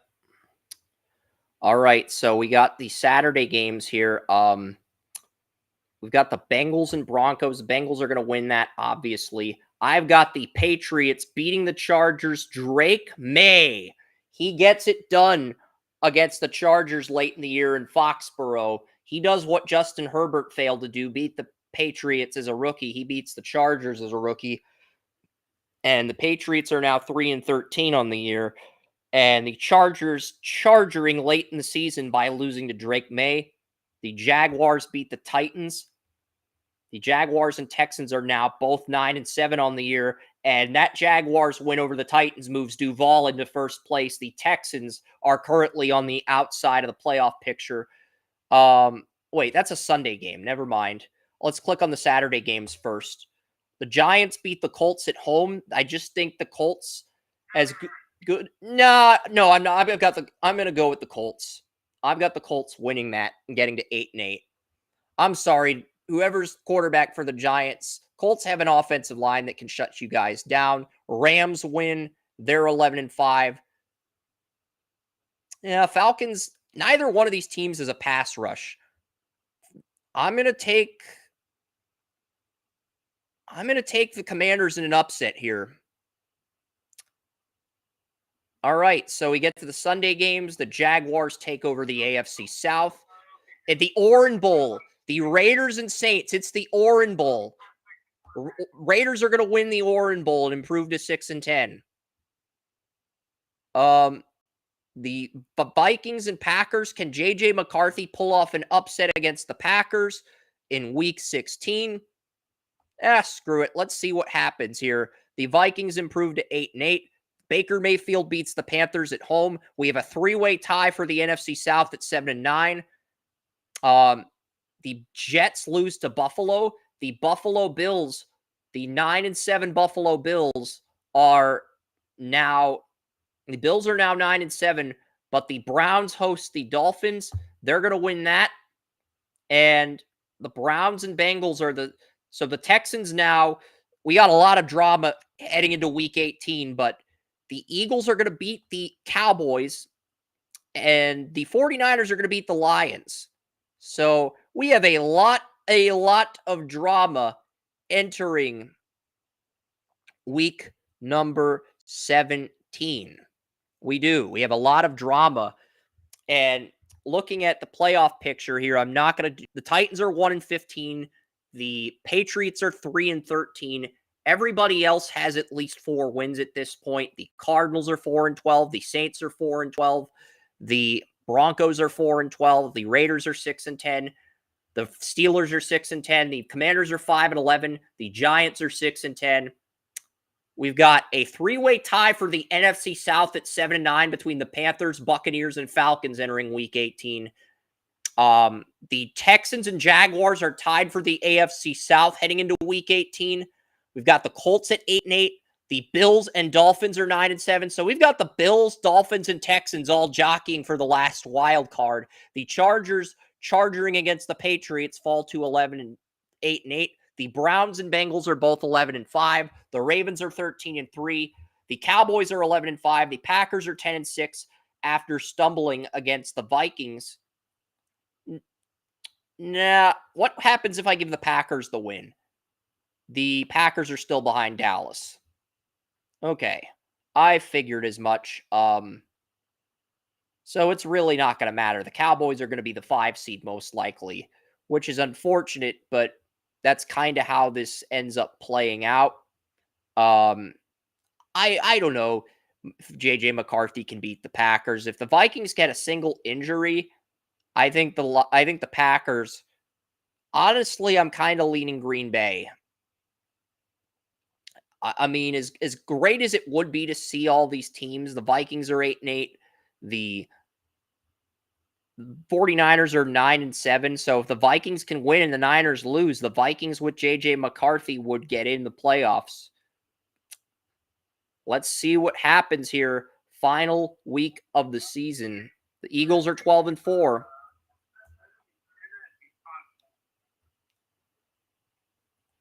Yeah, so the Eagles are going to beat the Giants to secure the 1 seed in the NFC. Right now, the Ravens are going to beat the Browns to secure the 1 seed in the AFC. The Falcons host the Panthers, so the Falcons are going to win that game. The Saints, would they win the division if they lose to Clint Kubiak?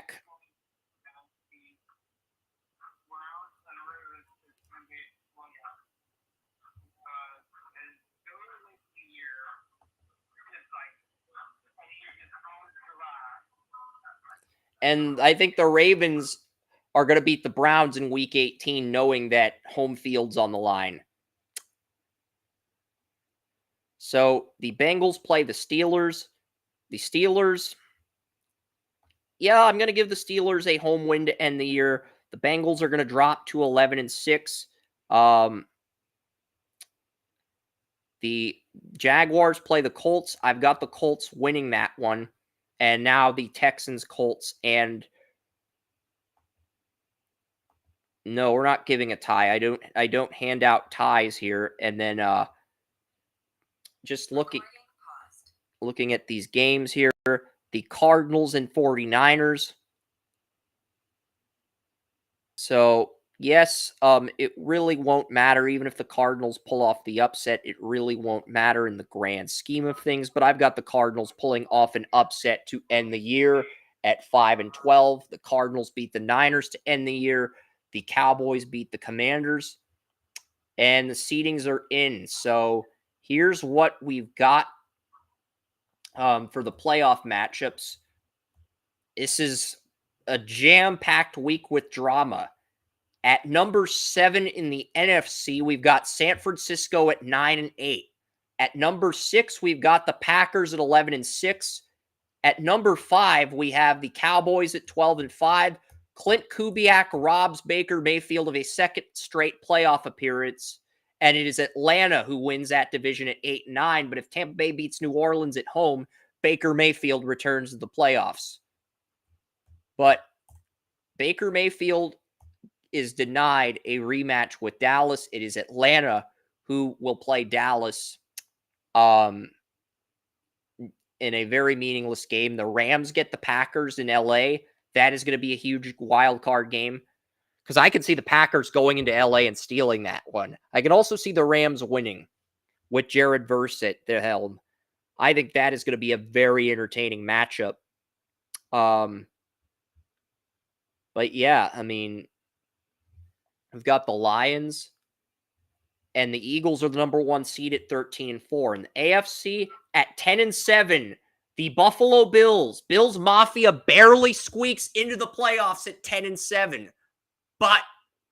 And they beat out a 9-8 Dolphins team and a 9-8 Jaguars team after starting 3-6. The Buffalo Bills become the first NFL team in history to start 3-6 and make the playoffs at 10-7. And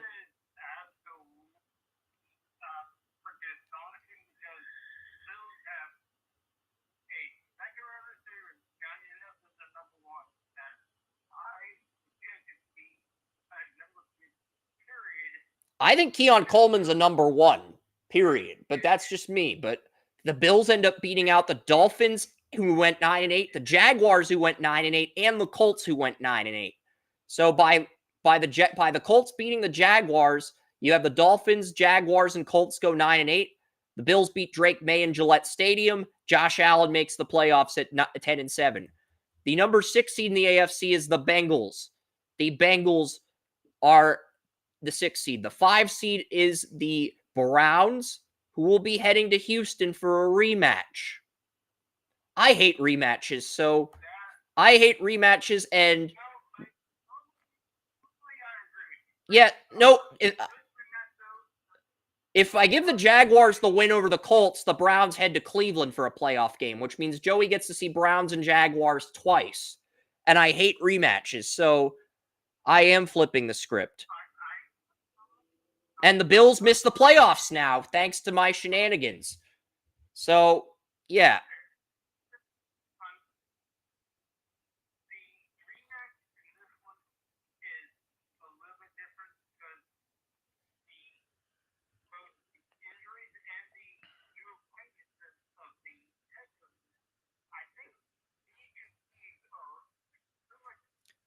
I don't like rematches though, Joey. So, but that's the thing. If I pick the Colts,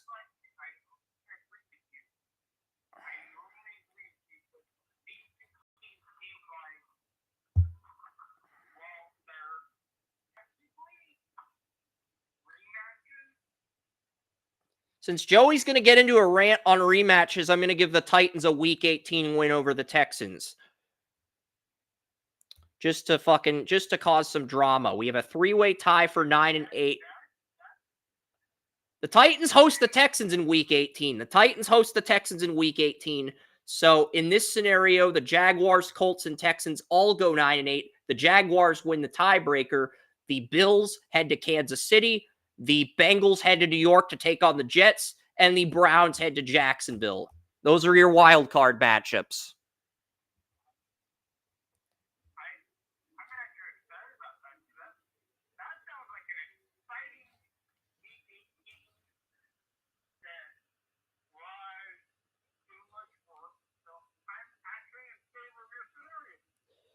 Yeah, because you have all this drama, and the Jaguars somehow win the AFC South at 9-8 after the Texans started 7-2. And you got the Chiefs.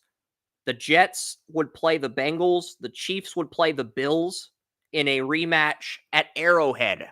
Yes, Josh Allen goes to Arrowhead. He's undefeated in wild card games, though, so that's a big 7-2 matchup, because if the Bills can knock out the Chiefs as the 7th seed, they would head to Baltimore. And then you could see Josh Allen maybe go on a run. We'll see.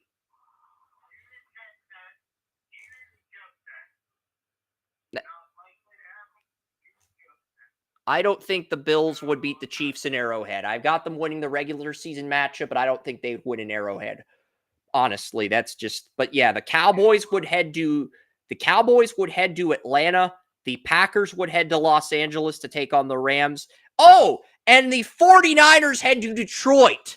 An NFC Championship rematch in the wild card round in Detroit. That's right, Joey. A rematch of last year's NFC title in the wild card round.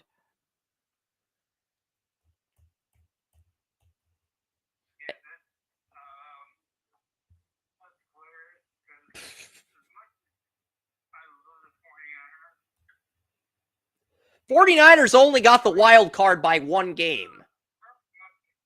They only got the wild card by one game. The Vikings and Bears both went 8-9.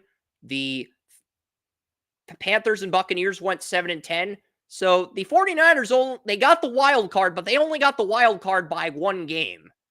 And if both J.J. McCarthy or Caleb Williams pull an upset here or there, you could very easily be looking at one of those NFC North teams replacing San Francisco as the last wild card. If the Bears can split with, just curious what would happen if we altered the Bears-Lions game, just for the heck of it.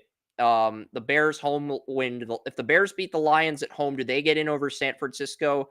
No, they don't. They get screwed. The Bears end up getting screwed in that scenario. So it wouldn't matter because the Bears lost to San Francisco in week 14. So yeah, wouldn't have mattered either way.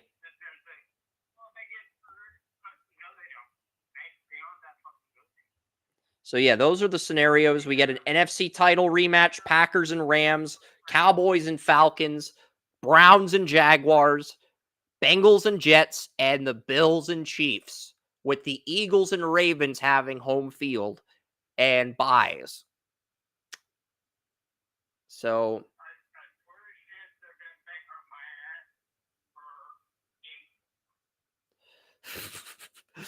yeah, you'll pay twice for Jacksonville tickets. But yeah, I mean, these are the matchups we'll be predicting next week.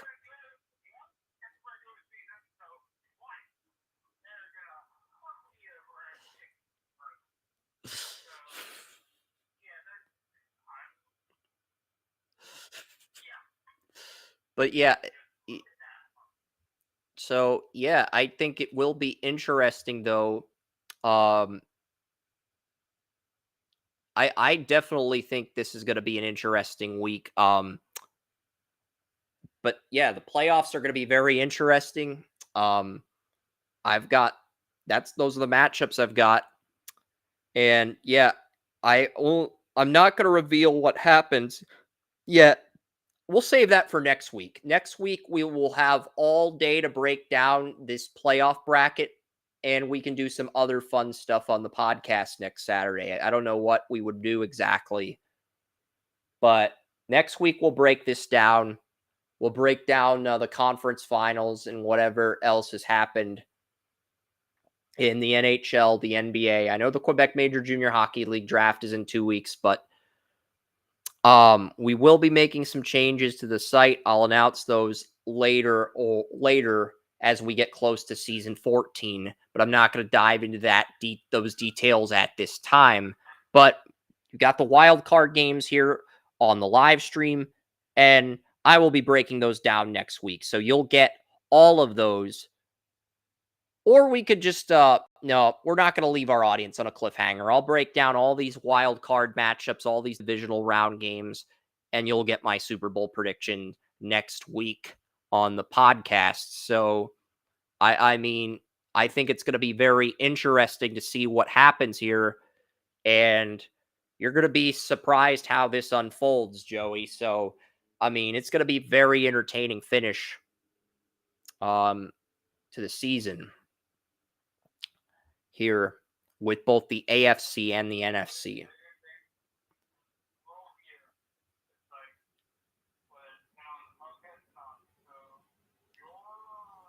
You're going to see a lot of drama. I'm not going to reveal my winners now, but there's going to be a lot of drama in both the wild card and divisional rounds, and drama in the ways Joey least expects. So that's all I'm going to say. I'm going to leave it at that. Anything you want to add before we sign off today?